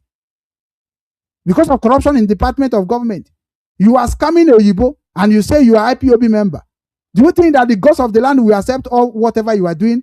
Even that money you get and put in IPOB will destroy IPOB more. Makanaimwabu Moana will never support evil. Because evil is evil and remain evil until the end of this life. So now, Anamayo, Ndi Donine, na yo Lolo Nneka. If you want to be a part and parcel of the reconciliation of the leadership of Mazi Nnamdi Kanu, because everybody who supports Nnamdi Kanu, whether in good or whether bad, you are also supporting the restoration of Biafra. Everybody that supports Nnamdi Kanu, go and meet Nnamdi Kanu, is already support IPOB movement that is led by Nnamdi Kanu. Anybody that say releasing Nnamdi Kanu, both Nigeria government, both Nigerians youth, both individual, both the foreigners, they already supporting Biafra restoration directly. That is what you need to understand. That means what the IPOB made. So now, what you people have to do now, EJ Choba, the Department of DOS, Bido Juba Hajuju. That is only one thing that can solve the problem. Manobu no nye Jehanos born at social media it will bring a problem, more problem. That is why I'm correlating the youth to Namaji now. We are all Biafrans and Meku every day. I told you, no Igbo. We are all indigenous people of Biafra, but then we're warriors. Warriors bundia ha web to the anakbo IPOB one family. Warriors bundia ha bundi web to the anakbo DOS. Warriors bundia nine web to the so that na agamiha geben barakasoriani in the land and territory of indigenous people of Biafra. Like me, I brought everything I have. So now Meroji Kayadiche with the Igimwa IPOB. Because every southeastern region of Nigeria are built by indigenous people of Biafra. This name is not brought by Nnamdi Kanu. This name have been existed before Amon Nnamdi Kanu. But now Nnamdi Kanu was only web to the effort and idea to make that name to be actualized and to make that name to benefit from our people's problem. The same thing to when I work away to Igbo youth movement. Even that need to do before. Munwa chohi ba anything obuna basara English name in everything I'm doing in Obinwannem. That's why Oji can come out iche.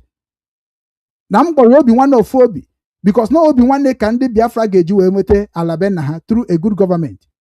Obo Obinwannem can de Igbo geji bekotokwo no forget ifo chie we bidoni hofuru. Obinwannem can do kanine ndi su kanine geji bekota onu we nwe ha na-akpọ structure a geji we mara ndi su ụka niile no n'ala Igbo. Obinwannem ka ndị isi afia niile bụ business partners, business millionaires. No Obinwannem ka ha geji bekota onu we na-enwe mindset of developing more business in our land. Obinwannem bụ ife onye ọbụla ga-emecha land ya na ya ka nji we create here. I know that now very soon everybody ga man kebe eziokwu. And when you are knowing the truth, to be sincere to yourself and to never dodge and pretend when you know the truth. When you know the truth, to speak the truth according to how you receive the truth. Don't be afraid of speaking the truth, because if you see the truth and be romancing the truth, everybody that knows the truth will know that you are compromised. That is part of the starting of the compromise. So, Anma Gwonu Nile Bundina, a feeling, na DOS, na hamwe her wing, hamwe her structure, hamwe where they go. Hamwere, IPOB, Akam no under the leadership of DOS. But na no as a part and parcel of the struggle. But na man no, wherefore the leadership of the DOS to go wrong according to what is going to benefit my people. I will not support them when they are doing something that is going to destroy my people. I am there to represent Nsukka.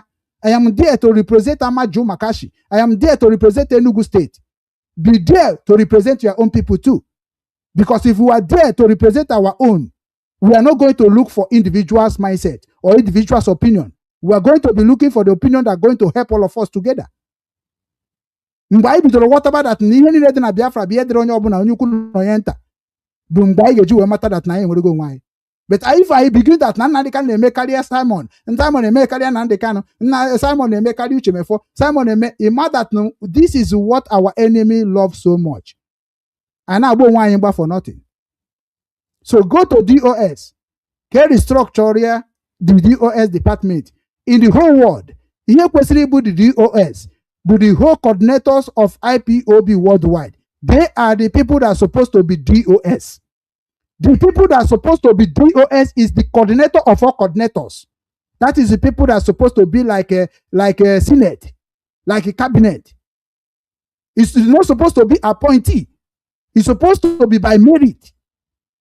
Because a coordinator of German supposed to be the spokesman of the German IPOB. The same thing Coke was even American.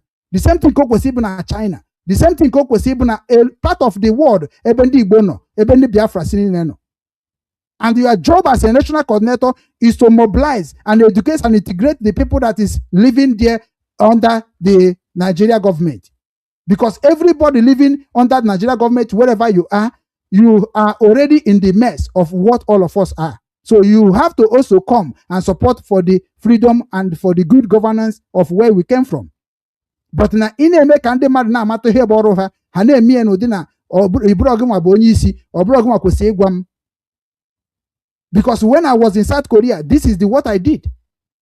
Emechara m wee kpọọ the cabinet of the DOS.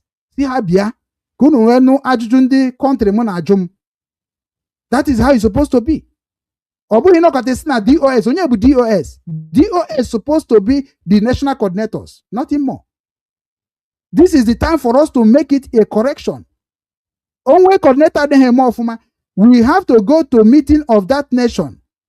Call the administration of that coordinator. Jụọ ha kedu ebe coordinator na-adịghị eme ọfụma, which IPOB na-eme before. Then ọ bụ na the majority say na coordinator anaghị eme ọfụma, onye nwa bụ na vote way out, tinyekwa onye ọzọ ozugbo, ofu onye ada akarị ọha. Unu achọghị iji sincerity na-eje n'ihe gbasara the struggle, because all of you are benefiting from the problem and from the corruption of Nigeria. Many of all of you. Ụfọdụ ime unu eze ezo maka Nigeria mefugu na social media ka iwe na-atụ ngwa afịa gị na-ebu na container gị. But we that is also say that how can we carry our goods, our product, go to Nigeria whereby security is not there? Every day na-akọrọ anyị ofu akụkọ.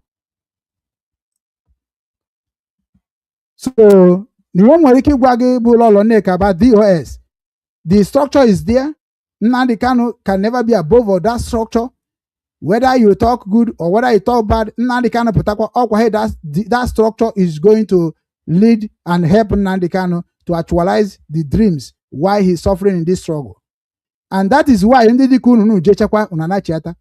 Mgbe mụ na-agwa somebody like Simon Ekpa. Si Simon, that na ihe na-achọ ime na bụ ihe mara mma. Ihe na-eme bụ ihe mara mma. Ịdị gifted. You are a outspoken person. Be the coordinator, national coordinator of IPOB in Finland. Start correcting the mistake of IPOB in Finland. But many people are in future. People nature na too fat, too smart. And see that now this struggle of IPOB, whether no agitation or whether no protest, the structure of IPOB is beyond government structure worldwide. Structure of IPOB even helping government to restructure their government failures. IPOB is beyond the government. I'm telling you.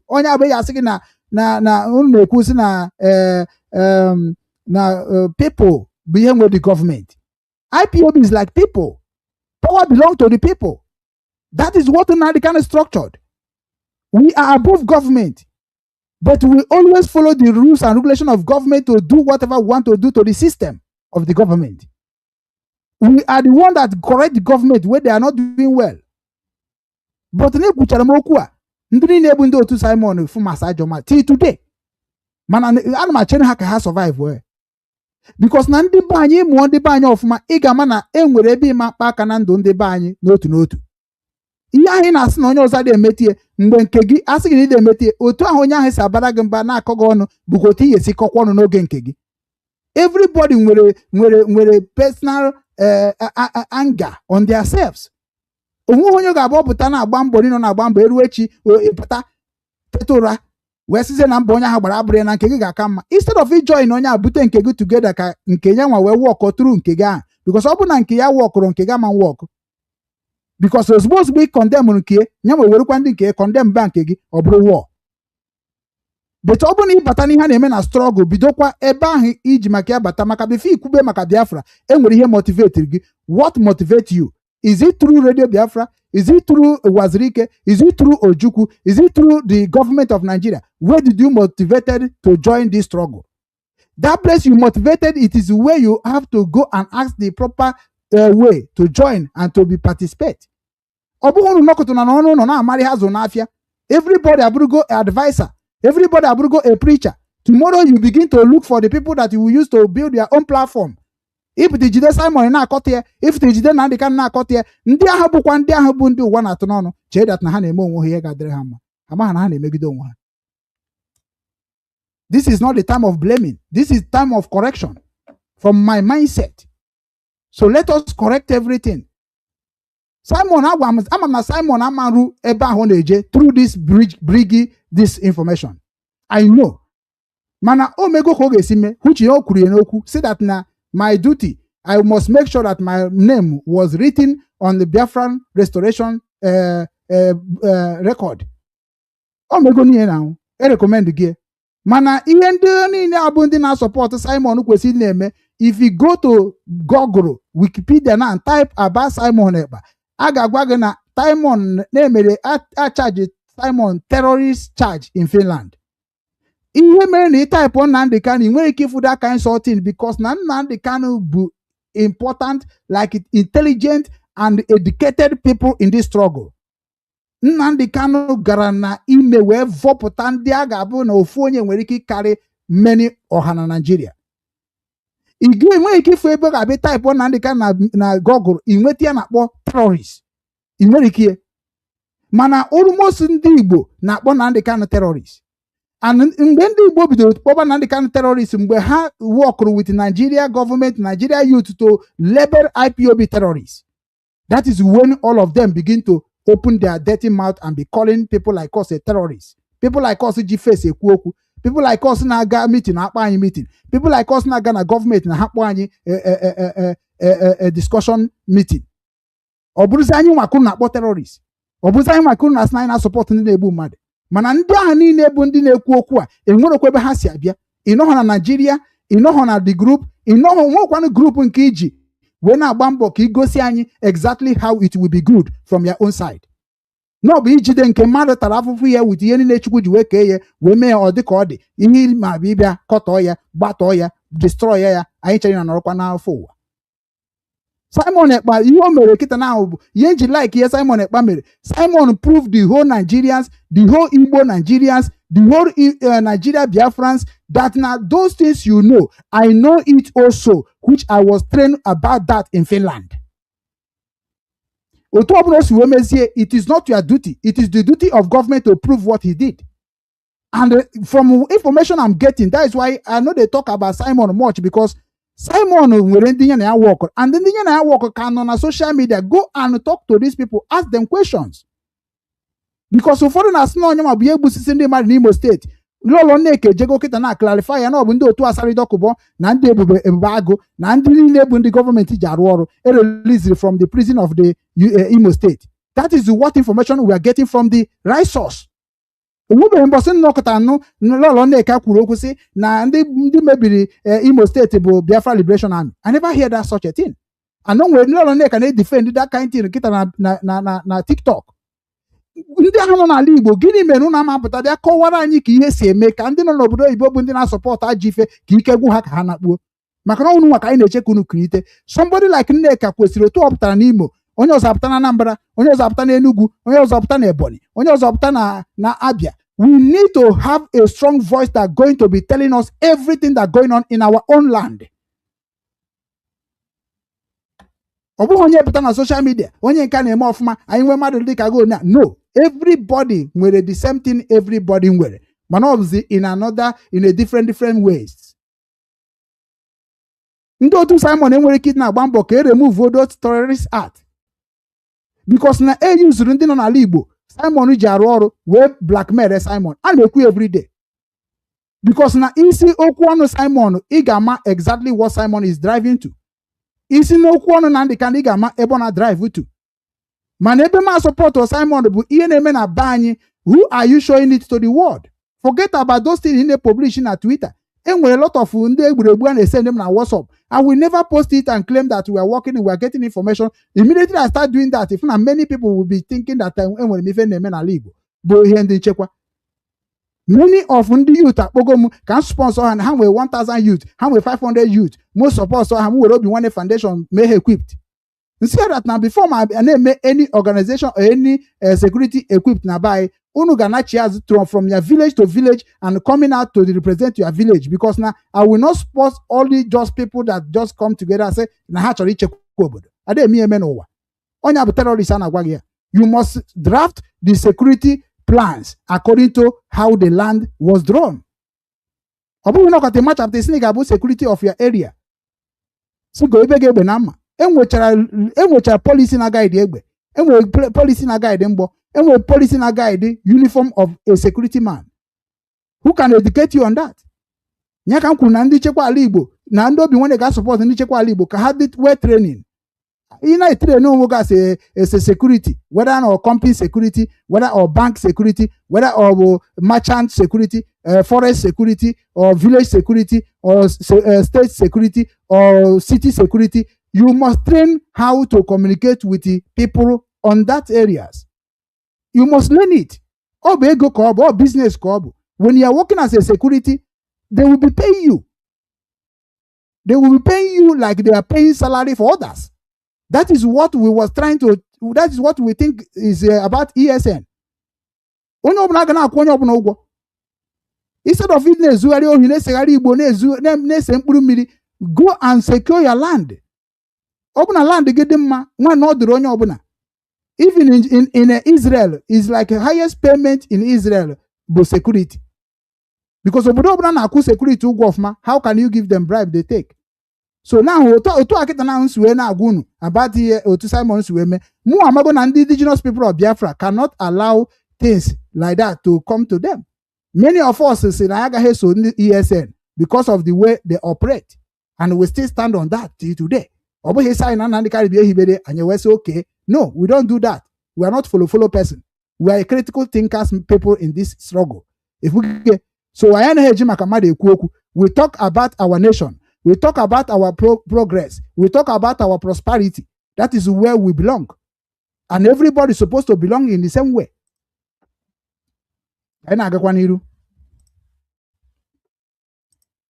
Nya dọọ nwanne ya nwoke a na-akpọ Emmanuel aka na ntị. O ji afa gị anụ ego.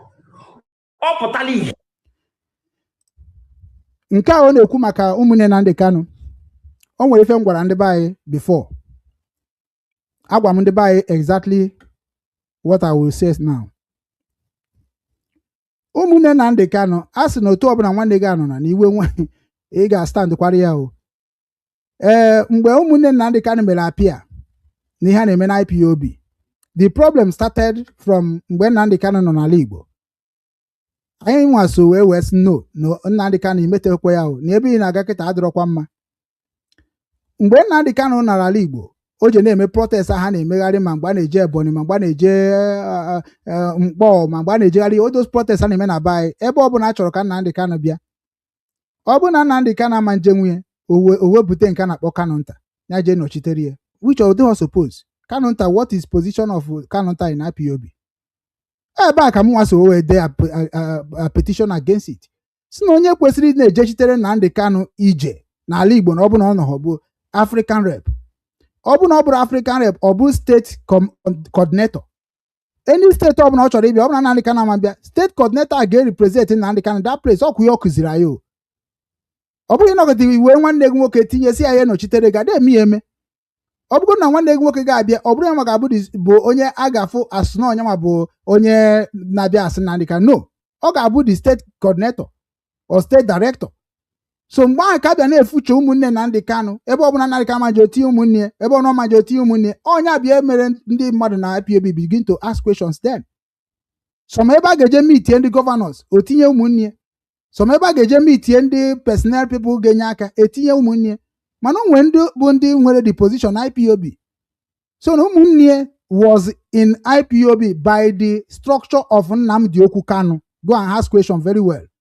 So before na-eme ụmụnne Nnamdi Kanu so ụmụnne Nnamdi Kanu asọrọ ọ Nnamdi Kanu kpọbata ha there because na Nnamdi Kanu bụ onye na-afụ ka o si eme ọkwa anyị niile ma na Nnamdi Kanu abụrụ somebody na-eme ihe ọ dịghọ shọ ya ọ na-adị shọ ihe ọbụla na-eme mana ọ bụrụ na dati one ahụ na o mere kịta adịrị oke gị nwa bụ onye ga-epuruvuru ihe nyanwa bụzi onye dị ga-amazikwa exchange ya ụmụnne Nnamdi Kanu nọ there from the beginning of those things a na-eme ana m afụgasị ha I dey see them mana ọ bụghị otu aka o kwesịrị ịdị maka na ihu na-afụgo the result of it ha macha a lot of things na-eme na this struggle nke a na-akpọ Prince Kanu ọ ma ihe na-eme because ọ na-esokwa n'ihe na-eme Kanu nta nọ na Germany ebe a o sokwa n'ihe na-eme the same thing ka m gwakwa ndị DOS mgbe ha ji media people wee na-fight nne na ya anya which is ma nwanne anyị nwoke abụ Chukwu aside hot mgbe ha na fight nne na ya si ya na ihe unu na-eme unu agba mmiri n'okwute that na IPOB nke nsavụrụ wee ruo na national coordinator level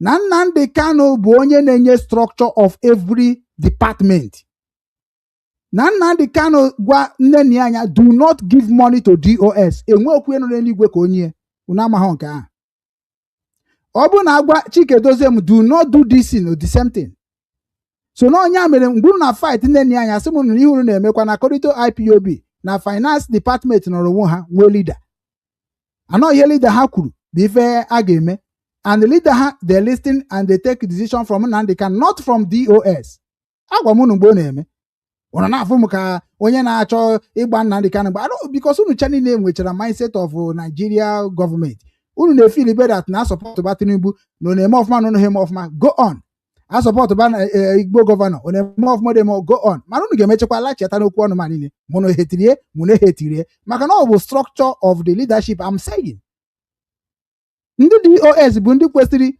nne na ya anya nọ na DOS department Chike Doziem nọ na DOS department Ọfọma nọ na DOS department Uchemefo nọ na DOS department Obidobe nọ na DOS department George Onyibe nọ na DOS department then kedu ka ọ ga-esi wee bịa na unu bịa na department unu na-akpọ onwe DOS ya administrator of IPOB unu na-ewere information from one person ajụ onye ọsị na our leader say ajụ onye ọsị na our leader say whereby unu na-enwebu unu na-eme meeting to carry the activities of the indigenous people ebe a ka na onwe mana unu cha niile adịghị worthy to stand people like indigenous people anọ onye na-eme now because ịbịa meeting ihe a ga-eme bụ onye leader bụ ogecha ntị with all the escos then majority bụ ndị oge sowe wee conclude majority carry the vote na ọ bụ na asị na ga-eme ife ekwekọta na obodo akọ ga-adị stampụ enwe rekọd ihe nche na ihe ha na-eme dị mana ikpe nne na ya ọsị gị dat na onye ndu did not direct me like this or ikpe onye nke ọsị na onye ndu did not direct me like this I begin to see something that going to affect us like it affecting today. So na imbia n'ime DOS that is their problem.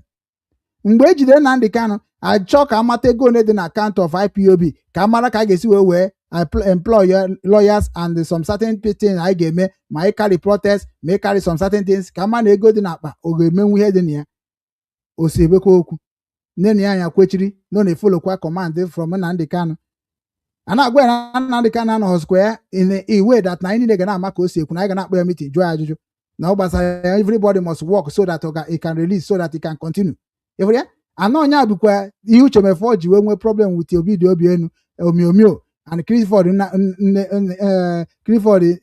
nne ya so all those things unu aghọtabeghị that na this struggle nwere ebe o nwere ezigbo K-leg and that K-leg ahụ o nwere bụ ihe anyị na-eti mgbe ka asolve today and Simon ekpọwata that problem si mba na ya masoweje bụ part of that problem kama ya hibezie ọzọ ya ga-ehibe nyesi ụta wee gabazie because nka na-agwụ na that problem still there. Gịnị mere na nne na anya ego niile na-atụkọta na akaụntụ nne na anya kedu ihe o ji eme nne na anya ekwesịghị iwepụ ego na akaụntụ IPOB without concept of DOS from what I saw mana nne na anya nwere ike iwepụ ego na akaụntụ IPOB from the command of Nnamdi Kanu alone and enwere ego erichagoro ebe ahụ na ahụ bụ ndị DS amadị ka esi rie. So ibe na-asị nne ya anya ma account, how can he stand it without Nnamdi Kanu to protect her? Ihụrụ ya? So many things unu amaghị ọmụnwa matara nna ajụcha ajụjụ. Ifiri nne ya anya mgbe ahụ bụ ọpụta ọsị gị onye ọbụla ga-atụ ego tụba direct ka ego na-abata bụ ihe dị ya mkpa den. Nsị ya na ọ bụrụkwa ka esi eme organization. Ha ncha niile ma. They want to make it in the South Korea. Onye ọbụla any state ọbụla dị ready tụọ ya direct. Nsị ya mba na every state m na handle ga-atụkọta ya and you push here once. Je jụọ my treasurer and my financial secretary. They stay alive. Unu ama na-eme ndị Igbo ọ dịzie ka ndị Igbo amara ihe bụ leadership. So ụmụnne Nnamdi Kanu enwere ihe ụmụnne Nnamdi Kanu na-eme na-abụrụ ka ha protect some wrong information, some wrong attitude, some certain things that is already wrong in this struggle. Ihe a na ọ dị able to make sure na ikwujọkwa nwanne ha o na imeghekwa ka ụwa na-afụ nwanne ha ka ajọ mmadụ. That is what they are trying to do, and the DOS is trying to set records straight. Mana ndị niile bụkwa ndị ahụ niile bụkwa ndị nke hụrụ Nnamdi Kanu n'anya through radio na ọ bụ through practical. Ha nwabụzi ndị na-aghasa ihe niile. Ha mabụdị na architect of the destroyer.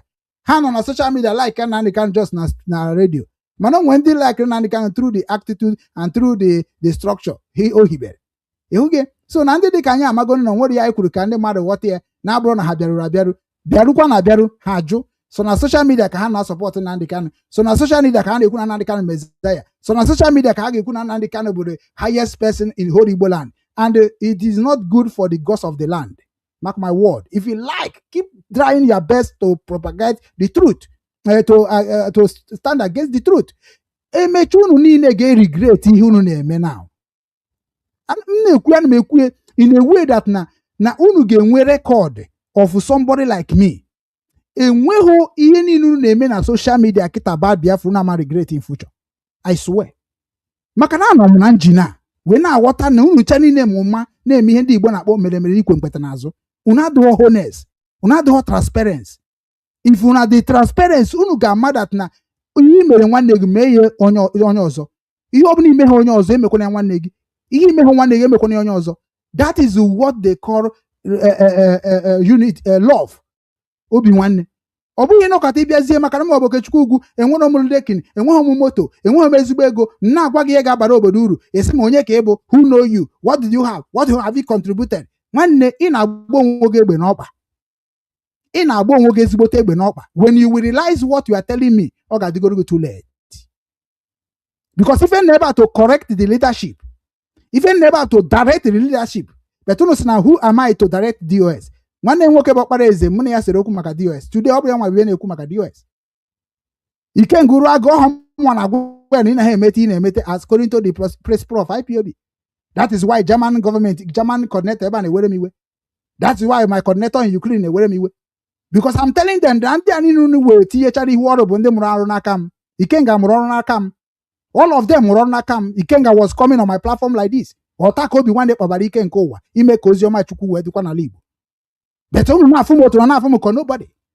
Many of you people be mmecha program na bịazi na-ekene m so na give m ihe dị na give si ka na ya wee ebe ka ị nọ since. This is mere ikwe mgbede n'azụ. Why can't you come on the platform and greet me and acknowledge what I'm doing? I said Nkwono Hensuka can never forgive. Onye sokwa gị bụrụ n'ụwa. Immediately you see something good I'm doing and you just come on the gburu bịa ị na-eme m ka ime m ka m wee fụkwa gị asị ezigbo mmadụ. Nwanne iwere ihe je rụọ ọrụ ebe ọzọ ọ ga-agbari gị isi. Ọ ga-destroy gị. Enwere m nsọ ana m asọsi ike maka na ana na-ejere m ozi ịdịkwa ndụ na ana bụ na m nwa na ome nwetara ogo n'ebe ọbụla na-eme m ihe accuse because anọ m na social media, anọ m on ground, anọ m everywhere, anọ m spiritually, anọ m physical. So why are you afraid of to ask me a question of what you think I'm not doing well? Any way you call me, any platform you call me, I will arrive without any wasting time. If you drop me anywhere to join, immediately I will go there. Under Obinwannem and my legal advisors, go make just on a platform them and hand me make caricature. If I leak my secret to them, then they will use it and they will make me to become like a hypocrisy. That is why people are seeing me like I'm not doing what I'm supposed to do. But now many people who get knowledge knows that is what I'm doing. It is what they say suffering and today. Because listen to me. I know a lot of things that destroying Igbo land today. I know a lot of things that are going to unite Igbo people.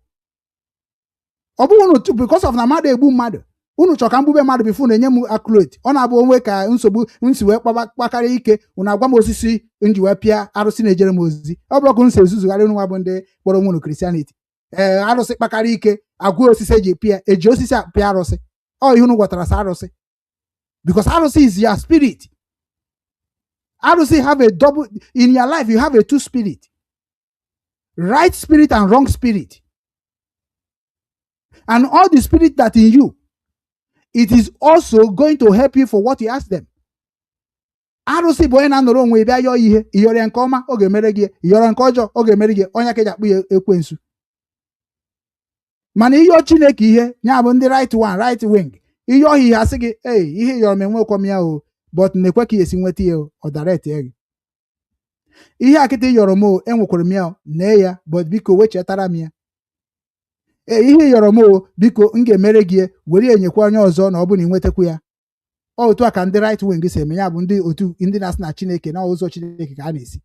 Mana ndị ụzọ nke ekwensu ha ga-ịbịa ha nasị achọrọ m ihe a ha ga-emere gị otu isi chọọ mana ha ga-agwa gị na ị ga-ekene arọ ị ga-anachata azụbịa kene arọ ị ga-anachata azụbịa kene eze nwaanyị sabarị ị ga-anachata azụbịa kene ọnya bụ weta isi were isi ọnya ka ha ji akpọ ha nke ahụ. Ekwensu will help you to actualize whatever you want him to actualize for you but na ị ga-ewetara ife ọ na-eri and ọ bụrụ na ị wetara ife ọ na-eri ọ ga-eri isi gị. That is why ị ga-asị gị na onye ọbụla gbakwuru arụsị mara ihe ịgbakwuru efọ ịgbakwuru arụsị to fight for your justice ọ ga-fight kwa exactly how you want him to fight it. Ọ ihe ahụ kwuru mgbe ahụ sị gị onye mere ijekwuru ndị dibịa today asị gị gwa arọ ihe ị chọrọ gwa eze nwaanyị sabara ihe ị chọrọ gwa ngene ihe ị chọrọ ha na-eji ọnụ ya asị gị kere ị chọrọ ha ga-asị gị gwa ihe ị chọrọ ebe ahụ na-ekwuzi ihe ahụ ị chọrọ ka a ga-eji wee marazi ihe iji maka ya bịa. Mgbe anyị na-ekwu ka ha na-afọmuleti ife a ga-agwa gị ka o relate efọ ihe na-agwa ha dị. Mana Katọlik bụ apụta sị gị ije mee confession ije mee confession fada ga-esi through the confession to know what your problem is. Ndị na-asị gị jee na Blessed Sacrament go and pray ije na Blessed Sacrament ikpe ekpere ebe ahụ Virgin Mary apịrị apị ị na-ekwu okwu ọkwa silent ka ị ga-anọ ị na-ekwu okwu ọ bụrụ gị nwa na-eji aka gị na-agwa gị na chi gị ihe. That is the best way to communicate to the God, to the nature. You don't need anybody by your side to know whatever you want from the nature. That is why some people go to forest. That is why some people go to river. If they look river, you begin to talk to the river. If they look tree, you begin to talk to the tree. Because they are the witness of the word. People have hijacked the system of the world, making it to become their private business, private entity. Nyamere Father Geji wena agwaga maka Jesus, whereby Jesus is for everybody. That is why Father Geji na agwaga maka God, which God is for everybody, including them.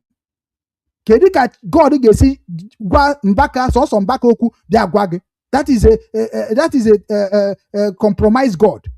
Kedu ka God gesi n'aka Ebukobi wee gwa gị ọ na-agwa gị? No. Ihe God gesi n'aka mbaka ma Ebukobi gwa gị bụ that thing that you don't know. Like agwafa, through omume ha. Ọ gwụchi nwere ike ịmụta n'aka mmadụ ibe gị. Onwe nwanne gị na-eme, mmadụ ibe gị na-eme, ịlikere. Is for you to go o teachie gị. Ọ bụrụ God mere otu ahụ. That is the nature of life. Mana people aghọtabeghị the way the nature reason and the nature react. So many of you people today na-eme ihe na-amara ka unu si wee bido. And asụ unu kwụsị ya, unu amaghị ka unu ga-esi kwụsị ya. Because onye na-amaghị ebe mmiri si bido maba kedu ka esi ebe ọ ga-akwụsị gị. Anyị nwa na-agwa gị na anyị ma mgbe o bidoro maba anyị na IPOB. Anyị na-agwa gị na anyị ma mgbe o bidoro maba anyị na omenala. Anyị na-agwa gị na anyị ma mgbe o bidoro maba anyị n'obodo oyibo anyị nọ n'ime. Mana onwe ndị ama ha ji ndị ọzọ wee na-ayehiri isi. Onye jide Simon o were na-ekwu okwu ka ndị mmadụ na-eso ya maka Simon. Onye jide Nnamdi Kanu o were na-ekwu okwu ka ndị mmadụ na-eso ya maka Nnamdi Kanu. Yeah, tribalism. It doesn't make sense. Talk about your own opinion. You don't have opinion, say your mind. Any topic you bring to the public, say it your mind. I'm with the journalist about analysis. Don't bring a topic without analyzing it. Ndị Igbo ndị ọkpacha anya eme arụ. Ụmụnne Nnamdi Kanu enwere ihe ga-emegide ka ekwụsị ya to go and see Nnamdi Kanu. Enweghị. But otu akịta ọ bụ na ndị DOS pụta akịta na say okay, now let us forget about what happened. Ma ebe Nnamdi Kanu mejọrọ ha, ma ebe ha mejọrọ Nnamdi Kanu, let us forge ahead. A na-enwe ndị na-eji afụ Nnamdi Kanu a na-eseti trap ha ji eje.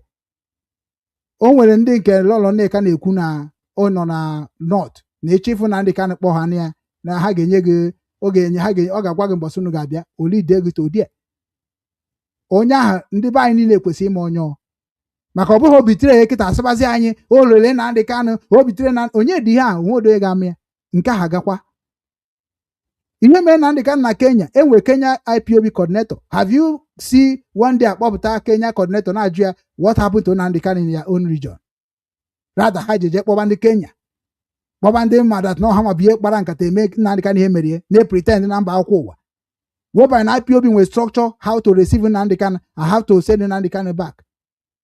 Oruo na Kenya, the structure of that way IPOB je welcome Nnamdi Kanu in every country he's going. Now terminate that one. Ijuta that one ahụ akọrọ akụkọ ọzọ. Ha ma ihe na-eme die. Ha ma ihe ha mere. That is the only way Simon ji wee bata will crush everybody. Because you are not truthful. Ọ bụgodu na ịma ihe o mere si na ịma ihe o mere dịka ndị ụmụada jụrụ DOS asị na ha marakwa na ama mgbe Nnamdi Kanu megharịrị. Then Nnamdi Kanu nwụbụkwa eju Nnamdi Kanu how did you find yourself in Kenya and what transpired? Ihe ha na-abịa akọrọ anyị Nnamdi Kanu se udo dị n'ala Igbo Nnamdi se udo dị n'eluigwe na n'ụwa mana gịnị mere o ji wee fụ onwe na Kenya? Gịnị mere eji mee arrest na Kenya? Who is the people behind the arrest? Ejofos na ya ma ya mana ya ma kwue na Nnamdi Kanu ga-eji aka ya kwue. So why unu ajibeghị Nnamdi Kanu those kind questions? Onye akụrụ ji bụrụ mere kwekwe n'azụ unu asị political ihe na nsogbu adịrọ ọ bụ political ihe na then unu ekwesịghị na-abịa ekwu Nnamdi Kanu sịrị na ọ sịrọ onye ọbụla gbaba mbọ ka ọ pụta ka e wee jụọ ya ajụjụ. You cannot take any decision from Nnamdi Kanu whereby a lot of things is already wrong with his movement. Onye akụrụ ji eme ndị ahụ bụ ndị dị ka isi mgbaka. If you want to make things in a way ka anyị chọrọ na-egba mbọ ka e wepụta Nnamdi Kanu asị nwanne anyị.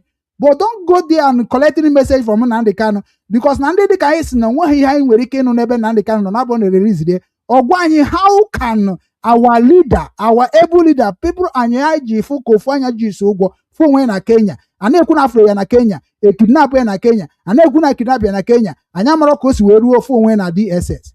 Unada like ka etrite that pattern. Mana ị ga-like ka etrite nke ụwa zuru ike, mana ị ga-like ka etrite nke Uchemefo, mana ị ga-like ka etrite nke Simon Ekpa, mana ị ga-like ka etrite nke ndị ọzọ niile dị iche iche. Ife ọ bụ hypocrisy kunu chani na-ebu. You can never defeat the truth. You can never stop where the truth started. You can never change the truth. You can never change the format of the system of the ụmụ Chineke. Ọ dịrọ possible. Ha yes imechi pụọ ka ibe gị si wepụ. Maka na m na unu chani na-pretend. And that pretending is what destroying all of you. You pretend too much. You claim that your father is only Superman in the world. Then your father na ka na-agwazi abịa defend the superior. Ike agwụzie. Onye na-agbazi onwe egbe n'ọkpa. O hikwute n'ọnụ ka eji eso gị na. So ụmụnne na ndị Kanu lapụni ha. Mbọsị ha ga-eje ha sikwa true way ndị ọzọ si eje. Enwe m ike isi ndị ụmụnne ya eje na. Maka na enwere aloya eji maka how did he appear in this case? He appeared as a family lawyer. From family lawyer to now become a lawyer of Nnamdi Kanu. Ejofos Nyanwa bụ lawyer of IPOB. He's in Igbo land. But IPOB is not doing protest again. IPOB is terrorist now. He claiming that he's still releasing people from the prison from the power of IPOB. Then you have to fight strong and make sure they remove that terrorist celebrate IPOB if you are a really lawyer of IPOB. But on how can you reason people that they label in terrorists? Go the terrorist act. Then then begin to react and do meeting according to how it was before. Unu chani na-ewe were ihe dị na nsogbu ụmụ Igbo wene anara ego ya ka nji wena ekwu ihe na-ekwu onye lawyer pụta sị na no ego eko ji eme Maswes na ego eko ji me travel Lolo Nneka no ego eko ji me travel. Onwere ihe I need all those rubbish for because you are not fighting anything for us. You are fighting for yourself and your family. Anybody in this struggle, you fight for yourself and your family, not for me. So me wanna fight for myself and my family. What makes us to collaborate? It is a common sense. So we are not going to come in or without maybe even. I'm telling you the fact. And check in at this struggle, na social media most of Imo State. The same Imo State where they come, the preachers say, make we see like this, they do them, make we do them like this, make will do good or will do bad, their land is messed up. Most of Imo State, where they gossip in many things in this struggle, go to their land is messed up. No, Nneka with information about Imo State. Imo State, how are you in the state of Imo State? Ijele speak about Imo State. Anukwam na even Masure about Imo State. Ndị niile akịtị na-ene anya abụkwa ndị na-eti mgbu Imo Nnamdi Kanu na-egbu mmadụ n'Imo Simon egbu ndị Imo bụkwa ndị na-abịa ekwu ihe niile. Mana ha nọkwa n'Imo ha adịghị ekwe mme ka Imo dị mma. Mana ịbịa na social media wee gwazie gị ihe ga-eme ka obodo gị dị mma wee banye n'obodo ha na-agasa agasa. Imo light niile nọ n'ụwa niile kedu ife a na-eme village ya na-agbasa ọsọ dịka o si gba na Ebonyi na gbogbo. Ị gaghị apụta na social media na device onye dịka m wee banye na family gị dị messed up. Ana m afụ gị na-ezuzu ezuzu. First of all, start from your village. Talk to your governor of your state. Talk to the king of your state. Talk to Eze of your state. In that way, you want to talk to people like maybe Simon or maybe Nnamdi Kanu or maybe me. Start from your village to be showing your village or your state people that you are here to secure them. Secure your state first. Before na general na Igbo Nile. Igbo Nile na ego ntị n'onu. Unu chari na amazing monetization. Onye mepe na mepe platform nke ye Lolo Nneka ji wejekwu Nnamdi Kanu gbapụ je na ebe a ka o nwee famous ka amari ya n'ụwa niile. Amarugo n'ego na anwụ. Before na mere nwe onwe ike because here the IPOB the too spiritual. Here na Biafra the too spiritual. Mu agwago okwu many times. Tag ya na TikTok many times. Gwa na need ka na gokpa send a comment message. I need your inbox me to make sure that now we talk and I direct you. In a fegari achobe mi gwaga joku man ye na gbodo be that na whatever you go to Nnamdi Kanu and get the message one we don't value it. But we can hear it as a human being, but we don't value it. And the men where they control this struggle still do, they never die. Ndị ifu na feature na Facebook na abụha na-ekwu una na-share these people bụ chaff. They can never pull IPOB down. Even me where they talk now can never destroy IPOB. That's why I don't go near IPOB talk. But I'm not by man na rush with DOS. Mahano how abundi kwesi ime ka de eziokwu na-ekwu ka okwu enyi na-ekwu pụta ihe. Mana enweghị achịkunu niile bụ Nigeria youth, chikunu niile bụ the whole world na ga-epulu IPOB down. Nke mụ nwasokwa wee gba ike n'ime. Ha nọcha standby. Ha Nnamdi Kanu na-atụ IPOB ụjọ gee jụọ ya ije na prison je jụọ ya ọfụma. And with the radical one, and with the monsters, they know they talk. Man, isn't it? Come, my Nnamdi Kanu we suppress and does on pota. Can that dog vam? A little secret of you get you respect your own. Leave Nnamdi Kanu alone. Focus on the leadership of what Nnamdi Kanu structure. That is the way you can prove the love of Nnamdi Kanu. Want to stop those nonsense when they men on social media? They pretend. I jam phone you see. I jam phone you and do what is my business there? What did you tell me before you go there? Why am I going to listen to you? You're gonna listen to gossipers on social media, destroyers on social media. But men will structure this thing before social media arrive. When they don't know they listen when knock on their door. They don't they listen. No. People will make Nnamdi Kanu what it is today. They know they talk. Monday American Nnamdi Kanu when they wake up, that freedom is close to be restored. Which is if not here, many of them knows that they cannot temper the structure of indigenous people of Biafra created and found by Igbo people and let me say Biafran people because of discrimination. We also go now. Now we will make you now to know that this struggle you cannot talk anyhow. Struggle. IG love unity. That's why we believe in honest and transparency. So we go good involved. And you make on ime une woman eziokwu na Nigeria na goni. Who make you to understand that Nigeria na ni of IPOB through Radio Biafra and through all the effort of the platform of IPOB members. So you want to use because in wege go makana unu kpatara ego na gbogbo a teacher mbu ka onye ara condemn cha Nigeria fight teacher the Nigeria president and all those people. You think that you will go bia you gas straight to Nnamdi Kanu, you talk to Nnamdi Kanu, you begin to use Nnamdi Kanu word. You are the one that are going to fight Nnamdi Kanu at last. Last people got fighting Nnamdi Kanu because men Nnamdi Kanu and men who support Nnamdi Kanu, I know they see them on social media. ọ ndị bụ ndị na-eklemu monetization, ndị na-achọ ka ndị mmadụ mara na ha nwere message from Nnamdi Kanu and ha na-support Nnamdi Kanu. Yes, agụ dị n'obodo, make una dey use and dey make yourself happy. Nnamdi Kanu gwakwuru agwa, use my name or use IPOB name, you are going nowhere. There is a time the international community will put mouth, carry our news, and IPOB will not pay them for marketing. Now we will structure this struggle. How will they go? We know they retreat. We know they struggle. We know they retreat. We know they surrender. Now we be the architect of the movement, home and abroad. Government knows that. The international community knows that. It's the same thing I was crying on this social media is what everybody now is saying. This last protest, everybody is saying, Aba High School, Hebridge, where I see the one to buy mod. I am the one who keep saying it in my platform. What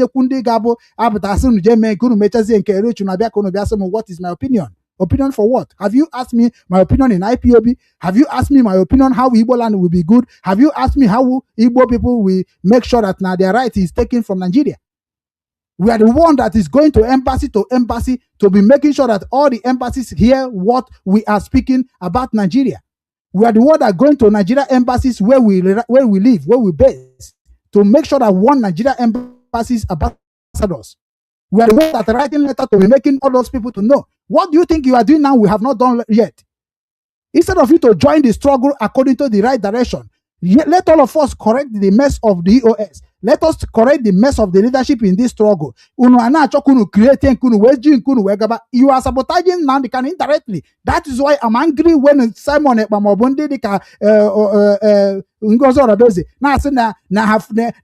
following template of Nnamdi Kanu. I'm following template of struggle. You are lying to yourself.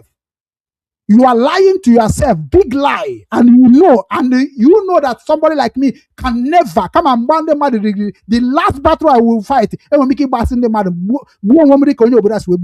Because many of you people, the very wicked, that you don't know what you're supposed to do to help your people.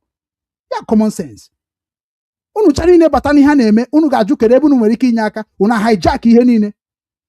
People hijack criminal, bandit. Manunu hijack nke mmadụ. That is why I respect Wazirike. I can never go and be fighting with Wazirike because Nnamdi Kanu, they pour me urine, they do this, they do this. What did he do before they pour the urine? He don't ask questions. Then because Nnamdi Kanu now, Meremumu and Omu EKE OKU Biafra, Simon Ekpa, there's a nurse and Nnamdi Kanu metere, there's a Western Amaya address. You need to ask questions in anything you're doing. That is why Nnamdi Kanu says, what killed Africa today? Africa don't ask questions. How many of you, they ask questions like I'm asking questions?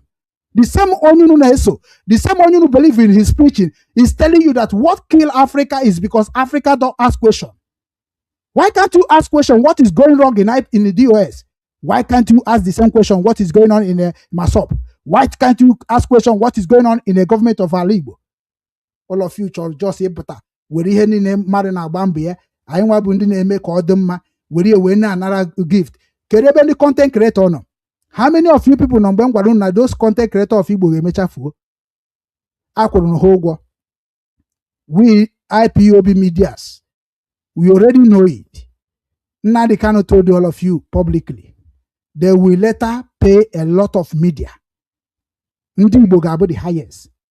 They will be like to change your narrative, your mindset to nonsense, so that you will not focus for the ball. That is why the slogan of all eyes on the ball. He publish basara a very dark man. Basarom kita ni trade everywhere but 122 years.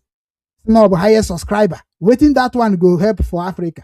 Waiting that one go help for Igbo land. Waiting that one go help for Amaji EBMC. Waiting that one go help for Biafra struggle. Waiting concern me with this thing. Why are we going to be taking my time and taking my effort and taking my data to be following somebody that have already make it in his life? Have you make it? Why are you people always support person that you people don't know even how he make the money? Ego open abruge ego no bodunu. Unemos kwa nsana. Very dark man ukwoku na manye. Lord ukwoku na manye. Kita Lord nejezi chimu gwaramu na obo that na receive ego monetization na this media. I should use it to help the poor. It's not a job. It's not your job, Lord. It is a job of government. That is department supposed to be doing that before you. It's because you are working against the humanity. That is why you are doing it, so that you can patronize the mindset of your people. All of you are terrorists of Igbo land. Because terrorists is people that don't follow the law. Many of you people don't want to respect the government structure. Many of you people don't want to respect the tradition and the culture of where you came from. You don't want to respect it. You just like to be doing that because you have already participating with the government that give you security to be protecting yourself. Is it not a corruption? You don't want to talk about that. Smart. We have learned and we have acquired wisdom of the government all over the world. When you want to talk about Igbo people, make sure that your hands and your way and your opinion is really, really direct. Don't bend. Igbo. Enwere two type of Igbos. Ndị Igbo, Umu Igbo. Ndị Igbo bụ ndị ahụ believe na ga-ewere nke mmadụ wee dozie nke ha. Onye bụ ndị Igbo. Umu Igbo bụ ndị believe no from destiny ha. Nya bụ akara aka ha ji bi ụwa. Ka ha ga-eji mepụta ife ha ga-eji wee bụrụ ihe ha ga-abụ. That is how their father trained them. Na-agwa gị na-eje research. Ndị Igbo abụrụ ha ọnụ. Abụrụ ndị Igbo ọnụ from the lineage, from the beginning of their betrayal of their ancestors. Go and check it. Ha ga-agwa gị eziokwu. Ọsọ mụnwa bụ onye jidere ndị Igbo gwa ha na Obinwannem ka m ga-eji merụ na ebele. Ana imerụ na ebele m unu ga-echenji ihe niile ọjọọ niile na-eme wee chenjie agwụ niile wee focus na the culture of your father. Ọmụ na-agwa ya ndị Igbo. Obinwannem is not for fancy. Obinwannem bụ na ndị Igbo emego arụ ka arụ n'ụwa. Ana enwerekwana ka arụ ka arụ n'ụwa hapụ ịbịara ha revenge na ọbụna ha echegharị ya na. Ana ichegharị ha bidoro n'ebe ha na-eklem na ha ma bụ the highest maker of the world. Ịbịa n'ụlọ ka ha bụ ndị isi. Ịbịa na gọọmenti ha kwechiri. Ịbịa na eze obodo ha na-azazi eze, na-azazi ọzọ, na-azazi na-echizi ihe dị iche iche. Ha na-amazi Chineke aka.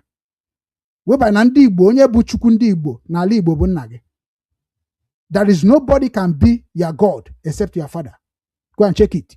Mana kita na ị ga-asị onye nye gị ego si ya, hey no, gị nwa bụ Chimo, gị nwa bụ my savior, hey yo, ka ebe no, hey yo, if you take ụmụnne m ma nke yo without you anwụchakwana m. Eru echi nwanne gị bịa sị gị ka inyere ya aka si ya na ọ bụ unu nyere m aka. Ọ bụ na ọ bụ onye do na aga m abụ ihe m abụ. Ifuru ya. Kedu ebe o si wee butu ihe dị ụra ji wepụta? Ọ because na ndị Igbo anaghị follow their culture. Ọ maka ndị Igbo anaghị follow their lineage. Onye ọbụla na-apụtasị na social media claim Igbo. Onwekwa esighị claim n'Igbo, mana achọrọ m ime ka ị mara na ndị Igbo is curse race. Why did they curse? They curse because they are evil. They act evil. Everything about ndị Igbo are evil.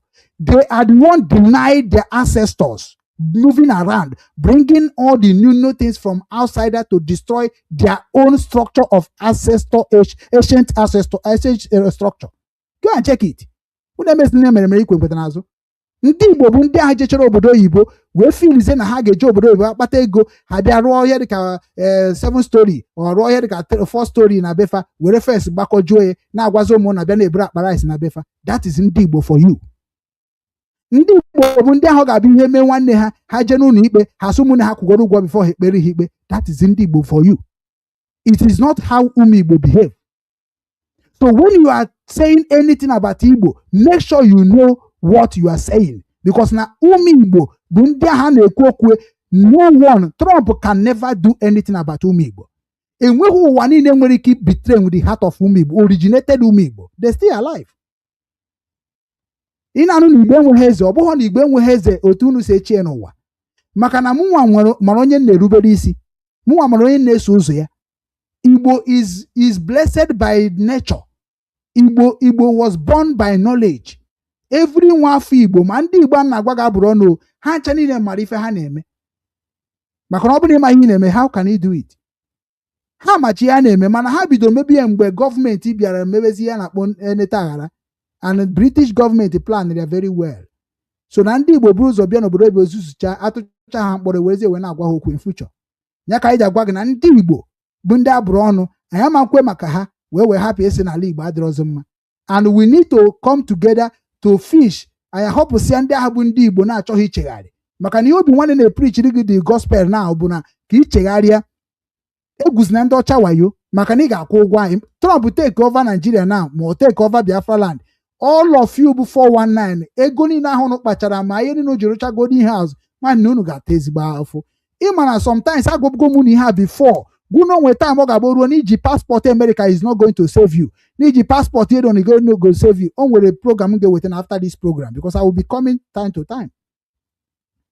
Mma abịakwa ọzọ mpụtakwa nke a mbịakwa ọzọ kwukwa maka ọzọ na nke a bụ nke gbasara ndị Biafra onye ka na-ekwu ya mpụta mma abịakwa ọzọ because taa Saturday Sunday m ga-abịakwa ọzọ gwakwa unu nke gbasara ihe na-eme n'ụwa about Trump maka ama m na ife niile ga-eme because Russia will never agree Ukraine to do what they want to do because of their own security.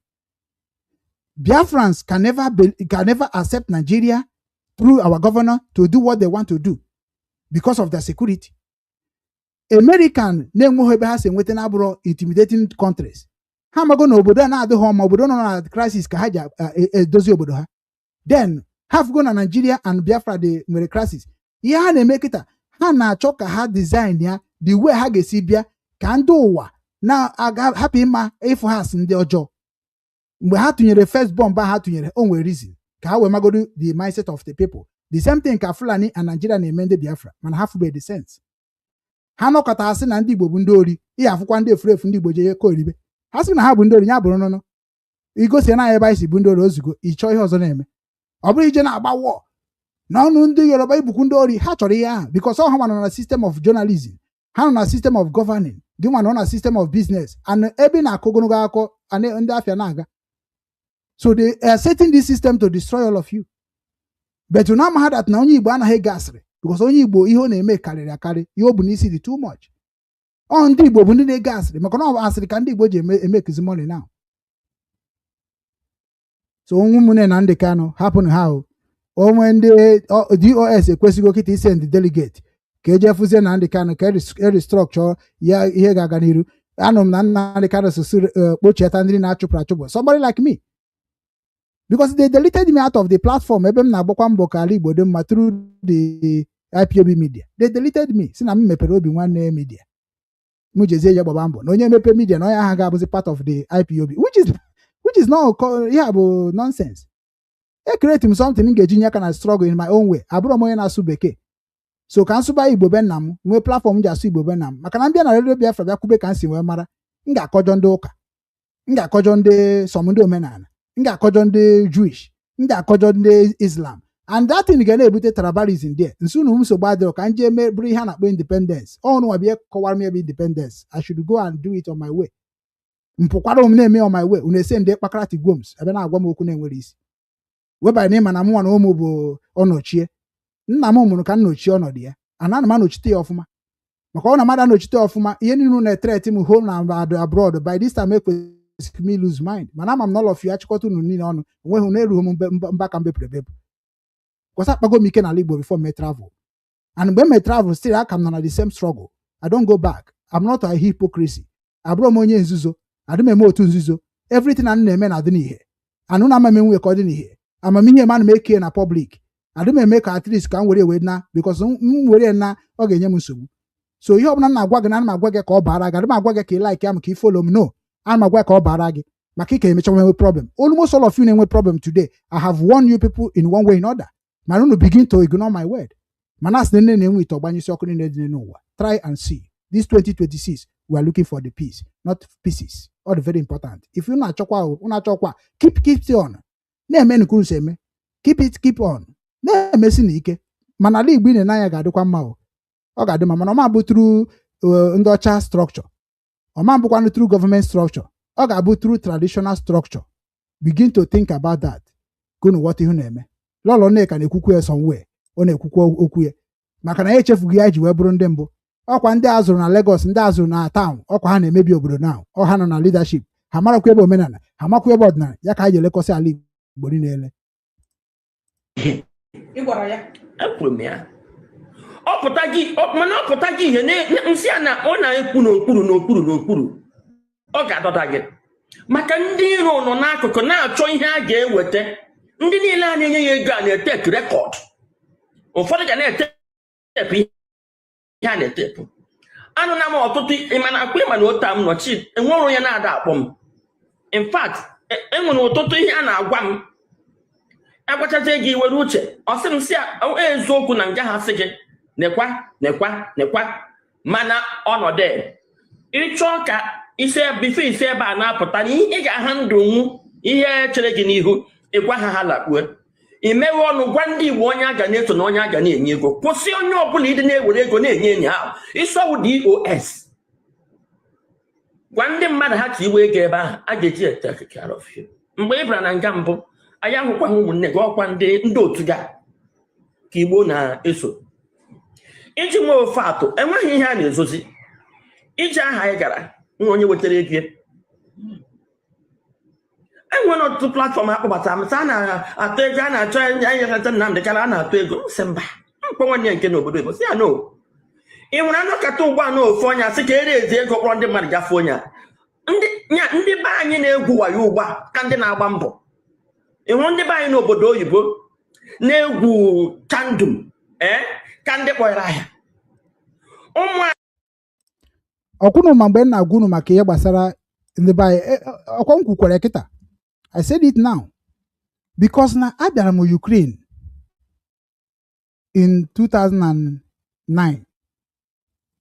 ka m bịa Ukraine nna asa onye na-agba mbọ na mgbuke obosi asa onye rere fast food na Ekwurọbịa street fege asa onye gbara mbọ na main market asa onye gbakwara mbọ na Lagos Park asa onye gbara mbọ na Alaba International asa onye nwegoro experience of street life nna wee batazie n'obodo oyibo nwee fụ na almost ndị be anyị nọ na Ukraine bụ 419 ka ha na-egwu abalị ibe ha na-eji abalị ibe ha na-alahụ ụla ha na-apị kpaka chaka ịbata na nke onye Igbo na Ukraine nwanne ọrụ ka ọ na-atụ ịjụọ ya ọsị gị na ọrụ adịghị ọnụ ha ga-egbu onwe ha mana abịa m Ukraine rụọ ọrụ I find job I work only that na ego adịghị much but kwa today ego ahụ ana m ha enweta ya n'ụzọ dị mma na Germany mgbe eji South Korea nwetara m n'ụzọ dị mma you have to have a patient anything ọbụla m mere kịta na-adịghị mma ụmụnna m ga-ata afụ ya ụmụ m ga-ata afụfụ ya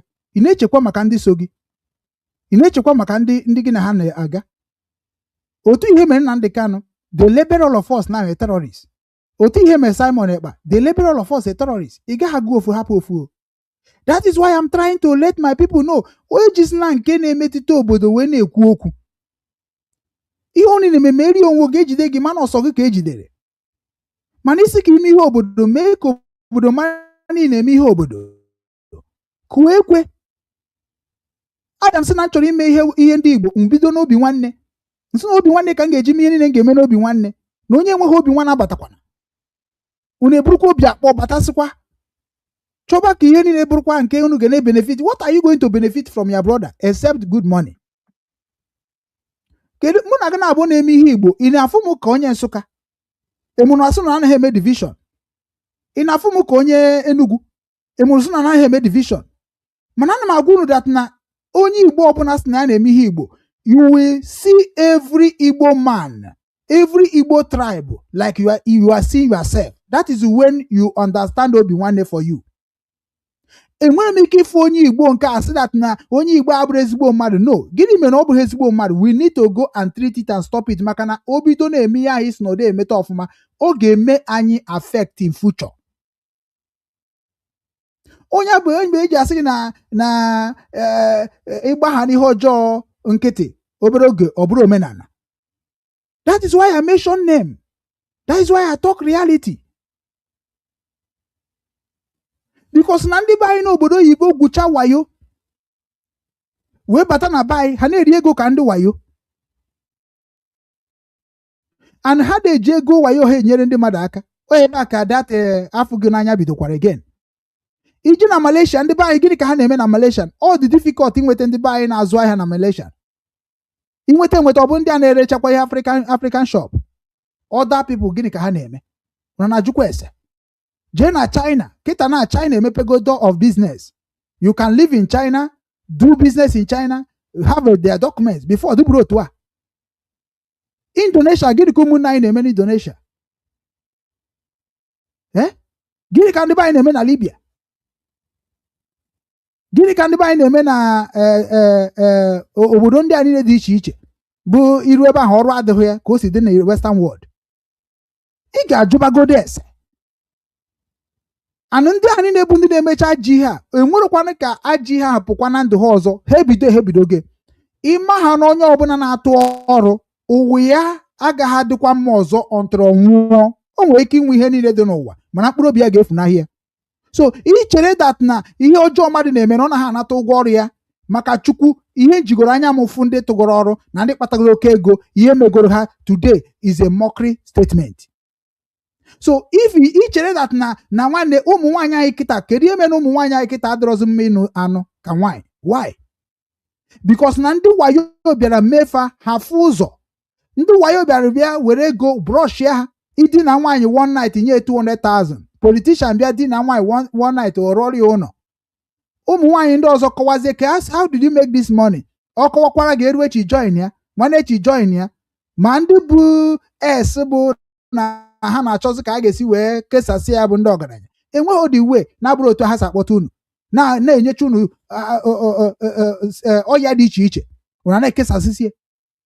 Mgbe mbụ bụ bifo nwanne gị nwaanyị esi nọ na-agwa nwoke, even if onye nwanne gị nwaanyị na-agwa how are you, ịpụta ozugbo ngwa na anụ nọ ịsọ nna nwanne nke na-emen udo ya ọkwa mana ihe nwanne nwaanyị kekwana nke na-emen udo dị mgbe nwere oke biko ịgafe o ịchọ ịkpa nkata wit nwoke ibe gị o nwanne m nwaanyị erubeghị oge enu dị o so eji ebe na confuse ya like rom ya.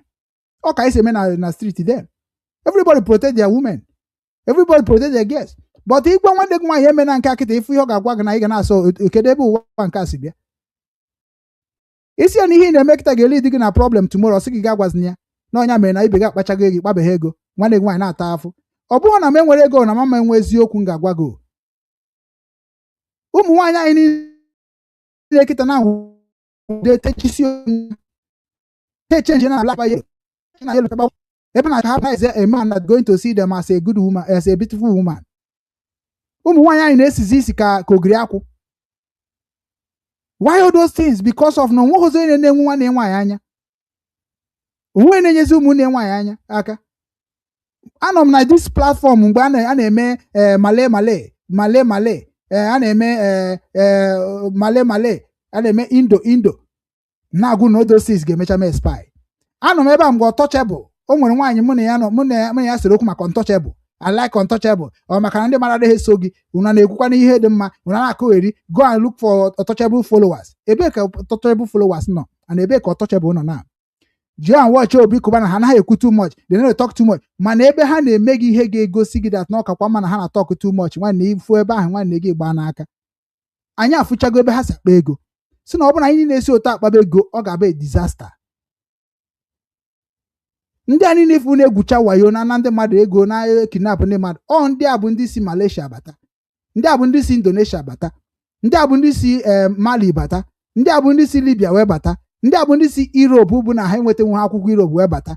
They are the kidnapper na alaba ya ka na-akpọ local. Ya mere iji afụ ụfọdụ ndị ga-apị ihe dịka osisi dịka egbe pentie ya, ha sị ha na-agụ stop there, if you move I scatter your brain, or it's like you're mad. What are you carrying that bag? Remove it, bring it out. But fast. Ịma akwụ na osisi ka o ji eme ihe niile ma still okpokoro fonu gị, kpokoro wallet gị, ọwa ha baghara n'ime ọhịa, ha ekerie ya ozugbo jekwa were eweje ribere nwa ha na bịa palọ. Ọha maka ọ ga-abịa ibe ha jebe afịa ha nọ na bịa palọ na-anwụ mmanya n'ụtụtụ na ehihie. Ya ka Soludo gere ntị n'ihe anyị na-ekwu wee kwubie now. How can you go on in the morning for restaurants ndị mara eju die? Ọ pụtara ndị ahụ enwere ozi activities of the day, ha na-arụ ọrụ abalị. Ị na-arụgoro ọrụ abalị, that time ị kwesịrị na-arahụ ụra because ịrahụ ụra n'abalị. A na-agwa unu ebe a ga-esi solve the problem na na-agbagharị ka mkpụrụ amụ. Ndị be anyị nọ n'obodo oyibo bụ the people who destroy Igbo land. People who destroy Igbo land, if you ask me, is our people from overseas. From information and gathering since I started broadcasting, the people that destroy Igbo land are the people that live overseas. One, people who live overseas, ha ga na-ekpo nsị ụmụ nwaanyị agadi nwaanyị, ha ga na-asa agadi nwaanyị arụ, agadi nwaanyị ga na-abụ ha asọ, ha ga na-eme ihe anyị na-akpọ agboro, ya bụ offloading and packing. Ihe na-arụ na Amazon bụ offloading and packing warehouse. Ị na-ebutu na kọntena, ị na-etinye na anọda bọs ga-emuvu. Mgbe m na-arụ na Alaba, anyị na-ebu na electronics. Ihe anyị nwa na-arụ na that place bụ ihe anyị na-arụ n'obodo oyibo. Many of us all those billionaires na-ene anya, unless na onye na-work with government na-erizi from oil. But all the individual, ihe a na-arụ bụ ihe a na-akọwara gị now. Mgbe nọ na Alaba International, ndị Alaba bụ ha zụcha electronics a ga-ebute n'ọpụ Iweka, ebute na that park ahụ, then mụnwa na ndị otu melodue na that container body. Anyị lode na container body, mụnwa bụ connector, mụnwa bụ conductor, anyị emuvuo buru ewe na ala Iweka. Iweka nwere ndị na-eme offload there. Then ndị na-eme offload abịazie maka na otu a ka si benefit from the resources. Then ha mezi offload, then akwụkwọ ndị offload ụgwọ. Ka emechara offload, a ga-akwụkwọ ndị ga-eje buru ebujezi na stores, a ga-akwụkwọ ndị ga-agụkwa dị ngwafịa ọnụ. So that is how job create. So the same thing na ahụ bụ ihe anyị na-eme n'obodo oyibo. Mana ndị ọcha rụziri nke ha in the way for that na onye container ga-eji na factory direct buru ngwafịa na factory wee buruzie wee bujezie na another factory na-eme offload dịka DHL. Then abịazie offload na DHL nwee workers ga-divide to the street ebe o kwesịrị ịga. Then DHL bụ ga-ebupụta moto ga-ebute na the state to the house. And that is what the structure of Obinwannem business strategy right now. Anyị enwego website anyị ga-eji na-eme. Mana ihe na-ebu nwayọ nwayọ. Maka na unu achọghị ịkwado n'Obinwannem. Nwayọ nwayọ ka m ga na-eji na-eme ka aka rụrụ m. But na-agwa unu na ndị nọ n'obodo oyibo mgbe na-agwa na our people are criminal. Unu eche na m na-akọtọ ndị Igbo. Nsunu na our people na life ha na-ebi ga-emekwa anyị affect in future. Unu asị na m na-ekwuere. Kịta everybody ekwubego the same thing. Mgbe Soludo kwurie, unu achịta ya unu ugbuo. Na mụ na Soludo anaghị adara mma ka o si achọ echi, abụghị na okwu eziokwu unu apụta sị na okwuru. Ọ bụ na Soludo ekwuri otu ahụ o si wee kwuo, kedu ka ị ga-esi wee mara na ihe Okechukwu na-ekwu bụ eziokwu? Half of ndị be anyị nọ n'ala Igbo bụ ndị ori. Ori a na-agwakwa ka abụrụkwa ori ụmụazị ọkwa ori izuzu agbagbuo gị nwụọ, ozu ga-atọ nwụrụ na-esi. Gọọmenti agaghị abịa nwe time ịbịa kwụọ ndị ga-abịa buru ya ụgwọ, because ịbịa bupụ ozu a gọọmenti ga-akwụ ụgwọ the people ga-abịa there. And instead of ha wee kwụ ụgwọ to ka bịa bupụ ya, ha wee were ego na-emere onwe ha na-egboro onwe ha family ha mkpa. Ana ya na-agwụ unu n'ihe ndị ọdụmmụ na-eme m ka 57 ma nwere ihe na-akọwa. Mụ nwa biri n'ala Igbo, too n'ala Igbo, gwuo egwu ọnwa, taa aja, mee ihe niile. Gị nwa biri na Lagos, bie n'obodo oyibo na-abịa agwa m okwu. Iche na m nwa na ụmụ na-eme ife a na-eme because of the right of anybody. Ana m eme ya because ama m ihe na-ekwu bụ eziokwu. Ichechagodu na Eke, jecha n'Orie, jecha na Afọ, jecha na Nkwọ, you will go back to what I say. Anyị nwa bụ ndị nọchitere our ancestors. We don't break. We don't compromise. We keep selling that thing, telling you that thing we are telling you. Onye me njide against of akwa ọkọ tiwara akụ. Ya ka njide against of medium wiri ọkara agụ. Ọkwụ na ha akụziri medium wiri ihe now. Mana onye nwa bụ unu na-eso majority na-efolie. O use go because of na atụgo akwa ọkọ ha mkpọrọ ka na-emekwa na-eme indoor. Akwa ọkụ ka eji ụgha, eke hit eji ụgha. Onye eze Jizọs ejiri ụgha. When I was speaking about these people, Mafia Frago, Umu Obi na Asaba, these people are the new terrorists in Igbo land. Unasunu na achọghị nọ na ego bute. Unu ebutechagoro ya kịta na-achọkwa unu bo Simon Ekpa, bo Nnamdi Kanu, na ọha na kọsụ ihe terrorists akwa ọkụkọ, terrorists Miriam Wokragwu, terrorists Ofia Frago, terrorists Umu Obi na Asaba, terrorists Duncan Mighty kọsụ n'ala Igbo. Kunu na-achọsị kunu bo ndị nọ n'obodo oyibo. Onye menji siri unu ji ebogodo ndị ahụ dị isi ebubo, unu ga-ebu ya with fat and figure na agbajọs na kọrọbish. Maka na olumos ndị na-asọpọta akwa ọkụkọ 419 ka ha na-egwu. All the akwa ọkụkọ supporters bụ 419 ka ha na-egwu. Enweghị onye na-asọpọta akwa ọkụkọ na-abụrụ 419. I challenge you people worldwide. Onye ọbụla na-akọmenti akwa ọkụkọ keep it on nwere mindset of corruption of the same thing I'm telling you. The same thing to Medium Wiri Ọkara Agwụ. Any supporter of Medium Wiri Ọkara Agwụ is a terrorist. As far as you not support million euro Karago, only you are a terrorist. Cut it and give them. Maka, many of you people are so devilish. Somebody can preach rubbish. Sinane preach sabari. Ben na mama me sabari. Amaji suka mari hebo sabari. Umakasha mari hebo sabari. So why am I going to be interested in sabari? Whereby name when more can more that we can carry sabari. He deceive you people. Because now una fugo no wezu sunu gesi we survive boy. He kuru na name ni hendo kame for un. And I go to the reality truth. No eba name eri na pokugare. Uno for my platform na boss aka. I try make boy this year. Sorry, Umu Nna. Una pohon there in order. I can work out the men to get destroyed them. I swear. Una pohon million wiro Karago in order. Una pohon akoko hanona prison already. If they release them, there's the system. Here na kwa gemechukwa me hafet. Una pohon zobi na saba in order. Una pohon ofia furago na saba in order. I can work group get destroy these people. Na guru oskwa Biafra bia to oskwa many na bu things gemecha do or done in Igbo land. Mgbe na agụ nke ndị Biafra unu chere egwuregwu. Ihe niile na agụ na afụ gomi na chi na-agbara m afọ ụwa. Adị m agbara mmadụ afa na m agbara m afọ onye Igbo ọbụla bụ onye afa ka ọ bụ. Maka agwaghị ihe bụ afọ inwe ike isi wa awụ. Ndị a niile bụ the terrorists of Igbo land. When you hear terrorists, what is terrorist? Terrorist is when you want people to do things by force. Onwe ihe ọzọ were egbe na-etreti mmadụ. Ọ bụrụ ya terrorist. These people ji arọ ha wee na-etreti gị. Ka ndị ọzọ ji Jizọs etreti gị. Mpaka bịago kwuo nke o kwuru kịta. Na ndị na-asị gị ndị ụka ndị anyị na-ebu ndị na-arapụ ụka arapụ ihe a na-emejeba ụlọ ụka na ndị a bụkwa ndị otu ekwensu ndị a bụ ndị sa ndị a bụ ndị nke a na ya nwarụrụ akwara afa na ya nwa ndị ịnọsịn rụrụ nke a. Yes, Mbaka, we know. Ihe anyị na-agwa gị bụ ka arụ ya ka o zuo. Ọ bụ ihe niile nọ na congregation gị na-arụ ọrụ na akwara afa. That is our talk. Ndị ahụ bụ ndị na-eje reply bụ ndị na-amarọ ihe anyị na-ekwu. Mbaka, we are not telling you that is na nke mere m adịrọ ọma. Nke mere m dị mma, but ozu ihe niile anyị na-eme, all their members in that church, ha ncha niile enwetachego ọrụ. Ha ncha na-azụ ahịa. Ha ncha na-eriju afọ. It's a question for you, nothing more. Ọ bụ na congregation gị n'ụlọ ụka anyị na-agba kaadị eji abụ a member of Catholic, nya baptizing card. That means na ndị Catholic kwesịrị na-take care of all the members. Na-ama ka ha si eje na ka ha sana. That is the duty they sign with our ancestors. Na onye ọbụla nọ under their care na ha ga-lead you to the righteous reward. Ọ na-eme ka ha si kwuo ka ọ na ha eme. Then gị nwapụtazie si na ị ga-abụ adoration keeper.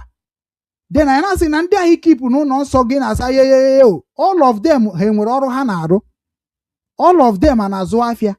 All of them are not benefit from akwarafa. All of them, onye ga-arapụ, ọ bụghị ime half, I were half wee na-achụ aja. It's not like that. That is what we are telling you. The whole time in Western world, ijere American mbosia. Government created job that going to be suited for every citizen. No, when they na-achọ ọzọ ịrụ ọrụ bụ ndị na-ada mgbe. And government still they help them in a little way. So ni anyị na-agwa gị nwa bụ Mbaka. Ọ bụghị maka ndị dịka Jofeza aka na-agba akwarụrụ na social media. Ndị ahụ mara ife ha na-akụ eri na social media. They just want the money of Akubeze. They want to sell the Igbo land. They want to be doing business. 911 doing this one, which is this good, but here gbasara Iran oge egbu ha ncha niile. You sell the land that is make us to become somebody like what we are today. After sị Igbo onye Igbo, gịnị mere onye Igbo ọ bụrụ ala Igbo? Then ị na-ele ala Igbo na-elesi ndị Igbo. Unu kana dodge nke a maka na almost all of you people the involved on those mess. All of you people the involved. Imagine the most dangerous and evil thing in nwere ike ime n'ụwa bụ ile ani obi gị. Go and check unu cha na-eme omenala. Ejofo na-eklem no na-eme omenala Igbo, mana Ejofo tinyere aka n'ile ala dị before nna ya abịa. There is people who suffer and protect the land of Bagarira Akubeze now.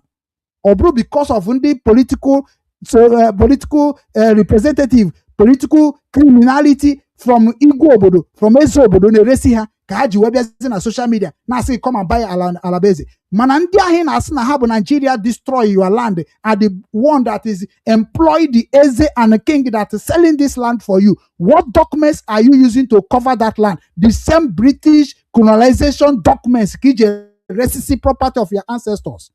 And if they na agwa mene omenala umucho omenala kuru na-eme unu chani ga-ata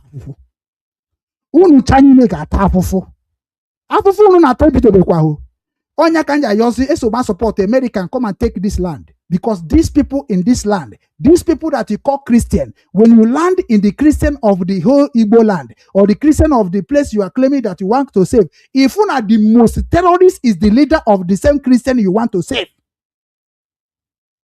you will see wakaino na aga ka clock imihenja dị happy na ụfọdụ ga-asị gị igbacha ikwucha ijezu ike mana ọkwụna ofu ka esi agbanyere unu Trump ọ nara unu permission to gbanyere unu na not mgbe ọsọ ga-esi eti n'ala Igbo anana m agụ na agwa when they chase these people from north na ọ bụ na ha gụrụ egwu ha na-agụ ha ji sacrifice blood wee na-agbarata ala Igbo right now, which security ga-take care of you?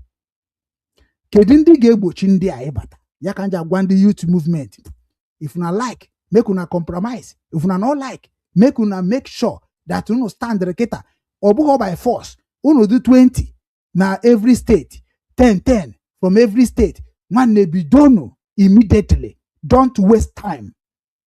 Onye ọbụla ji obi ndị Igbo na-eme ife Imano ga-akọnkanwu ndị Igbo. Onye ọbụla ji obi ụmụ Igbo na-eme ife Imano ga-arụkọnwu witi ụmụ Igbo.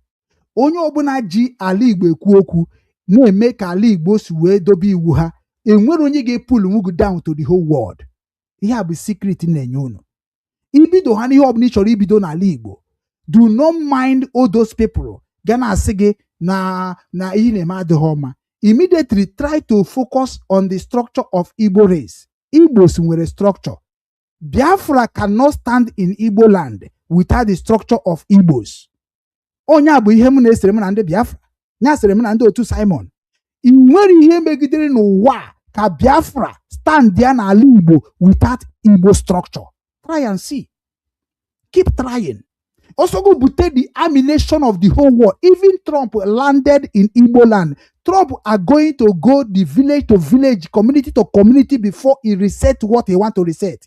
Bro, by him to bomb. Unless everybody can Gaza.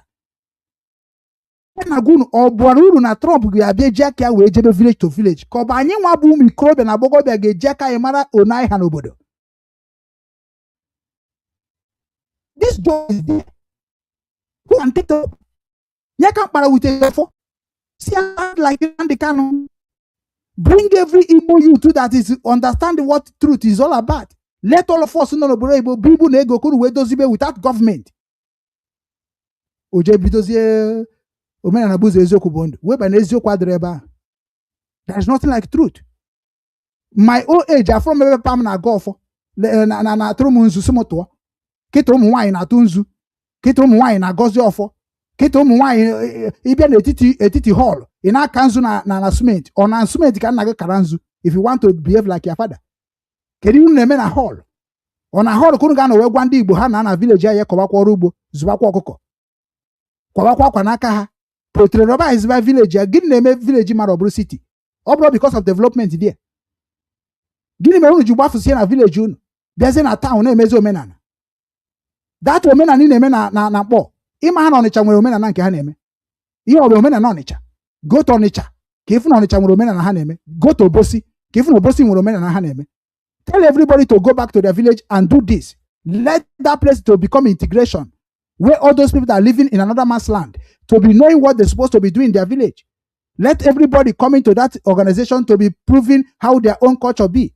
Ibiagi kowa ka village gi semo omenala. Ibiagi kowa ka nna gi semo omenala. Ibiagi kowa nsogbu na enwe na village unu. That is what I was thinking that Ejiofor want to use that place to do. Unu chani na agbakọ there. Chee na enwe branch na Lagos, enwe branch in American. Maka Chukwu anyị nwa bụ ekwensu ndị Igbo. You can never break us. Anyị nwa bụ dị ekwensu ndị Igbo. Anyị nyere gị ife iji eme ihe ị na-eme. All of you. Now we give you people what you are using. Unless na unu aga anwụsịsị n'ọnwụ a, mana unu ama break our own chain of command. We know the game, and we keep telling you that we know the game. Ihe ga-emedowe bụ nweta ego dịka Maazị Dibia o fegarigo ojego China ọ na-go contact emebego ihe hotel video with nwunye ya ihe akịta na executive na-eme oke nwa na-eme. This is what makes all of you a terrorist, a very wicked, heartless idiot Ndị Igbo who can never help themselves. People who use Ndị Igbo problem to make their own life to become good. Onye riri nwanne oriri mmadụ. Keep it n'ọnụ na-eso ndị Chineke ji wee destroy ya nna m na gana abụọ ndị na-eklem na ha gụrụ akwụkwọ. What did the Maazị Dibia na-explain to you? Ihe ọ na-akọwara unu bụ ihe ọ gụtara na Google, ihe ọ gụtara na Bible. But I'm telling you people what is not in Bible, what is not in Google. That is why ji wee bụrụ ọkacha ibe n'ebe ha China nọ n'ihe gbasara Igbo.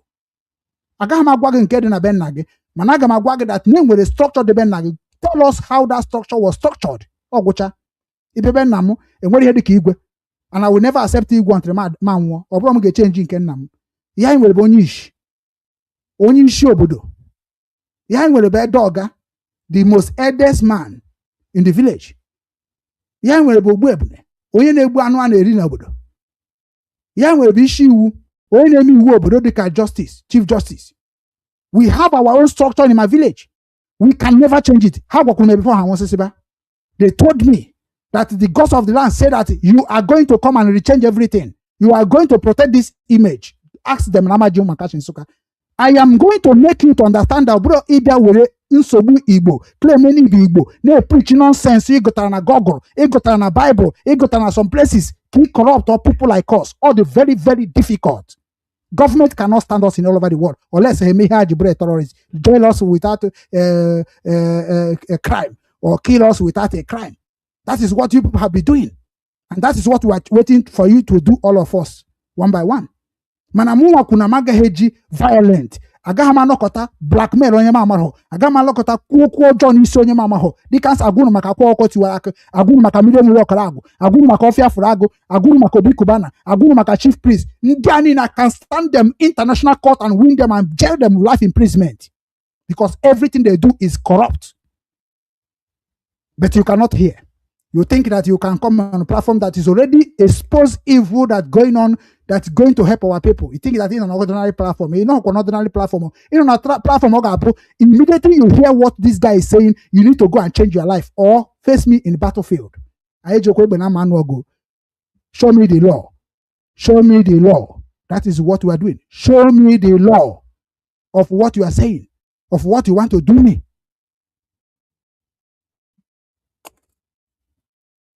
So one Lolo Nneka kete fugonian na ndubulu no obodo Igbo boli ka ha nezu. Many of them onya ka m change ọrụ ngwa na me change ọrụ na arụ ọrụ si na arụ ọrụ. Ndị niile nọ na IPOB, what are they doing? Onye na-enwere ihe ọ na-eme o create a platform go a broadcaster. Na-achọ ka Facebook kwubie ụgwọ, ka YouTube kwubie ụgwọ. Ọ bụ na ihe aka Okechukwu ugwu ji wee ji maka ya wee create a Facebook for the beginning. Onwe ga mụwa ga-eso na highest subscriber in the world. O nwere nwanne m nwoke bụ onye Reverend Father. On na Philippi, this man called me private. Mgbe na choku, aka nji nomba ya, mkpo nchokita mkpo ya unafu ya. Owesi mokenwu ugwu. You are smart. What you are saying is true. You know the game. But I must tell you the truth as one name mado. If you keep condemning Christianity in this your mission to make Igbo people to understand their mistakes, they will run away from you. And I will tell you that Christianity are the one that have the money I'm supposed to use to build this platform to become an Igbo popular platform. This is my mission of business, of security. I have to make sure that I work in ally with Christians, so that Christians are the one that are going to bring the money I will use to actualize the dream. No, but the mindset of Christianity now. Nande na rurorubundegede. Or they may exist. I will never do that. I will never pretend what I am not. I will never cover lie, cover evil. I will never work with the drug dealers. I will never work with the 419ers. I will never work with liars. I will never work with pretenders. I will never work with killers. So obuno ihe abia ga eme ka ndị Igbo well of the platform na-ezi ozioma let them go to hell. When they make on him today, and see an otu aka ngesi no mo zoom down abia mi bu ogara no wa abia mi make ambro dị ka Nnamdi Kanu onye ma bụ onye ekwuchara okwu a die ni na okwuchara kịta kwa okwu ọnụ ka ị na-ege nwere nke na-benefit from their ground nwere nke na-benefit anything okwu ọnụ ka ị na-benefit ebe Nnamdi Kanu nothing practical nwere ebe factory a na-ekwu IPOB nwere factory enwere anything a na-akpọ security dị strong n'ala Igbo na amụ bụ Nnamdi Kanu Igbo nwere so everything bụ okwu ọnụ so I don't believe in that what I believe in practical. So ikwucha mee ihe ahụ ikwuru ka ndị mmadụ wee si n'aka gị ọ bụ na ndị anụ ha n'ọnụ ha nụ ya n'aka onye nwa so ọ bụ na ọ bụ ịbịazie na-pretend ndị ụka like Simon just started it like otu nwanne anyị nwoke si gwa m ya Simon bido si na ya bụ onye ụka na-abịa na every Sunday na-agụrụ unu Bible ọ na-ekwoturu unu Bible ịghọtago ọ na-atara onwe isi krokodil ịghọtago ọ na-enwere onwe ya nwere na-eke aleluya aleluya Chineke binitego n'ọnwụ even Ngozi Orabaeze happy Christmas happy New Year a na-emere unu ndị Christianity mana ọ bụ mgbe Simon bịaziri imezi ihe o kwesịrị ime as a freedom fighter unu afụbakwazi eke ogbu mmadụ mụ nwadị eme pretending enwe m ike ịbịa jisi na mba onye ụka with you weba na ihe na-aka bụ ihe na-emebi ala Igbo ọ dịrị hypocrite now nsị na mba onye ụka na-akazi ihe ndị ọcha na be nna m ifo niile maji ihe ọ ka mma na m gwara gị eziokwu mgbe ndị ndụ da na m nwụrụ anwụ na-asị na if I know so na ọ bụrụ maka ka m wee kwado ndị ụka kwadobe Ebuka Obi kwadobe Mbaka na-ada agwa ha eziokwu ha n'iru na ọnya ma ga-eme ka ndị Igbo bịa sọpọtụ Obinwannem platform right now Obinwannem na-asọpọtụzi onwe olesa m enwetakwazi sponsor tomorrow so ọ m na sponsor onwe m na-agba mbọ for that na ihe ahụ bụ ozi ọma nke mbido zibe since 2019 about Igbo culture and tradition will never go in vain and ọ bago gọgụrụ recognize gị a lot of government recognize gị so ọ bụghị maka ndị Igbo na-agwa okwu maka ama m na the half of ndị Igbo and 99% of ndị Igbo is a criminal. Everything you do in your life is a criminality. Ndị Edo na-agwa gị shut up your mouth. Ndị Yoruba na-agwa gị shut up your mouth. Ndị Ikwere na-agwa gị shut up your mouth. They knows the truth. So you cannot come and pretending you are not what I tell you. What you need is to change it. If you change it today, it will never be a story again. But when they are telling you what they have the evidence, even ndị Ghana na complain about Nigeria. Ebe ọ bụ Nigeria, o nwere onye mere na-adị mma na Kenya na ọ na-complain about Nigeria. Na ihe na-eche about Nigeria na Kenya dị bad. Na-eche na ọha na-egbu mmadụ nakọrọ ha pass ha. Iwu ka atị onye ma amahụ stranger ma amahụ. Mmadụ kwụsịghị n'ozi si n'ebe Nigeria ọsịghị red card. Ị bịakwa na claim that is na ihe ha na-ekwu na ọ bụrụ eziokwu. And iche ike ndị Nigeria na-agwa gị 75% of it bụ ndị Igbo. Go and require research. Kedu ka onye na-emebi obodo na-achọ ka edozi obodo ya? Ebe ka ọ na-eme n'ụwa? So Lolo Nneka darụ itetego n'ụra. Ndị be anyị nọ n'obodo oyibo many of them ori ka ha na-ezi. Jụọ na ihe ha na-eme onwe ga-apụta na public si gị ha na-eme otu amụọ na-arụ ọrụ na Amazon na-agwa onye ngwa gosi onye ọzọ bịa gwa gị ebe ọ na-arụ ọrụ gosi gị evidence ebe ọ na-arụ ọrụ ọ bịa na-akọrọ unu gọọmenti dị bad gọọmenti dị good mana onwe ha onye nọ n'ime ha bụ ndị na-eme ihe bụ dị good na-protect the image of their people. Anyị nwoke obi anyị ndị nọ n'obodo a na-egwucha ndụ ka ndị kpọrọ ahịa and ịmara na ihe dị na 419 ha bụ ihe ọbụla ọ dị ka social media ihe ọbụla ị nwere ike iji create content gị were create so anything nọ ha nwere ike convert were ya gwuo wayo ha were ya gwuo. Nnamdi Kanu wụ the hottest person nwere ike iji kọpụta mmadụ ego kịta. Enapia una nani ihe a bụ ife ndị awe ife a bụ ife mma na long time ife a bụ ife mfu na-eti ndị dịka unu mmadụ bụ eziokwu na-achọghị na ịbịa ka itike aka ọnụ rụọ. I still believe in unity. I still believe in collaboration. I still believe in a joint hands. But unu nwa na onwe unu na-achọ ụfọdụ n'ime unu bata n'obi nwanne unu gecha the structure mkpọrechi unu the structure ije create nke gị. What are you going to prove to your God? Mụnwa na-agwa unu na the reason nji wee sị gị na mama nọ onwe onye nọ n'ụwa ma Nnamdi Kanu onwe onye nwere ike ịbịa sị na ma bụrụzi IPOB member. Ọ dịrọ possible.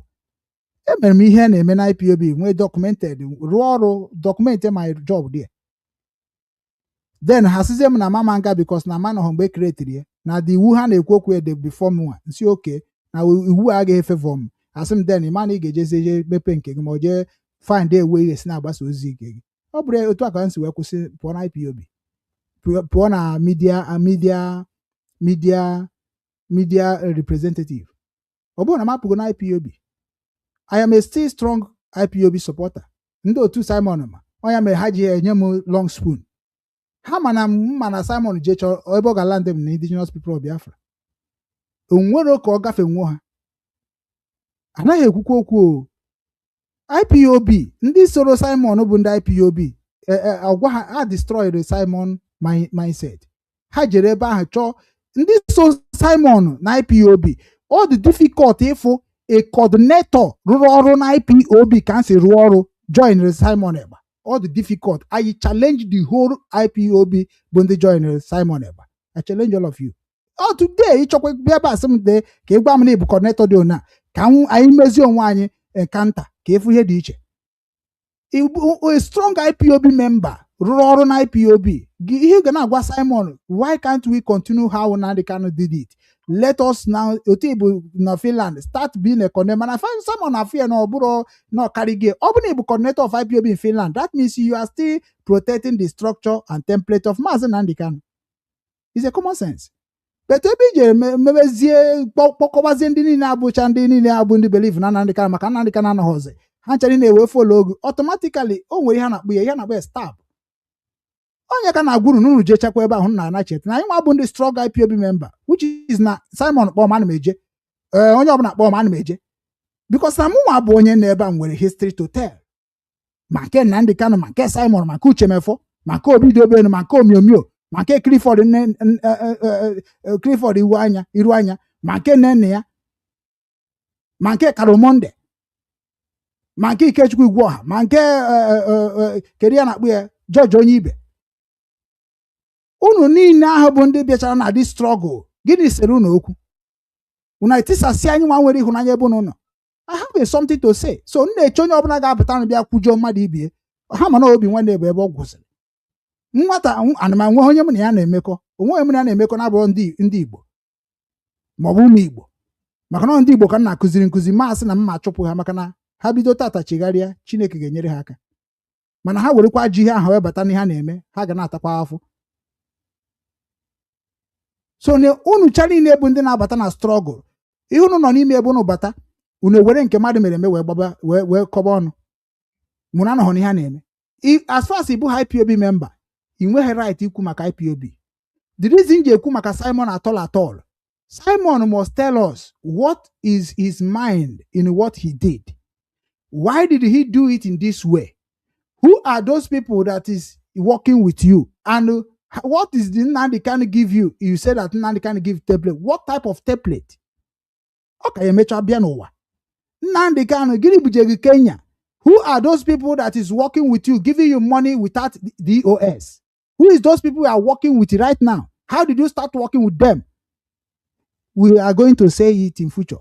Let me tell you people, since after the war, you people are the ones stabbing yourself. You people are the one that betrayed yourself. You people are the one that are going to wipe away from all your origin. We claim our land. We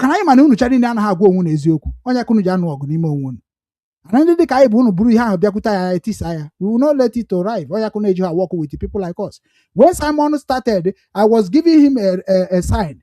Ndo tu yana abia see na nchiriko with Simon Oga join the IPOB back. Kaijeje we corrected that DOS the leadership. I can now and many henu overthrow. We are on struggle. Overthrow is allowed. So we can now auto Simon Merinkia. I make it as DOS a leader, the head of the state. We can follow. Maybe this show that now the whole world what are high or any intimidation. Or be able to create another one, or get a mentor one ask what is going on. In can't do why they recognize the worldwide by IPOB. Let us stick on them and use it to do whatever we want to do in this struggle. I him Nagwa Simon then with they keep making me to feel like I am talking nonsense. Now without it, Babu Mad Himenka, without him Menka, without it destroy enemy, I know man walk. See, I know. Okay, I get me go there and with a format. About this way, they not agree.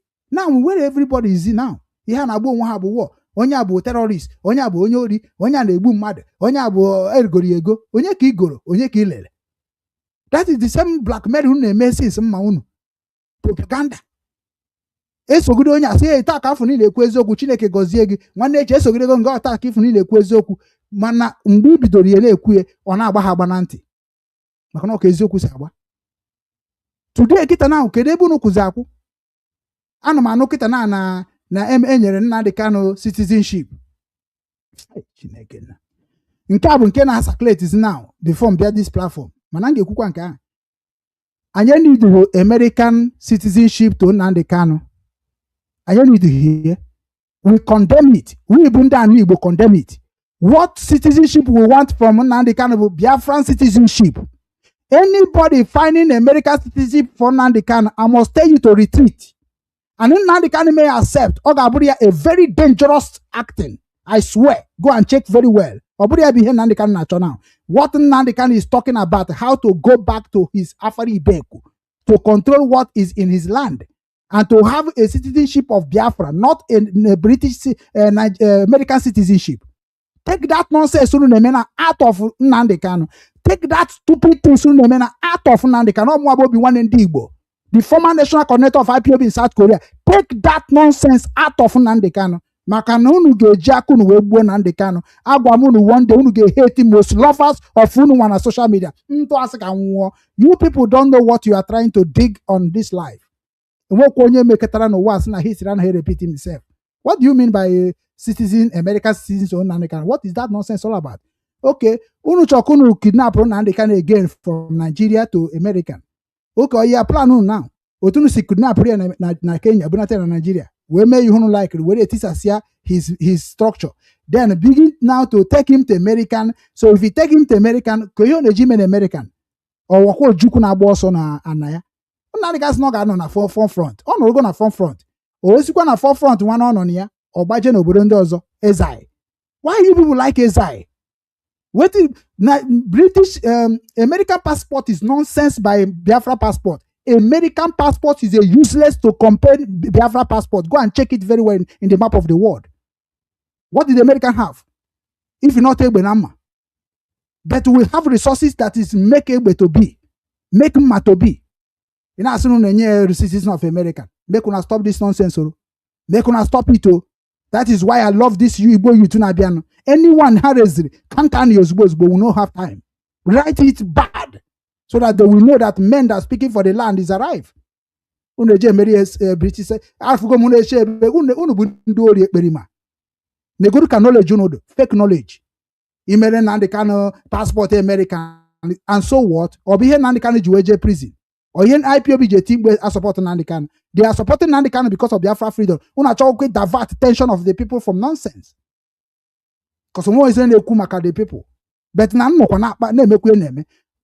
Onwere ihe meji we support on ndị Igbo again. Agwakumie na abro na ndị Igbo arrive with a group and then we go group mma trust mna ha ga-arụkọ which is tomorrow ọ ga-ekpote cabinet ya. Mfuchakwana cabinet ya we call even kwesi weko. Then we have to mobilize people, we have to support them, we have to make everybody in Igbo land to line with this group. Or anye mebezi ya ni na chọrọ ime ndị terrorists ga-eme na kai. We have to do this. And I like that brave man, no Justice Ozobi. I like how he say, I follow me, I just monitor you before I request a number. I monitor broadcast here, monitor everything he's saying. I hate people who they see, okay, where I say, can Nnamdi Kanu well love Vogue? What a shit. Can Simon well love Vogue? What a shit. Can Onyeka love Vogue? What a shit. You are nobody. Sometimes you people supposed to understand our problem from the beginning. Talk what will benefit the land. Talk what the land will use to remember you, not the individual. Unekwoku passport unwuranwu. Nego the American passport. Then we huru obara. Ndiri neno na American wetechara kedi ha mere onwe ha. Una chọ nkunu ga-eme kono work with the Nigeria government. Ka eburukwa Nnamdi Kanu from Nigeria buje America. Ka ha no Nnamdi Kanu na Trump wekezie ala Igbo anyị kesasia ala Biafra. Ka ndị ba tabakwa afụ ha tara during Ojukwu time. Na onye ọbụla kwanyere onwe ya ezigbote ugwu. Ndị anọcha na America na ọbụrọkwa ikunite n'ụra. Ndị a na-emere Nnamdi Kanu akwụkwọ to God who made me, all of you will die on the way. I swear. Una here destroy our mission again. Don't do that. We don't need the passport of America to Nnamdi Kanu. We don't need it. We don't need it. We don't need it. What we need for Nnamdi Kanu, either you people give him a citizen of passport in Biafra land, or whether that's number one citizen of Biafra G passport as a diplomat. No have knowledge of leadership. They may be seeing them with knowledge in here. Ono ga pichi. Ota na monye no kata. Make a statement. Ya sa na ewetego a ga-enye ya a ga-asọra sign. Wetego ka sta septe say to 1 billion. Wetego ka sta buzil. Ma lawyer ha nke na akwa lawyer jimakọ. Ihe ha ji eme wa no kata na akwa na eme organize. This guy on I didn't say ha chọ ka ọpụta. Ha chọ ka ọpụta. Onye anọ na ha just na akwa my politician, I saw you behind him, a put a glass and a put a now. Where one year can know, but when he had in fact, he was in Kimonia. Macandi wo, he had it, he won't done any soon nigger. Near check up put tea. Candy will buy the one mother, so it's finished. He had to be how I can you, Mother Kazir, or send or Nuku. Ndị ọchịchị ga-ama n'iwu uche anyị ka bịa mmadụ dịka mịpụta na-akpagharị kwechi na-ekwu ha ga-ama na uche anyị ka bịa ọ dịka mmadụ pụta ka na-emegharị ahụ ndị niile a na-emegharị ha chọpụtazie na ọ dịka ọwụọla ahịa ezinụlọ onye ọbụla lakpọ obi ewu so nke nọ n'obodo ka nna gbazi anyị aga ije dọọ nwanne gị nwoke nke na-ebe aka na ntị na nke nwaanyị nke nwaanyị ọkachasị otu o ji agbakasị ndị mmadụ akparị agwara m ya ma nwanne gị nwaanyị na-akparị ndị mmadụ nke anyị na-ya n'ebe a Lolo Nneka, o nwere point ihiti ese that na o nwere ebe ọ ga-abụ ihe aruo onye ọbụla na-abịa ya Nnamdi Kanu arụ ọtọ na prison onye mere njibido n'oge na-agwafa Abagom Youth Enugu State Youth Forum immediately discuss chara with their leader and their ESCOs tomorrow. I have to now begin active on Enugu platform. Makon the youth no eba umikrobia na bogobia. That is my message through Obinwannem since 2019. Lolo Nneka, Igbo a brave woman, I swear. All ndidi kai kanakpo umada. You know it in political, you know it in a traditional, you know it in a religion. You have it all. I have followed you. I have listened to you. Mananga Magwagenem Obagokwa onye ọbụla na state here. Nnamdi Kanu kwuru okwu say that immediately ndị dịka unu tetenụra ghọta the message of IPOB. We will dissolve IPOB. Go and ask him in that prison next time you go there. And everybody have known what Biafra stand for. Everybody. Sit at home have already proved what we are, where our stand. Leave Igbo youth now to use their hand to decide. That is why one night Wokabo Justice Ozobi very soon after the meeting tomorrow, may invite here. This platform had the vote to go me to sponsor them, to support them. So we are going to use ourselves to defend ourselves. We are going to secure ourselves. We are going to invest by ourselves. We are going to enjoy and eat by ourselves. Manonyo Obuna Gejena state here begin to advise their governors, begin to advise their religion leaders, begin to advise their elders. Onye jesnana advice is elder ndozo. Ureta mahija koto governor Anambra State whereby Igbo Enugu were jebe na nkegi maka all the governors of eastern region of Nigeria are under the British control. So all of them they say the same. Nnamdi Kanu so that no ndị religion ga whatever sabia. No to anakpo ya Catholic, sapos na Catholic. Obgo na anakpo ya Catholic akpo ya Igbo Catholic. O to anakpo Anglican, apos na Anglican. Chofu afa baya. Change here, you have the right. I know a civilized world. Oh, what you go these ideas? Ota governor anyede, eges na ndị not nte. Enya bụzi ihe kwu na Abuja kwuru na-emere anyị n'ala Igbo. Mebe nke na-efeva anyị, ka anyị nụ kwuru, support on anyị, or carry unu, nye na the privilege 1 month, ka anyị gosi ndị Nigeria that we have know what government is all about. Yoruba na-eme ka ha mara na onye ha tiri n'ọchịchị bụ APC. na anyụ nwa mmiri na-akwa ya. They know they talk about the bad government of Tinubu. They know they talk about the manipulation of Tinubu. They know they talk about hijack of the government of Nigeria through Tinubu. They know they talk am. Man, imagine Peter Obi be here on this seat. Give you ihe niile gbasara Peter Obi na adịghị ọma before rigo n'ọchịchị ala ga-eje bọpụta dịka esi bọpụta nke Goodluck Jonathan. Mana kịta Yoruba na-eme gị ka ịrapụ mmadụ na onye kwesịrị destroy bụ the leadership of Tinubu. Yoruba na-eme gị ka ịghọta that na APC can help. Kịta APC abịa ego kịta na-achọ ka ego bicha ndị gọvanọ anyị. Mana ọ dị youth ya gwa ha na ọma mme. We are going to stand together. No election of 2027 in our land without the release of Mazi Nnamdi Kanu and without them to write proposal of what they are going to be doing for our people. We are going to write the proposal of what the governors are supposed to be doing to every state.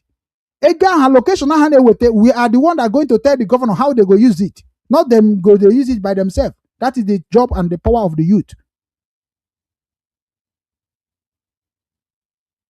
Every time I have that's not the simple. Onye obuna na village na state here. That is what this Igbo youth movement is all about.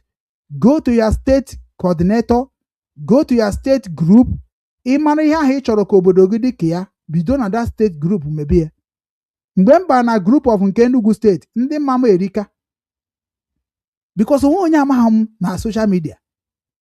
Then mgbe mbara ebe ahụ afụkwa na m abatagodo happy. Mana mụ ama just na ọbata na otu. Nọrọ ka mbe side na-ekpu anya ka onye oshi. No, mbata na malike ka nsoro na-ekwu n'ihe a na-eme ka ọ na-aga aga maka na Chukwu nye m dị akọ n'uche. So before ma na-abịa na-ekwu okwu na that platform itu m si wee chọọ, m ga-atọk goro with ndị isi, ma the structure, mara the iwu ka m wee mara ka m ga-esi na-ekwu okwu maka adị m adị iwu obodo ọbụla nọ n'ime ya ka m ka ji n'ogologo ndụ. Ya ka m ejighị eche mkpọrọ. Ya ka m ejighị enwe problem na gọọmenti ọbụla nọ na befa. Because na we respect the law of everywhere we go. Ebe onye biko na wachi. So, mu na-ajụ ndị Igbo youth movement, what is your plan? What is your structure? What is your mission? Then, this is what I'm going to be preaching. This is what I'm going to be marketing, propagating in Obinwannem Igbo TV on behalf of Igbo youth movement. In this Hamburg, Germany, we have to make it to be reality. That is why I'm here. We want to, Jena the whole Jena the whole Igbo Union. Nke ndị Enugu, anyị ezie hozie bụ Igbo Youth Union. Igbo Youth Movement. Anyị je na-abịa, anyị ezeghị ihe dị n'Igbo Youth Movement. Anyị je na Ebonyi, anyị je n'Imo, anyị je na Anambra. They are here. Those union is here. So when we begin to move around as a journalist of Obinwannem, we are going to meet all the union. And as we are meeting all the union in Hamburg, we are also communicating with our people that understand the meaning of Igbo youth movement. Hana agwakwa ha ndị otu ebe ọbụla ha nọ. And Obinwannem movement is also here to unite all the Igbo union leaders in abroad, especially in Germany where we are. Also, our project of this year, which is Anamaha Gather Team, because we need to bring all the unions leaders together. Anything anakpo ọchịchị, anyị ga-esi n'aka ndị niile bụ ndị union leader wee mara ihe ndị obodo ha na-eche maka ya. Gọvanọ ọbụla ga-enwe na any state, anyị ga-anọ wee tụọ mara na gọvanọ ahụ ga-work on our interest, on our British interest. That is what we're supposed to be planning. Ka anyị na-emekwa nke ndị ụmụnna, ka anyị na-emekwa nke ndị ụmụnne. Ka anyị na-eme nke ndị ụmụnna na-eme nke ndị ụmụnne, ka anyị na-emekwa nke ndị ibe na ikwu. Nke ndị mbịarambịa.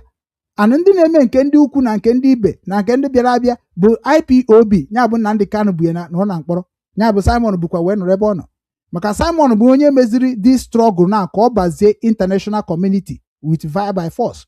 Maka na mgbe ọbụla Finland tinyere aka, ndị niile bụ European Union etiga aka, United Nations etiga aka, mana Trump apụbago na United Nations maka na ihe na-abụ corruption team eji destroy Africa. Mana mgbe nke ọ na-emepe ọ na-akarịkwa African long.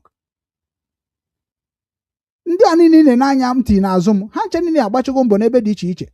Mana anyị nwee ijizi aka anyị correct ebe ha emetere and not condemn them. Anyị agafego level of ka abịa na-akọ nke mere anyị eji wee nwee problem. Ka anyị kọba nke ga-eme ka anyị dị n'udo.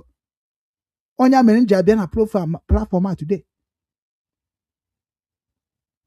Isi na onwe mgbe ga-abụ ruo ọhụrụ nwa na-eje na prison eje ajụ na ndị ka na-ajụjụ. Ihe anyị nidiri bụ ịdị na-agba mbọ fụ na anyị fọmụrụ a group ga-adị ka Ariwa group na-etreti anyị den unu echefugo mgbe Ariwa youth na-etreti IPOB na-etreti ndị Igbo well o nwere ihe mere ha. We need to form a team. I get our governors ultimatum to release Nnamdi Kanu, or all of them should withdraw from the Senate of Nigeria. Oh, he ain't before. The whole lawyer they claim na Nnamdi Kanu, let them withdraw. As he withdraw, you don't need to go close to Nnamdi Kanu again. Run away from everything concerning Nnamdi Kanu. Let the whole world see how Nigeria will be treating Nnamdi Kanu. Nnamdi Kanu brought himself to sacrifice to the peace of Igbo land and the peace of the Biafrans. You don't need to pity for him. This is his own cross. He's carrying by his own mission and his own God. Where is your own structure? Where is your own mission? Carry your own. We all have a mission to accomplish. Unune Nnamdi Kanu so unane patronize Nigeria government. The reason is that neighbor na get wait information about Nnamdi Kanu na DOS. Because DOS knows the structure of the reason why Nnamdi Kanu is not there. Iga from one Nnamdi Kanu kita no tweet bego o take over from Aloy Ejimako, take over from Ifeanyi Ejiofor, take over from Ozoko. Ni have mission ha. Nyawa na gwazunu ka Nnamdi Kanu de. Nyawa na gwazunu ihe Nigeria game. Nyawa na cause ko na ko iri na Nigeria government ade ejidekwu ya o. All the free. Mana obia no waziku na sino oguru wayo na ya me Nigeria da ejide. Mana ga mere ejidebe Umu Nna Nnamdi Kanu. Ka mere ejidebe Chukwuemeka Zen. Ka mere ejidebe gị nwa bụ Nela Noka. Ekwesị ijide unu niile na-eje Nnamdi Kanu so maka na Nnamdi Kanu bụ leader of terrorists. Ekwesị ime unu niile arrest, jail all of you. Na ọ bụ na ọ bụ ezigbo gọọmenti na-adọrọ corrupt. Unu chara na play with our mindset. Dị ikwu maka Biafra abụghị arụ. Then we are talking about Biafra in a genuity way. We need to come in. We need to work together. Ọ bụrụ unu jekwu Nnamdi Kanu na efire unu kpa nkata with Nnamdi Kanu unu ga-enweta mindset of ndị Igbo by this time. Nwanne unu na-egwu egwu ọnwa o. Nwanne Nnamdi Kanu bụ press Kanu na-ekwu kịta. O tego anyị mana ha na-destroy what we have suffered and make his brother a leader. Mana gịnị ka anyị ga-emekwan? DOS kwesịrị ime ka ihe a dị official. They know they do am. And ihe ejighị eme because na case of form IPOB was not in a way that na any other government can come. Okwe take go nene anya to court n'obodo a. Kedu ihe kpetere? Because na government ga na-ajụ how your organization run. Ajụ how your organization run. From there they can now judge anything they want to judge. But your organization enweghị a good structure. Government will not like to put mouth there. Ha ga-asị na ọ bụ ihe family. Jen set run n'ime onwe unu. That is end of the story. Unu na-achitekwu ihe n'ebe a na-ebe. Ọ bụrụ ka o si wee dị. That is how it be. Because now many of you people heard that now DOS need to restructure that place.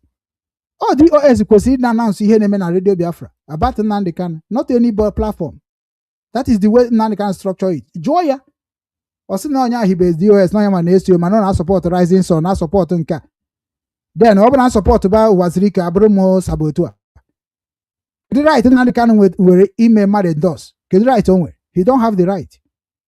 You don't have the right to endorse any group without the concept of the DOS. You don't have the right. None as none akwado ndị nke all the same thing ka ọ kwadoro Simon. Na achọzi kunu gbuo Simon now. The same thing ka ọ kwadoro Asari Dokubo, not a good brother indeed. The same thing ka ọ kwadoro kwa ọsụkwara unu jee unu fuche mefu na ego ya mmanya. The same thing ka ọ kwadoro kwa ndị celebrity. Onye na bụrụ Chike n'ụzọ nke ya. Today unu kọrọ ndị nke na akọrọ ndị nke. Onwe right ịbịa na-eme ka o si so ya. Ihe onye ọbịa sị na group nke yes kwado na ya, group nke kwado na ya. Anụrụ ebe ọ sịrị kwado na group jenu mgbe before also to go back to our structure. We have structure. Oh, kwesịrị before. Mana ụmụnne ma ndị otu ma ndị na-claim na ha bụ American veteran this and that, they have destroyed the structure. Because ha nwere access to American government. Nwa access to iweta ego ka e were enye na ndị ka nwere eri ni adịka onye ọma si wai. Those things be who na-destroy everything. Ebe kunu no mgbe ndị tara afụ wee mee na ndị ka na ọbụrụ ihe ọ bụ today. Unu afụgo na ndị ka na-abụrụ afịa na azụ were na-azụ afịa zụba na afịa na ụzụcha afịa unu ga-anata na. That is where we stop. So Lolo Nneka ọkakwa ma na onye ọbụla na village ya o. That is where we are now. Anyị agaghị alapụ na ndị ka ka ọrụ ọtụtụ jail.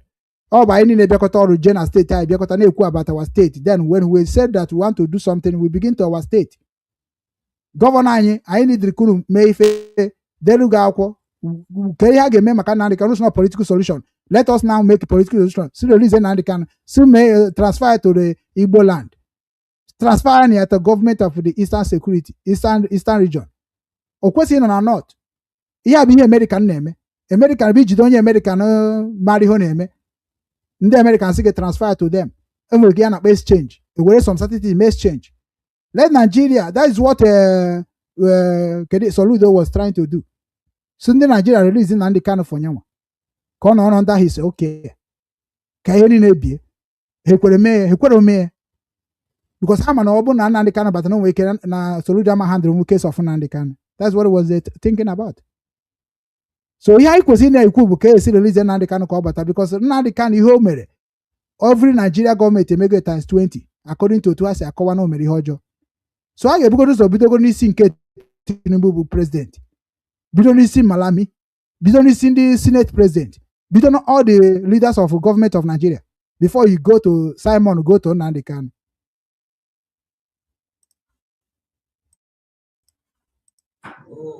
Ona nan jare ebe a hapụ ihe na-eme maka ọdịmma m ezinụlọ m na Igbo. Ọ bụrụ onye ofere ebe ọ dị aka onye ahụ na-abịa ayọ ego ma ọ na-achọ favor. Nke ị n'ụgbọ na-enwe favor enwetagoji n'aka. Anyị niile na-etinye ndụ anyị. Chika onye ọbụla ma ọnọdụ Madam Pinto taa na ihe ọbụla nwere ike ime n'ihi gị na otu m ji tigoro isi.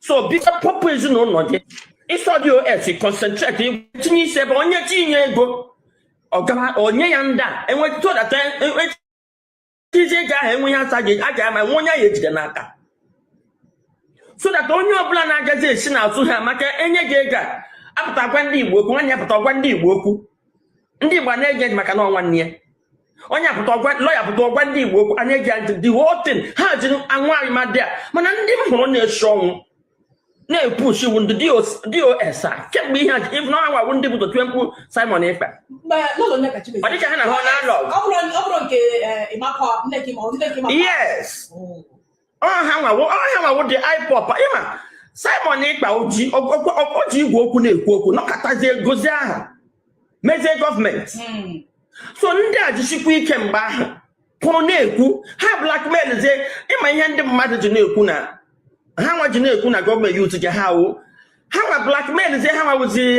IPOP a na-achụ adịghị ha ka egwuzie declare ha wanted IPOP kwuo Simon Ekpa kwuo oge ya kwe na ọta ihe na-eme wee gwasị ya si ya na ihe a eruola ogo mpụta maka ndị ụnụ alụcha n'ọgụ ugbu a na ndị Amerịka na-ekwu a na-akpụ n'ọnụ ndị ala akarịala ga-ade leta submit karịa ụmụ anyị na-anwụ nsị ya maazị ndị mmadụ anwụkwala n'ihe a ọwụ na oge Igbo ọwụ n'ugburu nwa bụ Lolo Nneka Chimezie ga-eji blueprint ihe mege n'ụlọ mana mmadụ anwụọna ịnọzikwa at the point of no going back nke ụwazi ike ka mma o mechara nke ya narị ego ga n'ụlọ lakpuo nke gị wepụtara pụta mmadụ anwụọ ihe ọbụla ndị Igbo megide mmadụ anwụọ nne gị na nna gị anwụọ ndị mmadụ nwere ike ịsọ nne gị na nna gị ma ndị ụmụ ha ma ndị ọwụ gị Igbo wipe up group mana ọ dị struggle ya anọzi n'etiti mmiri agaghị alawa azụ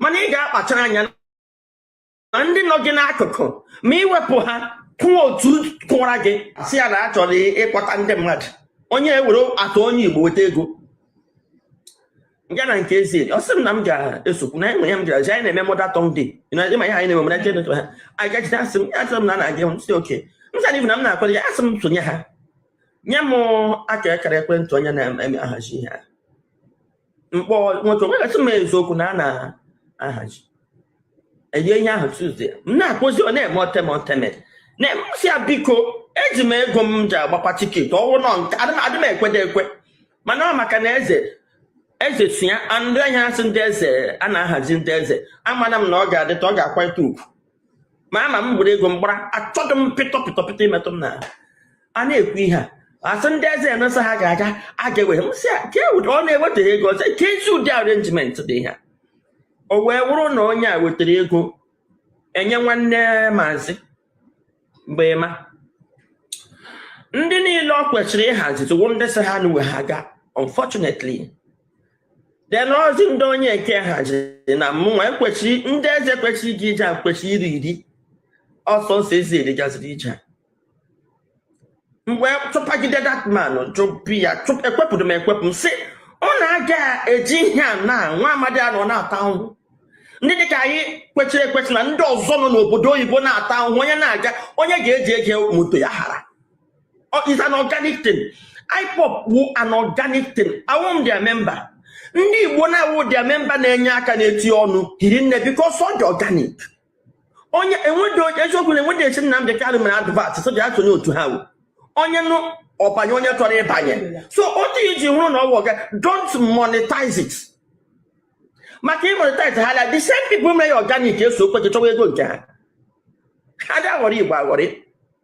So mgbe anyị na-ekwuzi okwu ahụ ya sị m nye one example ebe ihe ego ka si ije na-abịara ugbu a na and ihe m jikwa bụ onye work for the money not there the man na ọkụrọgbago ego ole ka eweta 6 million 10 million ọkụrọgbada nsi anyị hụ the reason why onye chi bi elete gị mee ya announce onye chi bi elete gị onye ga-eji ego moto na ọ na social media akụwa aka ọdụ mma were 100 naira data ya send ya ọdụ mma ndị isi ịhazie ihe hazie ebe a ga-awụ pigin ndị Igbo ga na-enute ivu na onye ga-eme ọ na-aga ya kpọrọ mmadụ 5 gbara ha ụgbọ ọgwụkwọ organic otu ahụ ọ dị sana na ego eji eme nke a enwedị ike iselekwa ihe a ga-eme ugbu a na ọnwụ na ihe niile na-aga through that your DOS asa ego ga-akọ ọwashi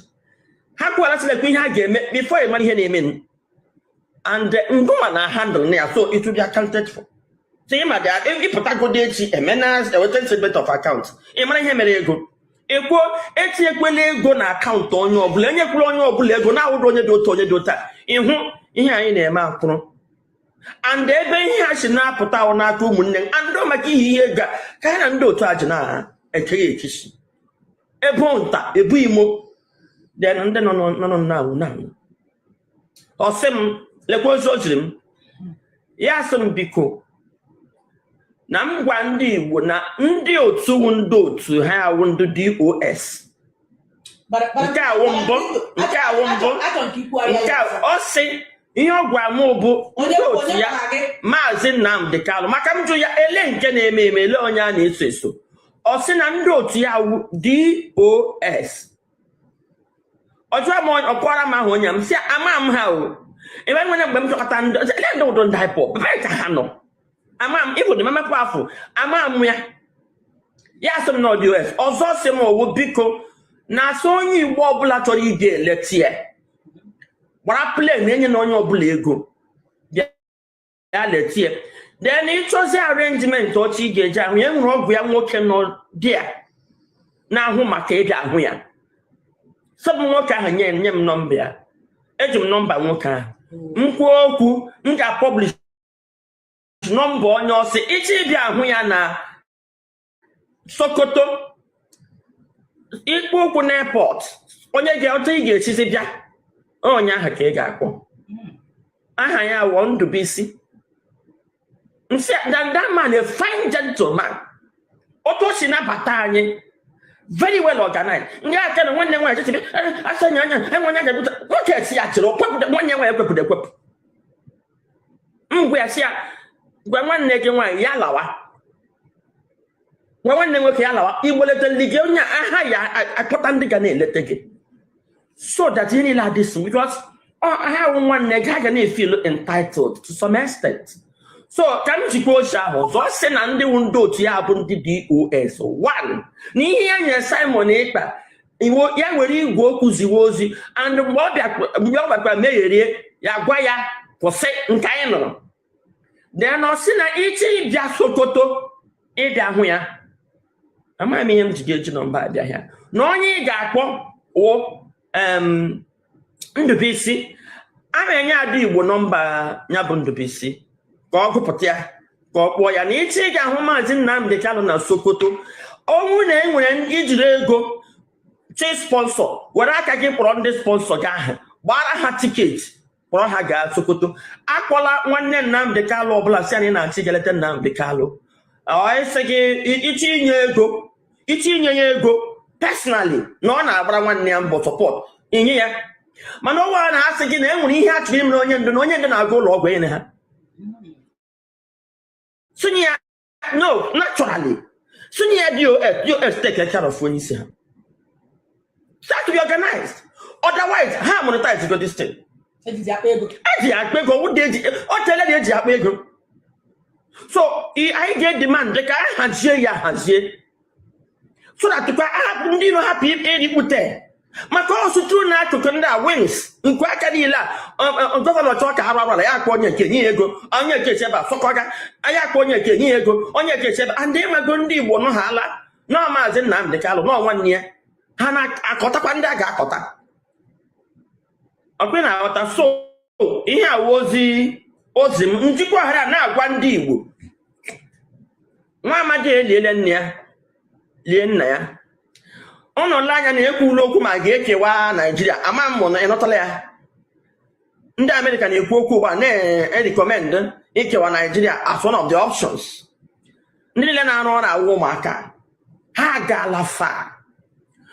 Biko the list onye Igbo ọbụla ga-eme Nnamdi Kanu yọrọ ọsọ no bịa letewe ya. Ọ yọrọ o mere plea. Sị m gwa ụmụnne anyị ha bịawa lete m.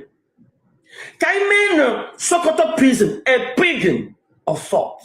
Ala nsọ. Na onye nsọ gotere ugwu ebe ahụ. Ọ dịgo ka ọ ga-adị. Asị na ọtụtụ okwu adịrọ ọnụ ka mgbede. Ụnụ anụgo ya, okwuchago. Ife mụnwa na o ji adị ka sometimes ndị be anyị na-achọ ka edozie ha na-aghasakwa aghasa. I like ebe Lolo Nneka kwuru na Wazirika anaghị ego. I like that statement. Wazirika nwere ike isu ya for that. O wetakwa evidence o. Anyị apụgo na asị because na ọ nara ego nyere ụnọ. Wazirika ebutakwa gwa gị ka Nnamdi Kanu si wee narakwa ego wee mebe nke ọ na-eme. Ị ga-asụ na ọ bụ ajọ ma na asị is good. Otu Igbo onye Imo State, Wazirika bụ onye Imo State. Why can't you go to Owerri? Nọrọ jụọ Wazirika why ji nara ego ka anyị mara unu bụ ndị eziokwu. Onye kwuru na-arụdịrị ọrụ. Unu were nwanne unu wee dozie nwanne unu. Kedu ka unu na-eme expect onye ahụ unu were nwanne unu wee dozie nwanne unu ga na-efil? Ọ bụ na ndị mmadụ bịa gwawakwa ihe Nnamdi Kanu mere kịta. Chọwagwa ebe ihe defend Nnamdi Kanu. So who is defending Wazirika? That is controversy ka ọ ga-ekwu na akpị ya. That is not good. Ọ bụ na Wazirika nwere ka o si wee nara ego na gbogbo. Unu nwere ike wetara anyị evidence ka o si nara ego ahụ. Many people have been telling us how Umu Nna Nnamdi Kanu zinyere ha. Jerukọ with Alin Onyema. Jerukọ with governor. Governor of Ebonyi State mgbe ahụ Mai. A na-ekwu na nwere ego mecha nyefa ka ha wee na-enyere onwe aka something like that. All those things. Ihe niile amụ nwere nke nna eche maka ya maọbụ na-ekwu maka ya na onye ọbụla bụ onye bịa na IPOB were ewe kpara ego ya na chie gaa n'ọgụ nke ha. Mana anyị ga-astọpụ ịbịa na soshal midia na-agwa na Wazirika mere nke a mere nke ọzọ. Rapụrụ Wazirika na Nnamdi Kanu kesi fa. Ọ dịghị mma ịpụta na soshal midia na-asụ uche mefọ nara ego mee nke ndị enu na-ebe ebubo na-apụtakwa na soshal midia na ntị anyị o wee sị na ọ bụ asị. Why can't you people show these people na iru na-ekwu bụ eziokwu? All of you are blackmailers. Lolo Nneka, don't put yourself in a place that you cannot come out to. Ana m ebido n'oge gwawa mmadụ ebe mmiri na-achị gbaro. Ihe na-ekwu na Wazirika nara ego Nnamdi Kanu ime ihe DOS ji ewere Nnamdi Kanu iwe. Ịmarọ ka iche na DOS nọkọta gba Nnamdi Kanu nkịtị. Ọ bụrụ ha ma release na 2015 na 2017 ọ bụ ha ma release ya. Ọ nwa na-eme ihe dị na Nnamdi Kanu si so na-akparị n'ụwa. Mgbe ihe bidoro mmiri bịara baa n'opi gbọrọ ebe Nnamdi Kanu na DOS nọ. Mgbe ọ bịara fụbazie ndị America na-abịa na akọrọ ya rubbish. Eweta ego anọkọta weta $100,000 anọkọta weta $200,000 echefuzie ndị ahụ bụ ndị gbara mbọ mee ihe niile akwụkwọ ka ọkwụ. Ọ ebe aka esemokwu bidoro for the first esemokwu.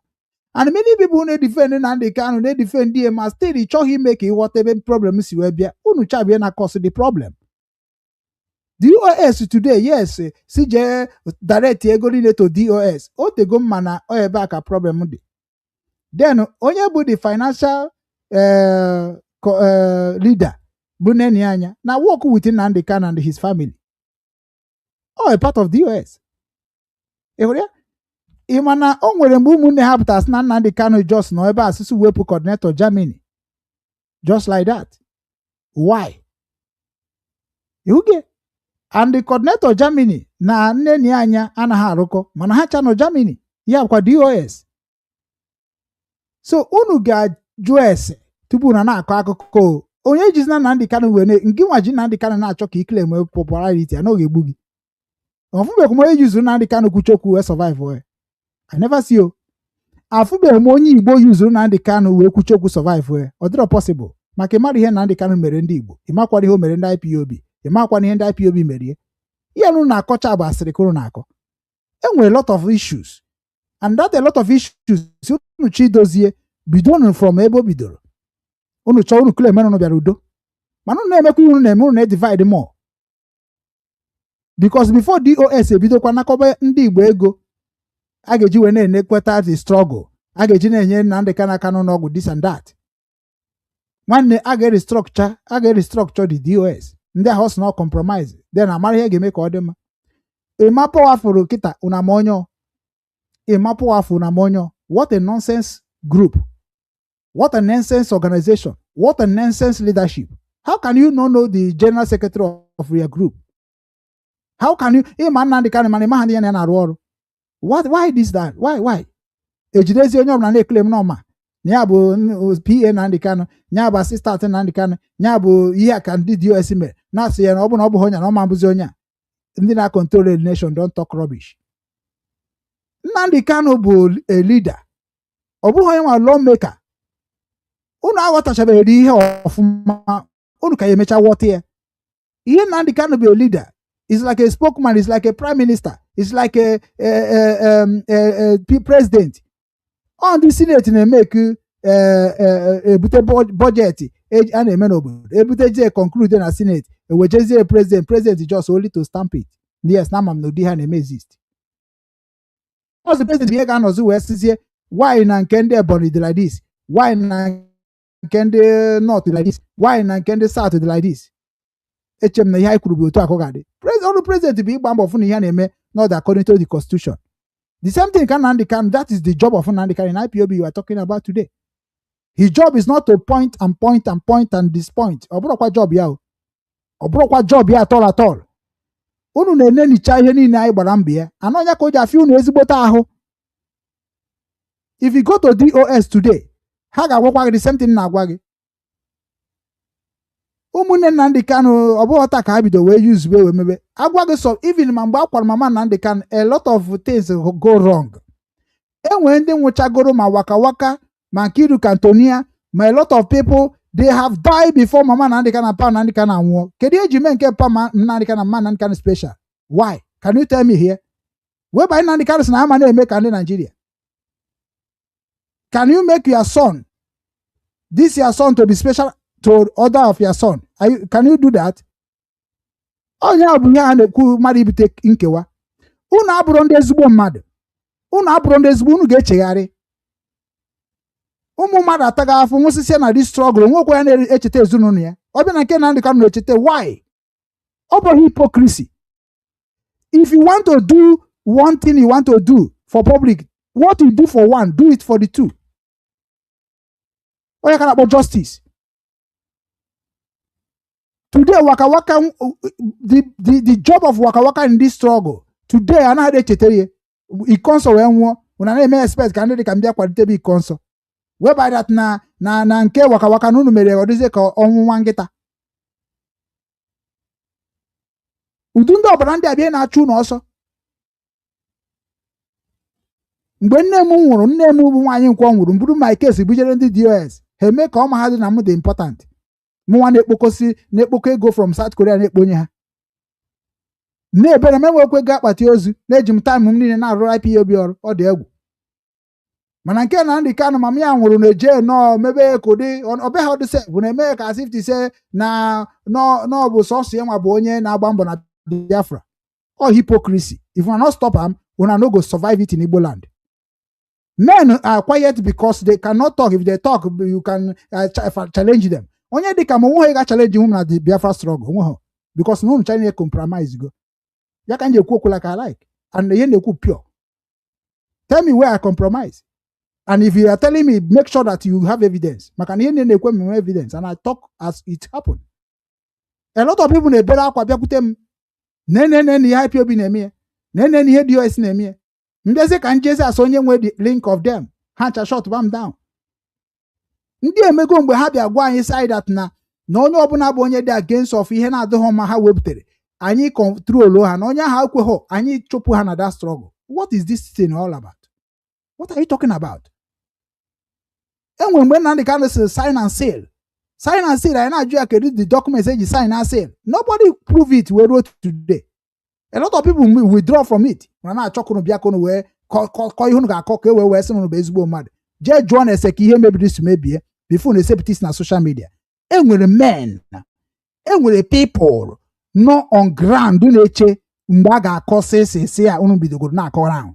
And the way on get see where bana here and ya no to nebugo wine more utesi bubu wine make una start where this problem started. Onye obuna bia kwuchi ya. Obuna gi with the platform. Obuna obi wu no gabu nkem. Nya buru Biafran platform, maybe radio Biafra or maybe Biafran TV. So may employ of the broadcasters, professional. Otu andi Al Jazeera nemenke ha. Otu andi CNN nemenke ha. Otu a even Nigeria Arise News nemenke ha. Otu a Channel TV nemenke ha. Let us employ a professional journalism radio TV presenter. Ka ha na-agba anyị ajụjụ ọnụ onye ekwu ha na-abịa side IPOB emeghị invite ọ bịara emeghe public onye ahụ kwubezi asị ya go and answer your invitation. Unu emesina mere n'ikwe mkpete n'azụ unu na-destroy the future of our people. Unu emesina n'ụdị na ịbịa na ndị ka n'akụkụ anyị afụba ga-asọ onye dịka mahadum ihe unu na-ezuzugharị. I don't know about this. Leadership is not about one person. Leadership about onye asụsụ sobe. Obu otu leadership body. Leadership is what the Constitution said.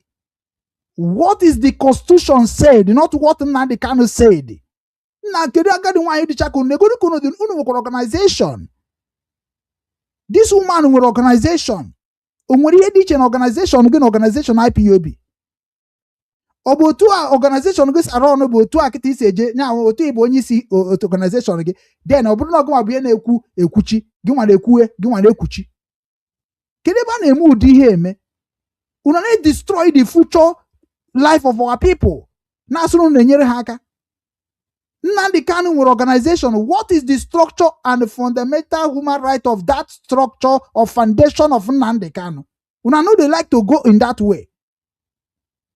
You know, Nnamdi Kanu, I don't care of those nonsense statements. And many people don't care. Nnamdi Kanu, before. We are the one that is sleepless nights. Hashtag Nnamdi Kanu, hashtag Nnamdi Kanu, hashtag Nnamdi Kanu. Publish to the whole platforms, making people to understand that this person have a good mindset and a good things in our people. Kita una biazi bia gosi anyi that una more overheading. Unama kowundi ichie overheading. Unama kowundi ichie overheading. Anyi nwa bụ ndị original ndị ichie. Unu like unu eje na-eso akwa ọkụkọ. Unu like unu eje na-eso mmiri nwiro. Anyi nwa bụ ndị ichie. The reincarnated one that can never be defeated. Although possible. Anyị ama mkpata ego kunu sikpa ego. Ana ama jikwa na ego wee dozie ala Igbo. Obinwannem ka anyị ga-eji dozie. Final. That is final. Unu chọkwu na na-agba. The governor, you can never win him. You can never win the governor of Igbo land with the talk. You can never win the struggle with the talk. Now practical. Go house to house, office to office, market to market, union to union, group to group, and bring and carry everybody along. Don't come on social media making even Nnamdi Kanu to be worst. Because which is it is the right thing to them. unu kwesịrị na-asị na ndị IPOB kwuru na ọ bụ Nnamdi Kanu. How did this struggle become Nnamdi Kanu? This struggle supposed to be IPOB family said. And onye ndu ha endorse it. It's not the right. Unu atonu go ihe niile ọ bụrụzie hypocrisy movement. Why Umu Nna Nnamdi Kanu amambia? Ndị eyego nunu uche mefo kwurie. Unu erizi n'ọkụ.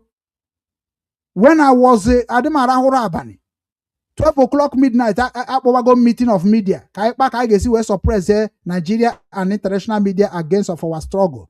Today onwe onye m Okechukwu ugwu anaghị m Nnamdi Kanu na-akụ enwere ihe nji nọ Nnamdi Kanu na-akụ na-eme abụrụ m hypocrisy. Ihe mbụ bụ a man that struggle and have witnessed a lot of things in this life. Onye ọbụla ga-ekpachapụ ezigbote anya. If you want to go to Nnamdi Kanu on Sokoto, which it is not irrelevant. What is relevant mbọsị ndị youth chọrọ ije fụ Nnamdi Kanu ha eje according to a group. Ọ bụghị onye ọbụla chọrọ ịkpọ ịfụ Nnamdi Kanu kpọọ nọmba. Ihe a bụ rubbish and the stupidity. Ọ bụ na ndị ụmụada chọ ịfụ Nnamdi Kanu ha eje esende delegate. Ndị aladi kpọchi ije esende delegate. Ọ bụghị onye nọkọta ọchị ije nya kpọọ nọmba. Ma ndị enemy m ihe niile kpọọ nọmba. This is not how even the Nnamdi Kanu structure what he tell us to follow.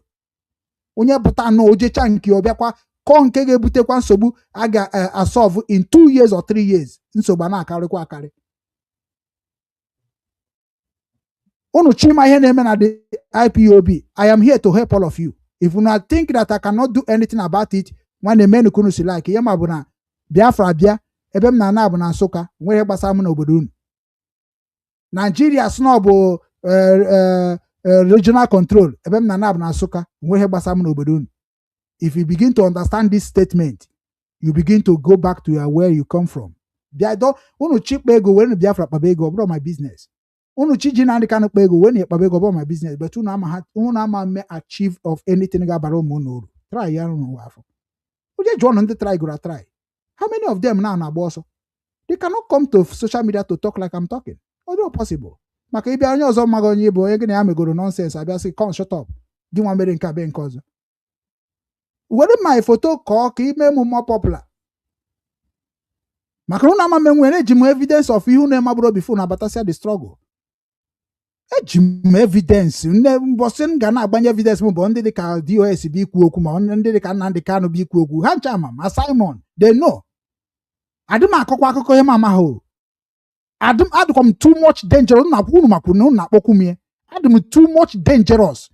Ihe m ga-eji wee wune gị court of the international court. I will not even go to an African court. I will report you. I will sue you to the court of what you have damaged for the people's life.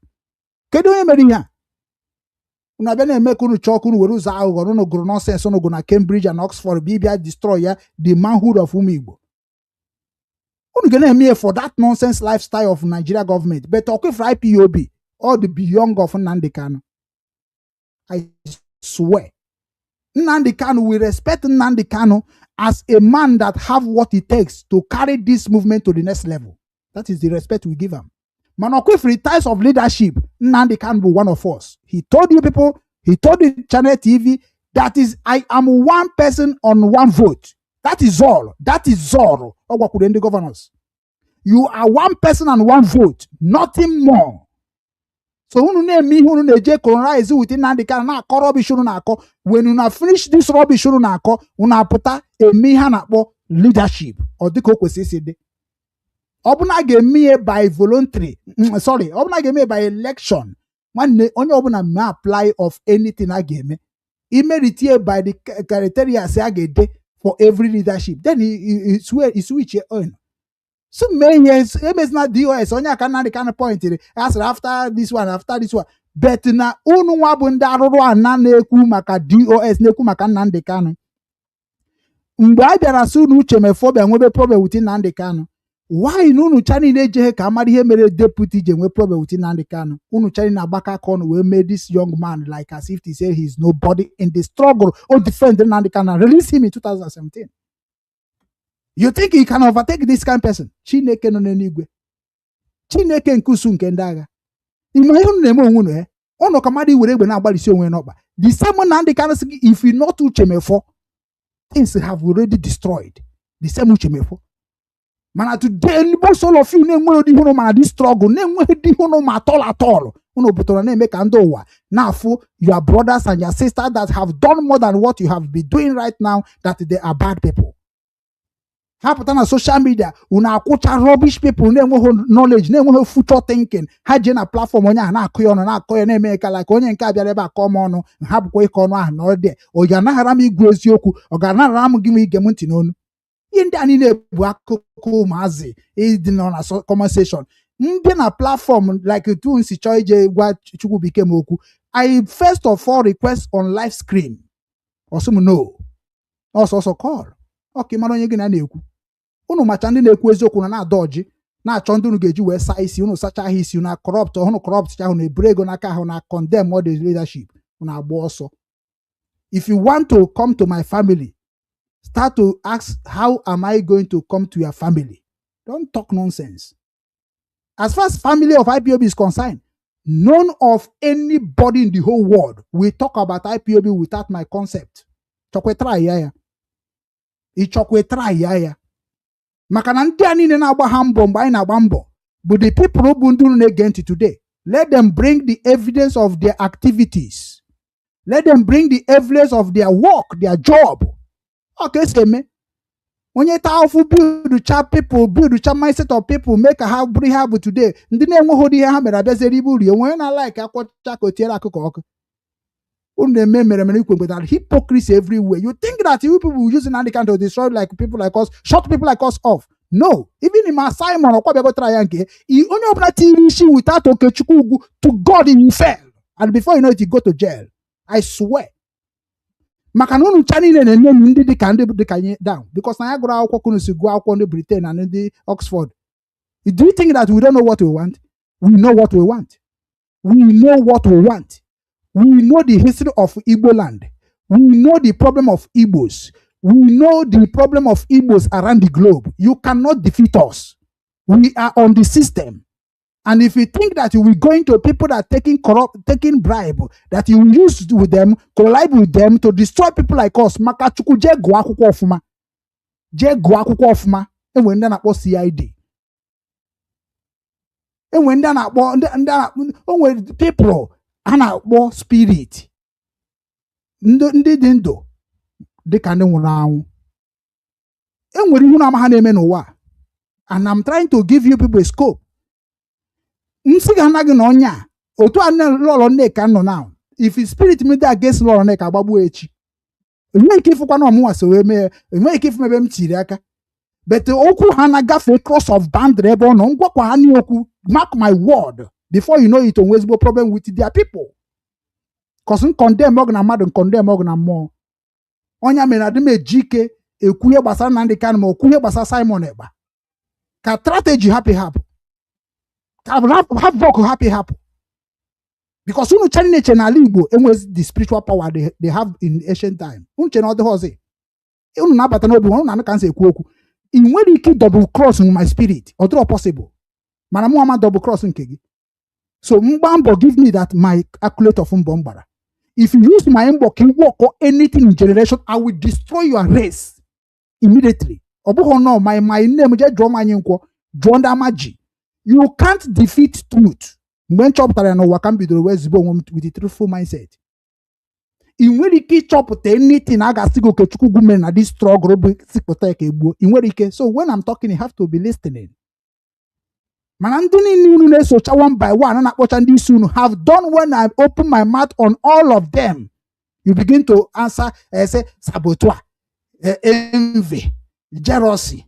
Who cares? Why the Trump are going to come and reset it according to the structure of the organization or the structure of the lineage of the kingdom of where you came from? Sometimes unu na-eme ihu na-eme unu eche na na-adịgide. Ndị na ngwa unu bụ ndị content creator ebe ka ha nọ. Ọkwụrụ maka Ejofo si ewu mgbe ahụ. Ọkwụrụ maka Onowu Igbo si ewu. Ọkwụrụ maka Lozeus si ewu before. Ọkwụrụ maka Okwuru na ndị Igbo si ewu. Ihe ndị anyị na-ebu ihe mma n'oge mecha nwụọ. Ihe ha na-eje ebe ụzọ anaghị aga. ọha ma na-patronize Nigeria corruption. Ha bịa na-emere gị onye nke a arụ adịrị ya, isi onye nke a dị ona, otubo onye nke a dị ona, nchọrọkọta nwa o ji wee bụrụ mmadụ dị ona, biko Igbo niile anyị ga-arapụ onwe anyị. Mana ịbịa na my village, ndị ahụ ka mma nọ na my village na-asọfa na-akpọ m na fon nyere ha aka. Ọ bụrụzie onye nke ije gụta na social media ka i wee kpaa ego nke ụwa ka ndị mmadụ ga-eji wee bịazie contribute, ị na-ayị ara. Ije na village of Ezofeza ka ihe na-eme n'ụzọ ụwa, why you know they go there to talk what is talking on social media? Ije na Nkanu egbuzuo m Nkanu ebe Okwuluọra ndị Igbo si, ifu na a lot of things they happen there. Ije na Ebonyi State ebe Lozerusu si, ifu na a lot of things na happen there. Ije na Nando ebe Mazi Dibia si, ifu na something na happen there. Ije na Okija ebe Onowu Igbo si, ifu na a lot of things na happen there. Onye pụta na social media ọ bụrụzie ezigbote mmadụ, mana ije na village gị ọ bụrụ arụ na-eme. Idozibe ebe gị na ọ bụ ndị Igbo niile ka ya bịa dozi. What a nonsense. Ebe aka na ọmanụ China bụ fake. Unu sogidere untouchable ebe ndị anyị na-eso mgbe ka ebe ha nọ today. Unu achọgwa n'ọkụ unu tọnụọ everything werezie nke Nnamdi Kanu wee bịazie kunu nwanne onye ti ishi ebe ahụ. Onye ma nji wee gwa ndị my team members si ya na ose etikwa ahụ na ihe mere ndị mmadụ ya asị m kedu ebe ị kwụrụ akwụ bụ na ị na-eti nna m ihe, I will still come and defend them. Ị na-eti nne m ihe, I will still come and defend them. Ị na-eti ụmụnne m ihe, I will still come and defend them. If ebe m kwụgasị dị too much. So when you are asking where are you stand, that is a word of terrorists. You don't need to ask anybody where you do stand. Are you threatening the person? The person, anybody stand everywhere. Give me one ebe kwaku. Na jumebe ka nku.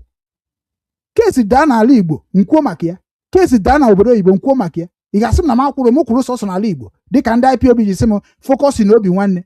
Then focus in Obinwannem na-eme ihe Obinwannem n'ala Igbo. Hey, where the useless security they created, they threaten people that working and making the Igbo land to be good through Obinwannem. Man, they claim the same thing to Simon Ekpa. They are calling me and telling me that what can Igbo do without Biafra. Even in name and the Nigerian government can make willing to her name. Some people will keep from the phone, net threat game number get the Obinwannem.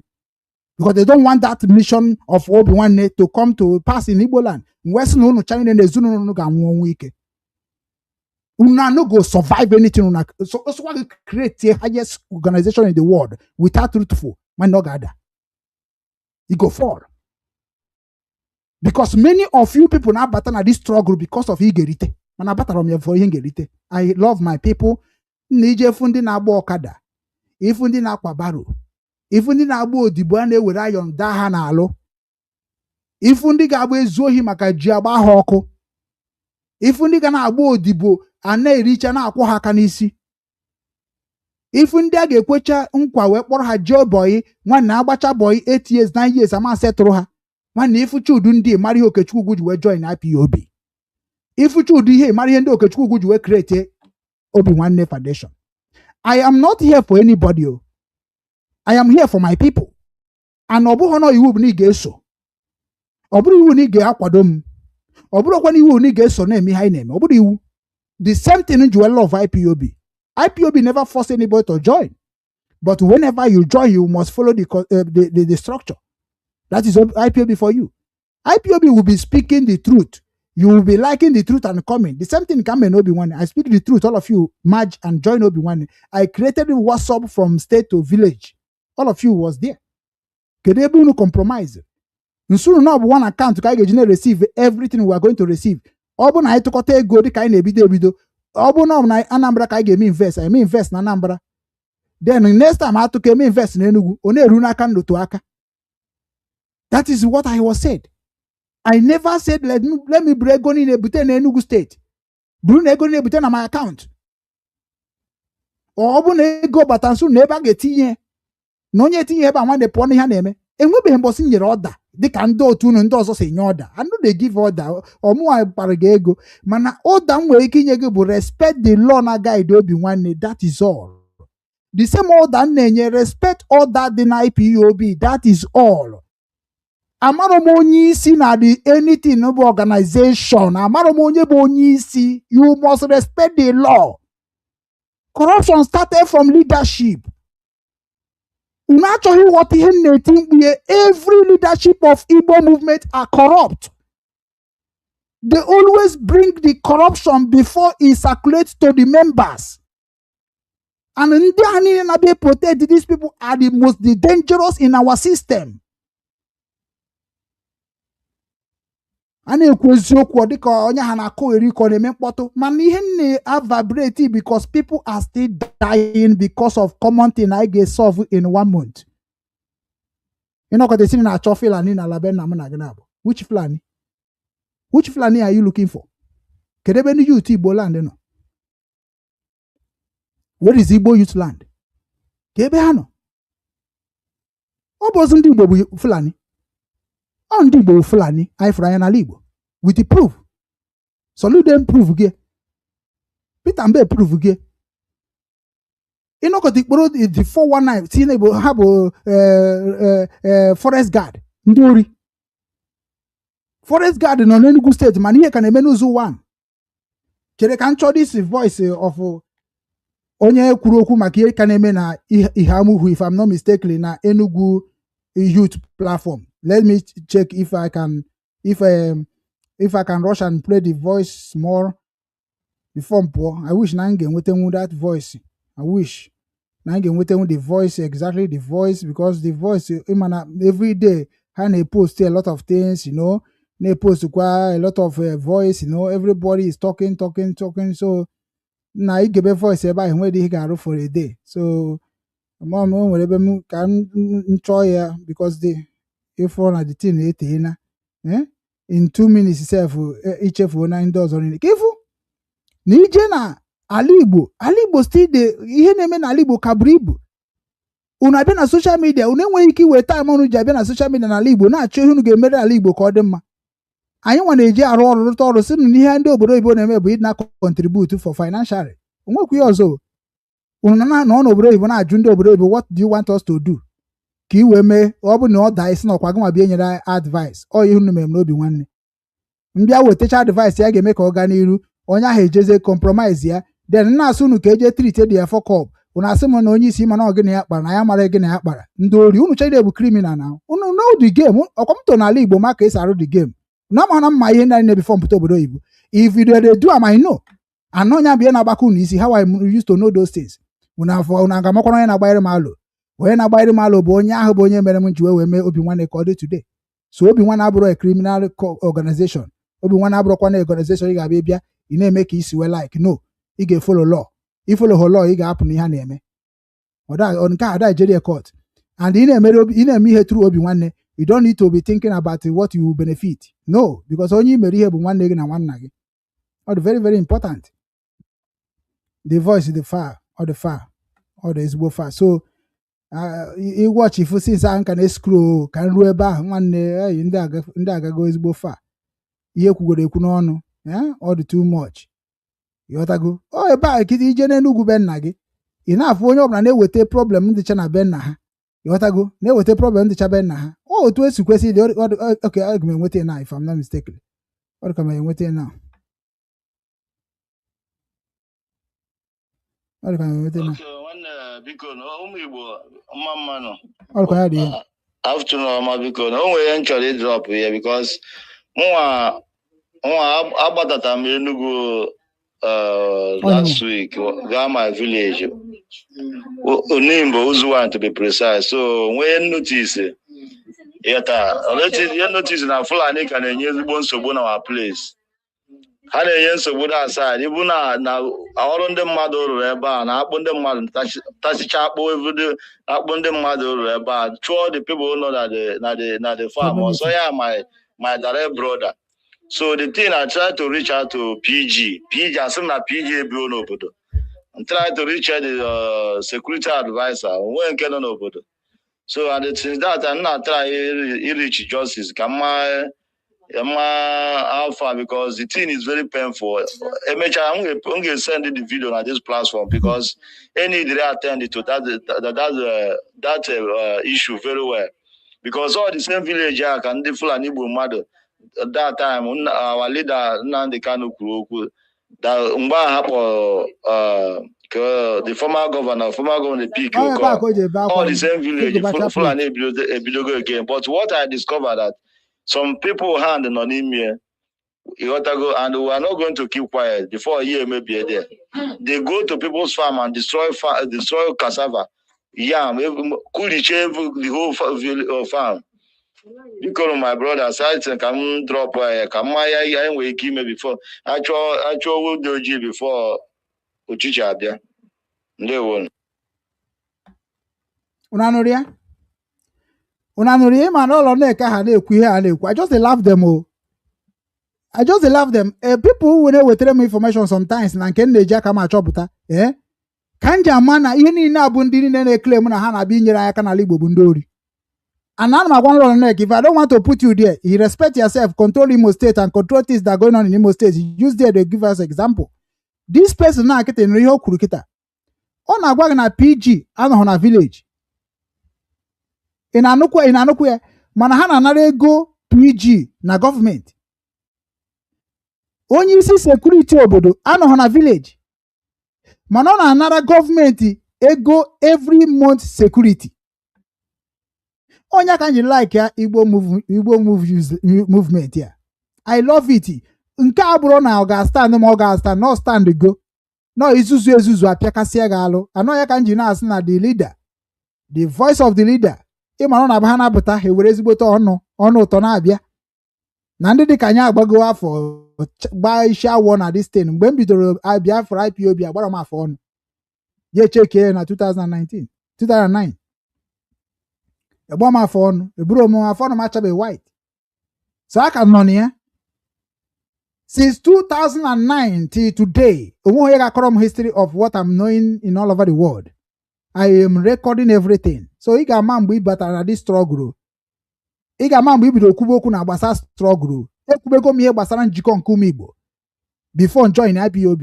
I know I joined the National Youth Council on Onitsha South Local Government.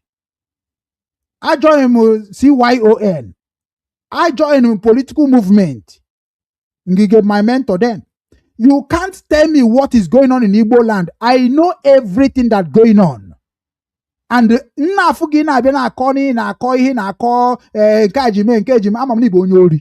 are a bad person. You are supporting evil. People are suffering every day in villages because of nonsense you people are talking on social media. Go back to your village. Onya kita nana village come on, a whole PG is not in village. A whole PG is not in village. A whole security leader is not in village. Kesi yene amazing. Nyaka na agunu na ndị na-elesi jofe zakunya na ndị onowu Igbo ha ane na okwuro ndị Igbo na ndị na-elesi ndị a na bụ ndị ori. O ndị ori nọ na village, ndị Igbo ndị ori. Ndị eze ndị ori. O ha na-elebe jofo ha na-elelisie anọ ga-abịa ele na n'obodo nwedị ndị obodo ga-eketa oke ndị ori na ori. Unu na-eme ka unu jiri ndị awo na-ebi. Unu ga-ata afụfụ when the time come. Na-ekwu okwu jekwa na mark my word. Unu ga-ata men ga-agba unu zanzanzam. Mgbe distin kabaziri aka nke bụ na onwe ezuru Igbo nọ n'obodo Igbo at least ahụ na-atazi ya mgbe anyị ga-massive return back home. To God ihe a ga-agba unu nwere steeti. To God ihe a ga-eme unu wabụ ndị nwere steeti. Unu ga-ama na enweghị any security of Nigeria will go protect all of you. That is why na-agwa ndị youth a. Unu abịakwana for propaganda. Unu abịakwana for just KWS. The whole structure of every village have to return back as it was before. Or corrupt or compromise, yeah. Youth of Igbo land can never do anything with the political solutions. Never and ever. Every youth of the land movement supposed to follow the constitution of the ancient map. Go and check it and study it before you come out. Because men knows what I'm talking about. You must go to your village and organize your youth and bring one representative. Without that, we will destroy you people before you know it. I had to call a kakako Mazi na social media. I don't come a kakako love woman na social media. I don't come a kakako ki na social media. I work and I get paid every month. And that one is okay for me.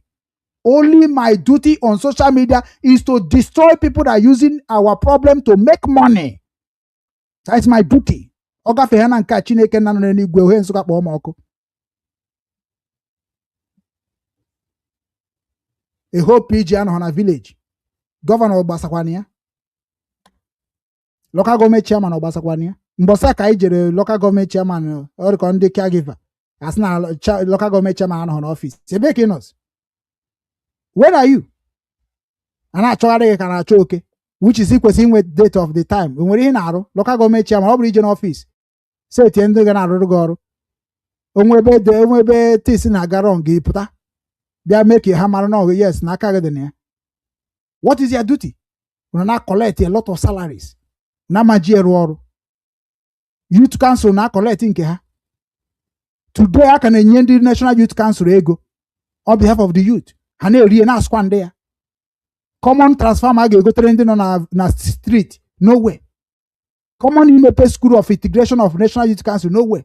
Common it now zonde man na skill, no way. Hage jena call segan in a government, because na say that na Tinubu is doing well. One no get way because in go your own share. Peter B kedia na we Peter B bia poku no ono nye unu wabundi school 10 million, 20 million. Then a man at the whole school are gonna support Peter B indirectly. Governor bill to our poko the youth on soon when ka we one my because we poko animal content creator in Anambra State. Ima Soludo is a very smart man. Who Soludo yenja gwe na gwe makoma no oh my hand okugwara na IPOB the smart. Nimu I wanna go not smart ogura akwụkwọ. He know what he did. Oh my name. Ozugbo poko that animal content creators. Oh man and enwe brain. Off hand and ndị abụ ndị awụrụ akụ. People some happy no ha no Soludo gafe ebe mmakwa na Soludo gafe ebe ka nwụọ. Wetin they do? Kedu ihe ngeji wee sị na Soludo ọ nọ na Bank of Nigeria wee wekọrọ ego na anyị nwere wee save ọ bịa na Anambra State na-ekpokọrọ ego tax wee na-arị ọ na-arụ. Wetin kedu uru ọ bara to me? Kedu uru ọ bara ndị obodo?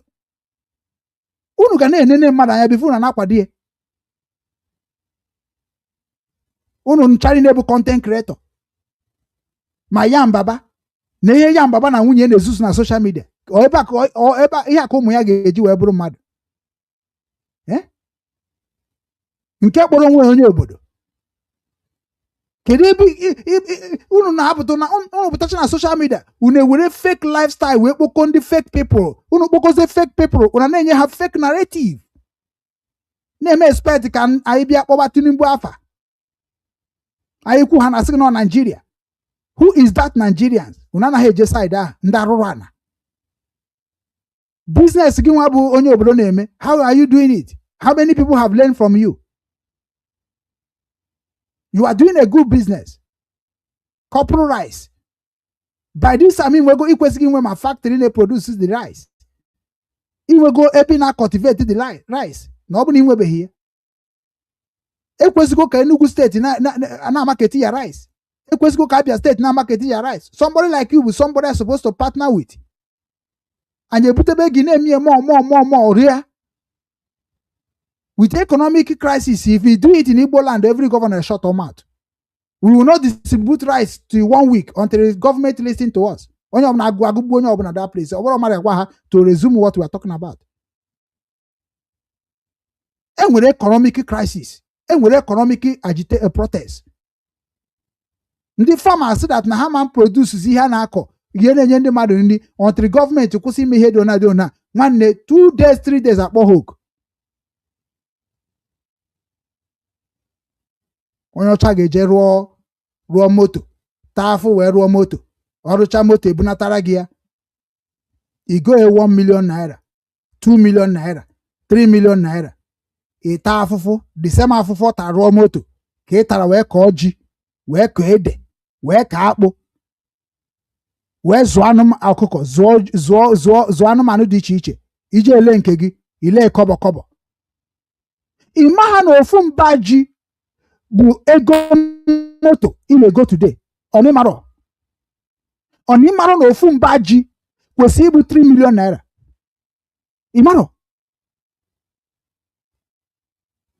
onye aka eji asị gị na ịbịa mgbe gboo na ihe na-emebitere dị ba batrị ibunye m moto gị nye gị ji ọkwa agụụ na agụgụ den bịa were ji nye m moto gị ọ bụrụkwa na nlaikcha moto abọtụ ka ndobe ewe na-echeta mgbe e nyere gị ji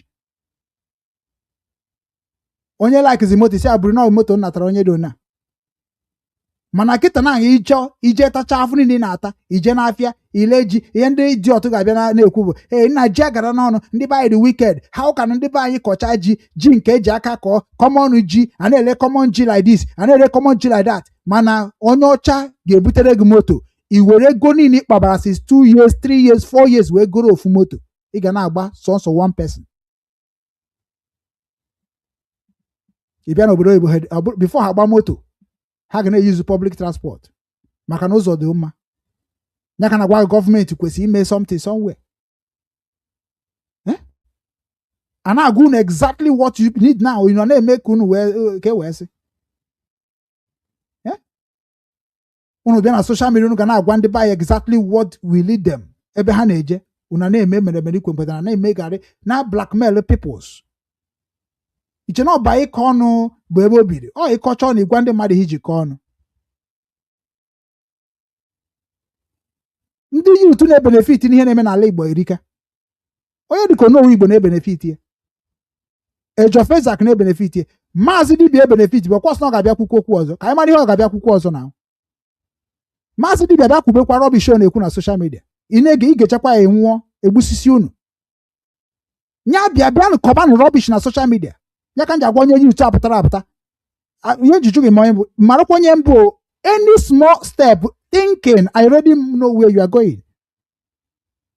Onye agaghị apụta wute obi ewute eziokwu n'ala Igbo Chineke man condet ịmakwụna ha ncha ine na-efolo kedu ihe chụrụ anyị dọnụ ebe a anyị dọnụ eche na mmadụ na-akọmentị tomi ọ na-akọmentị bụ bifo na-agwụ ya ị na-eso ndị ọjọọ ijekwuru onye dịka Obi Koba na ime ka ị mara na o nwere ihe ọjọọ na-eme ijekwu imoni last time ọ na-ebe imoni onwe ihe mere gị pick my call I call you ifubeghị ihe sef unu afụbeghị ihe n'ụwa una never see anything n'ụwa una never see anything n'ụwa we don't see that's why we are telling you onye ahụ ị na-eji anara ego ọjọọ bie ga-agwakwa gị na mgbe ị na-ana m ego a ọ bụ na ị mara ejugokwa m ka m si nweta ya na they go still tell you the reason ụfọdụ eji ha condemn governorship bad government because they are getting paid from the government in one way or another. Ndị na-ada condemn bad leadership in struggle because they are benefiting in one way or another. But those that are not benefiting, they are trying to make sure they are benefiting too. Onya bụ war, crisis abata. Hearing our common sense. You don't need to think much before you know what I'm saying.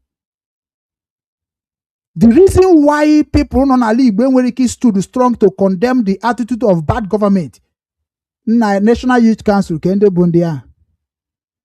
Ndị mmadụ eji control condemn arụ na-eme n'ụka kende bụ CYON kende bụ Osha kende bụ the Knight kende bụ Catechist kende bụ Seminarian kende bụ Fada ọ bụ ụmụnnu nọ dị ọ bụ ha bụ the youth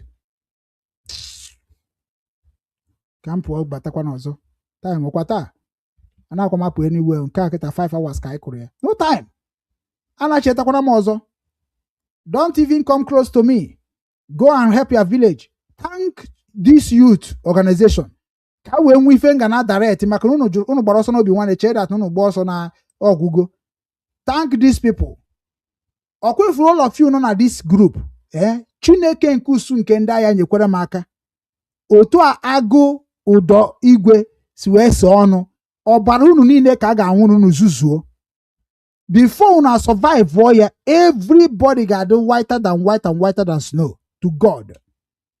Kịta abụrụzi mgbe eji ihe na-eme anyị egwu Yoruba enweghịzi choice now, Hausa enweghịzi choice now, our governor enweghịzi choice now. to be listening to the youth of the land. Anything nobody may Igbo land now, Anyando Wanonia, IPOB, Biafrans agitators have done the powerful job. Mebezi ni unu gane anything of me recover near within the can use it against of them like they are using it against of us. Unu bundu youth kudoro no ndi kai no obodo Igbo kudoro na anyi kai pian dia don been selling. We have it. We done it before. We can do it 1,000 times. Kita abrozim by IPOB asro Biafra so Igbo youth is out to protect their land to defend themselves. Igbo youth with the power to buy equipment to defend their land without government failures. Now namakuye youth. Uneje youth onye nka na arụkọ with the Nigeria government. Youth nka na arụkọ with the governor. Nna unu wabu new youth me unu geme afudobi anya n'ụwa. Everything is there. Don't bring it to your social media. Nwanne me ya mad na agbafuo. Onya mere mu na asị na ofiara onye ọbụla ya bata n'ihe na-eme. Nwanne m na gị na-abụ kwuo okwu n'otu akọ ga-adị ime isi to God mgba gị enwere m ike ịnọ n'ụwa regret na ọnwụ onye aka nsi gbu gị. Because igbugo nu by betraying me. Ogbugbu ahụ ka m ga-eji wee na-asa enuwe ya dịba. Because you cannot betray your brother. You cannot betray your team. Unu si ka ọ dị otu anya adịrị otu a ruo mgbe ebi ebi. Ọ bụ na a ga-echenji esi gbakọtakwa aka ọnụ tụọ echenji ya marakwa na ọ bụ ihe ndị ekwukọrịtara. Onye ọbụla betray unu, that is why you asị na ndị a control ESN bụ ikwurigba otobo. Ọha mere ihe na-eji dị very difficult now.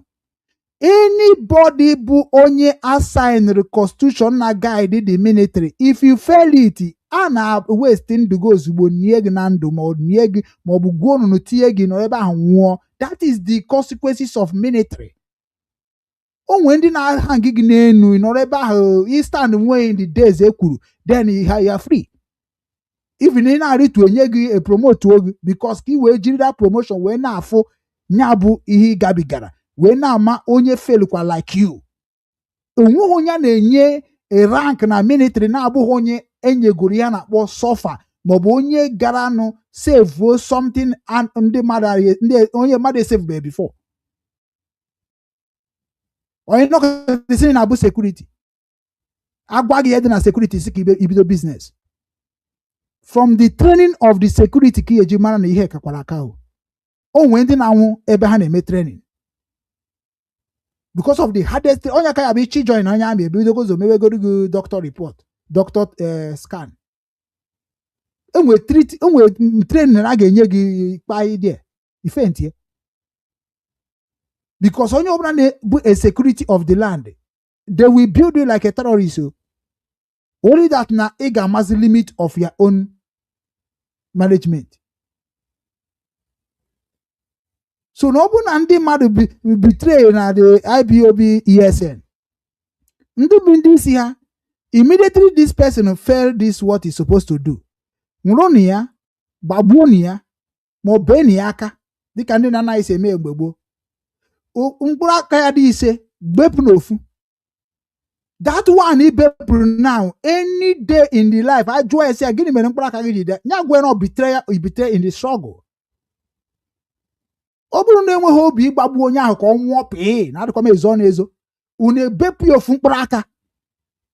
Onye ahụ bụ the consequences of the sinners or betrayers. Ọnụnụ gwuru onunu tinye esi na ọ ga na abalị isaa na-erighị nri. Ọnụzụ ha na-eme na chi dị ndụ akpọpụta ya, ọ bụrụ a lesson to him or to her.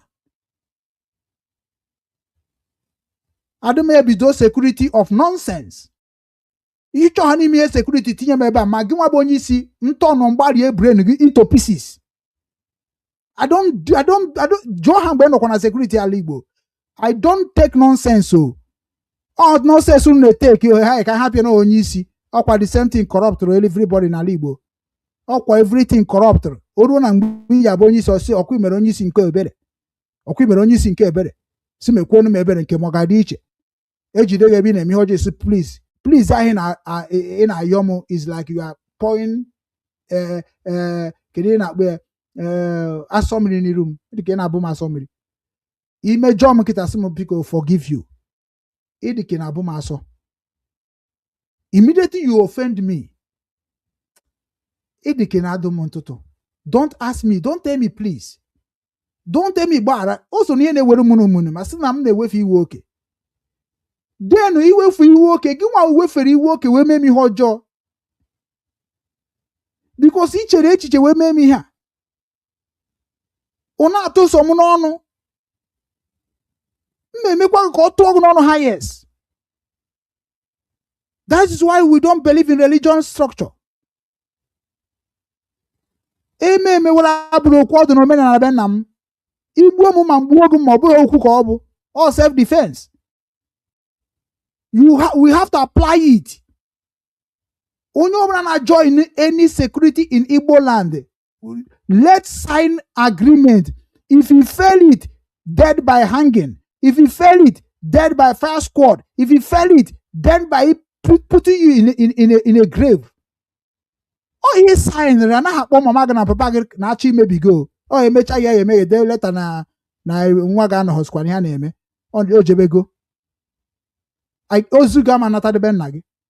That is military. I love the military system. I love it so much. Owedi e Cambria. Mana oduto na ụmụnne m, they need the help. They need enyemaka. Mgbe ha sị that na even ha na-echefu family gị. I like this. Emego m ihe security well. I like it. Ma ihe court is unu na-eme. Mana nke a ejiri egbu mmadụ. Anyị ji ya enyere onwe anyị aka. Every month atụkọta ego enye ofu onye owe je tinye na business ọ na-egro. Jụọ ha mgbe ya nọ na 12 apostle. Anaghị m anọ n'ihe anaghị aba uru. Jụọ ha na gbogbo. Jee n'Ọnịcha, jee jụọ mmadụ onye bụ Oke Jakoda. You people cannot defeat me. Unu ga-ezuzucha kpaba na ego ọjọọ mebe na ihe unu na-emerụ banụ golden house, but I will destroy you people with the power of Ohe Nsụka. I will make you people to see the hellfire.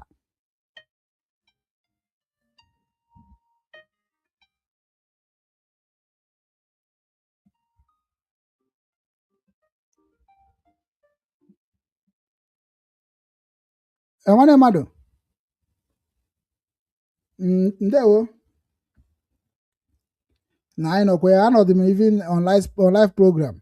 And the mụ afụkwu na ọ bụ na mpụta na live program a then m ga-akpọ ndị otu anyị ka anyị renje mara ka anyị ga-esi wee na-eme program every week.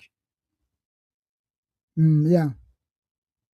Ha gbara m mbọ ka ha ncha agụchagodo dị ihe niile contract agụchazie then na mazi ka anyị esi renje ka anyị ga-esi na-emezi ya. Ọ ga-agazi ọfụma very soon.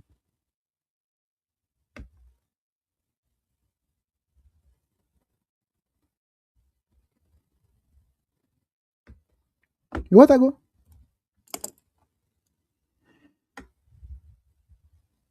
Because many of our people na-ada iwu because of na ndị isi dara iwu. Ye check here. Many of our people na-ada iwu maka na nne na nna ha dara iwu. Anyị achọghị ibi ndụ a. Ndụ anyị ga-ebi na abụ onye ọbụla mara ihe obodo kwuru si na-eme. Onye ọbụla mara ihe organization ya kwuru si na-eme. Unu abịazina na social media na-take law into your hand. Dịka nke na-agwụnụ maka amị, ana m asụ na join ya, etibebekwa ma ọ daa. Dịka na-agwụnụ maka ndị isi na-ada emeti ọfụma, ọ bụrụkwa ọda nkụzi ka na-enye o. Otu a na-agwụnụ dị na-enye unu ideas ihe a ga-eme ka achịkọ ihe niile anyị gbara mbọ ya ka ọ baala anyị uru, ọ bụrụkwa kọmando. Ihe ndị a niile bụ ọ bụ na emeri otu a na m ga-apụtakwa echi si unu ntọọ. Nwanne ihe a gụchara akwụkwọ enwekwuru onwekwa amamihe ha bụ. Afụbekwa m onye Igbo gụrụ akwụkwọ ma ihe.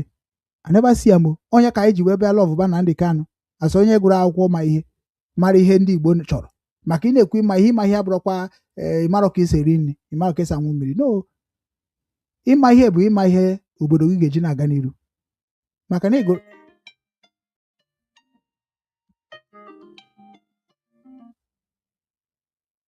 Hello?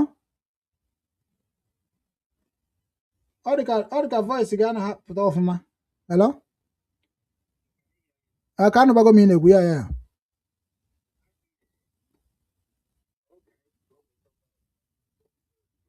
Okay. Um, okay, nsogbu adịrọ ihe niile anyị ma na mụnwa ana m enwe strategy nji arụ ọrụ so ama m mụnwa na ọ nọ n'ọrụ achọrọ m ịkpa nkata with ndị a today yes mme get back to you because na m ga-erenji ya mara ka anyị ga-esi wee structure na-aga ọfụma anyị nwezie timetable anyị ga-eji na-abịazi na platform that is it.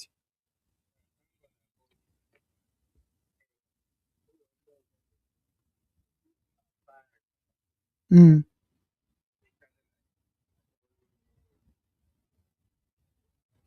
Mm.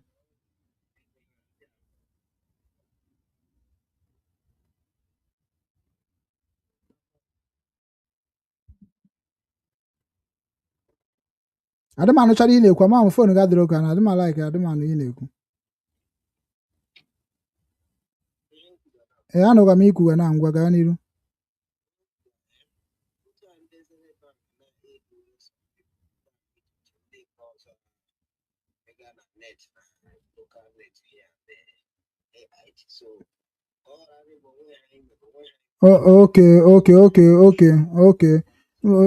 Okay.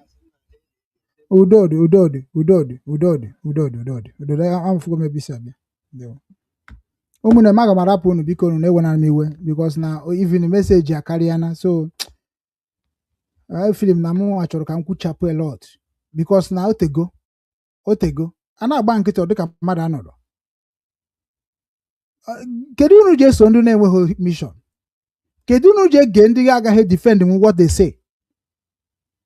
Ihe niile unu na-eso na social media cannot defend what they claim they are. Ikpe onye isi onye nke a esi ya ka a jụọ ya ihe ọ na-eme ọ sị gị join ya before ọ na-agwa gị. Why you people don't want to follow people that know the system? Why? Tomorrow na-abịa na social media na-akọ ndị Igbo this ndị Igbo that ndị Igbo ahụrụ onwe ha n'anya Igbo hụrụ onwe ha n'anya mana unu nwa na-ekwu okwu abụ the most wicked people I never see in my life. Somebody like me will talk finish ndị ga-abịakwa bụkwa ndị patronization nwanne jisi ike mụnwa jisi ike for what? Ka anyị jisi ike nwanne kedebe nwere ike isi nyere gị aka ka ike ipe this gospel na-aga n'iru otu nsi wee bido support bụ Obinwanne before. Erighị m ego Obinwanne eji m accountable of Obinwanne from day one. Onweghị ana m challenge organization in started from IPOB to down. Who can give accountable of what they have done since they're collecting money from our people? Give it according to how we come and how we expenditure and income. Unu bụtara na-eso ndị ori. Unu sị na Nigeria anaghị keep accountability ha. Unu abịakwa na the same struggle nji ụmụ Igbo unu anaghị keep accountability. Ndị ori. Unu chọrọ udo n'ala Igbo mana unu chara ebe ekperima. Instead of you people to begin to respect yourself by making things according to how agreement comes. Una na-eme ọ dị ka o nwere onye ka ibi ya. Onye ahụ iche na ịka. Thank you. Onye ndị kpatara ego like Trump na Chimekita ndị ọgaranya abụzi ndị ogbenye ga-abụzi ndị ọgaranya. Onye bụ ụwa ga-change. Agwụgo m nye before. Ọ bụ na ị nweghị scale, ị ga-atakwa afụ na this struggle this very soon. Jekwe mụba ọrụ aka ọ bụgoro Chimeke ọ bụgoro ihe ọbụla ị ga-amụ. Ọkwa ndị anyị na-ebu business o. Maka na mgbe ọ ga-atọ ọnụ ndị waya ma ngwusikwa wayo. Ndị na-abịa na social media eme ihe ịntanetị. Imagine na ebido na-eweta news ihe na-eme n'ala Igbo very soon. Ndị youth a kịta kụnye na-eweta exactly what na-eme ifu na ndị content agba ọsọ. Ha gbago n'ọsọ already. Gịnị ka ha ga-eweta? Propaganda ha na-ebute.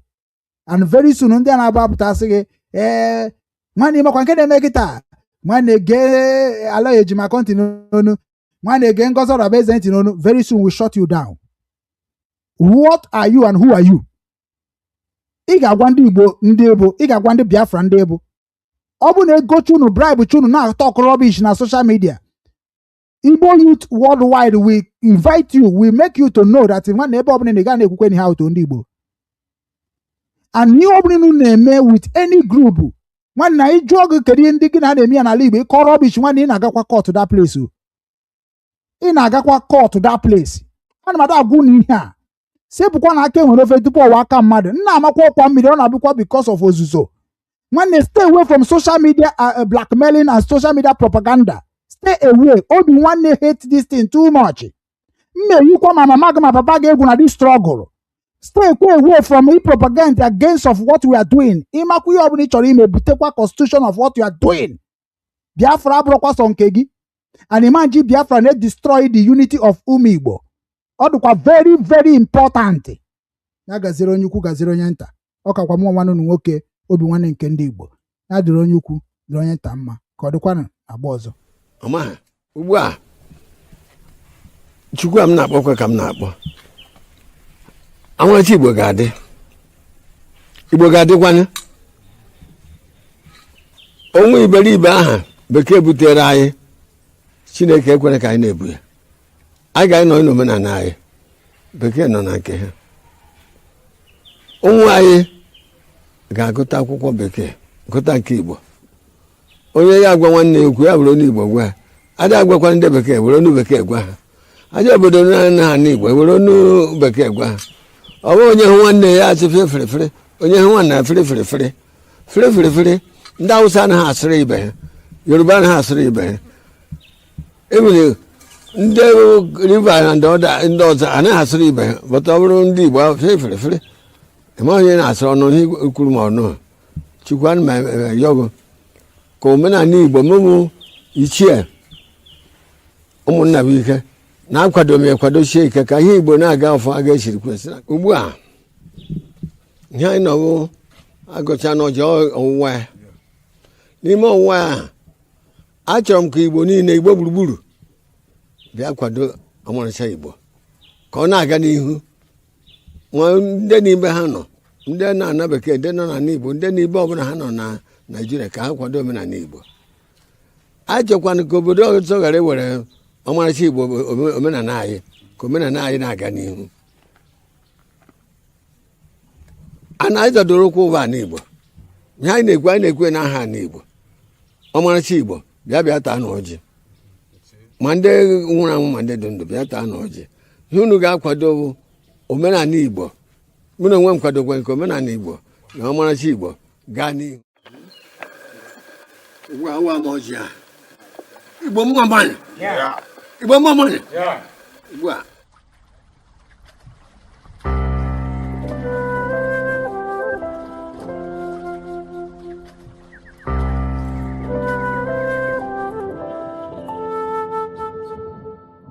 Obinwannem ndị Igbo Global Cultural Movement Foundation. Our mission: to restore the honor and dignity of Igbo nation and its citizens. To restore the pride of Ndi Igbo through the re-establishment of our self-esteem in the true spirit of love and support for one another. To ensure that our past trials and tribulations are turned into a glorious future. To rebuild the strength of Ndi Igbo through her bond of unity. To ensure that Igbo nation reinvent herself and get back on track in order to regain her pride of place in the world. To reinvigorate the ingenuity of Ndi Igbo through self-rediscovery and self-actualizations. To see that no Igbo child or citizen is left behind in the grand scheme of things. For inquiries, call Director Chineke Ugu Okechukwu, Ukraine on +380 975 221413.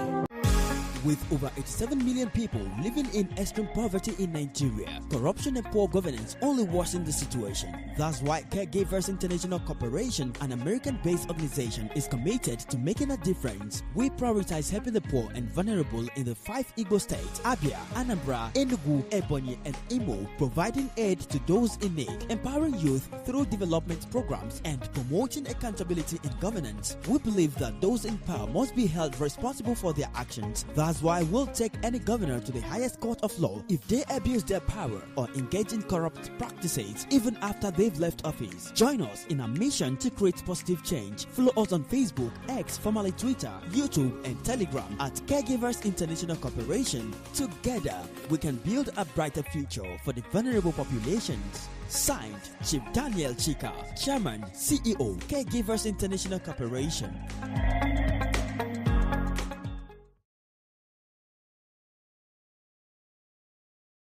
Ụmụ Igbo, ọ bụrụ na ị na-ege anyị ntị n'onu ma na-ekiri ozi ọma nke anyị na-ewetara unu na ozi ndụmọdụ na ịgbazi ọnụ nke anyị na-ewetara unu, biko ka ị na-esonyere anyị na YouTube, na-esonyekwara anyị na Instagram maọbụ na Twitter maọbụ na Facebook na webụsaịtị nke ndị Obinwannem, ka anyị wee na-ezinye abụ ozi ka o si wee kwesị dị na-adị, maka na oge erugo mgbe anyị ga-ebupụta ihe nke njirimara Igbo na asụsụ Igbo na omenala Igbo na ihe gbasara ndị Igbo niile n'ụwa niile, ọkacha ihe anyị na-achọ bụ Biafra.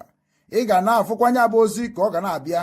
Ị na-esonyere anyị, ị ga na-ama mgbe anyị tụpụtara gị ozi nke dị mkpa iyi amara, ma wee marakwa ị ga-eme ngwa ngwa ka emeghara ọdachi.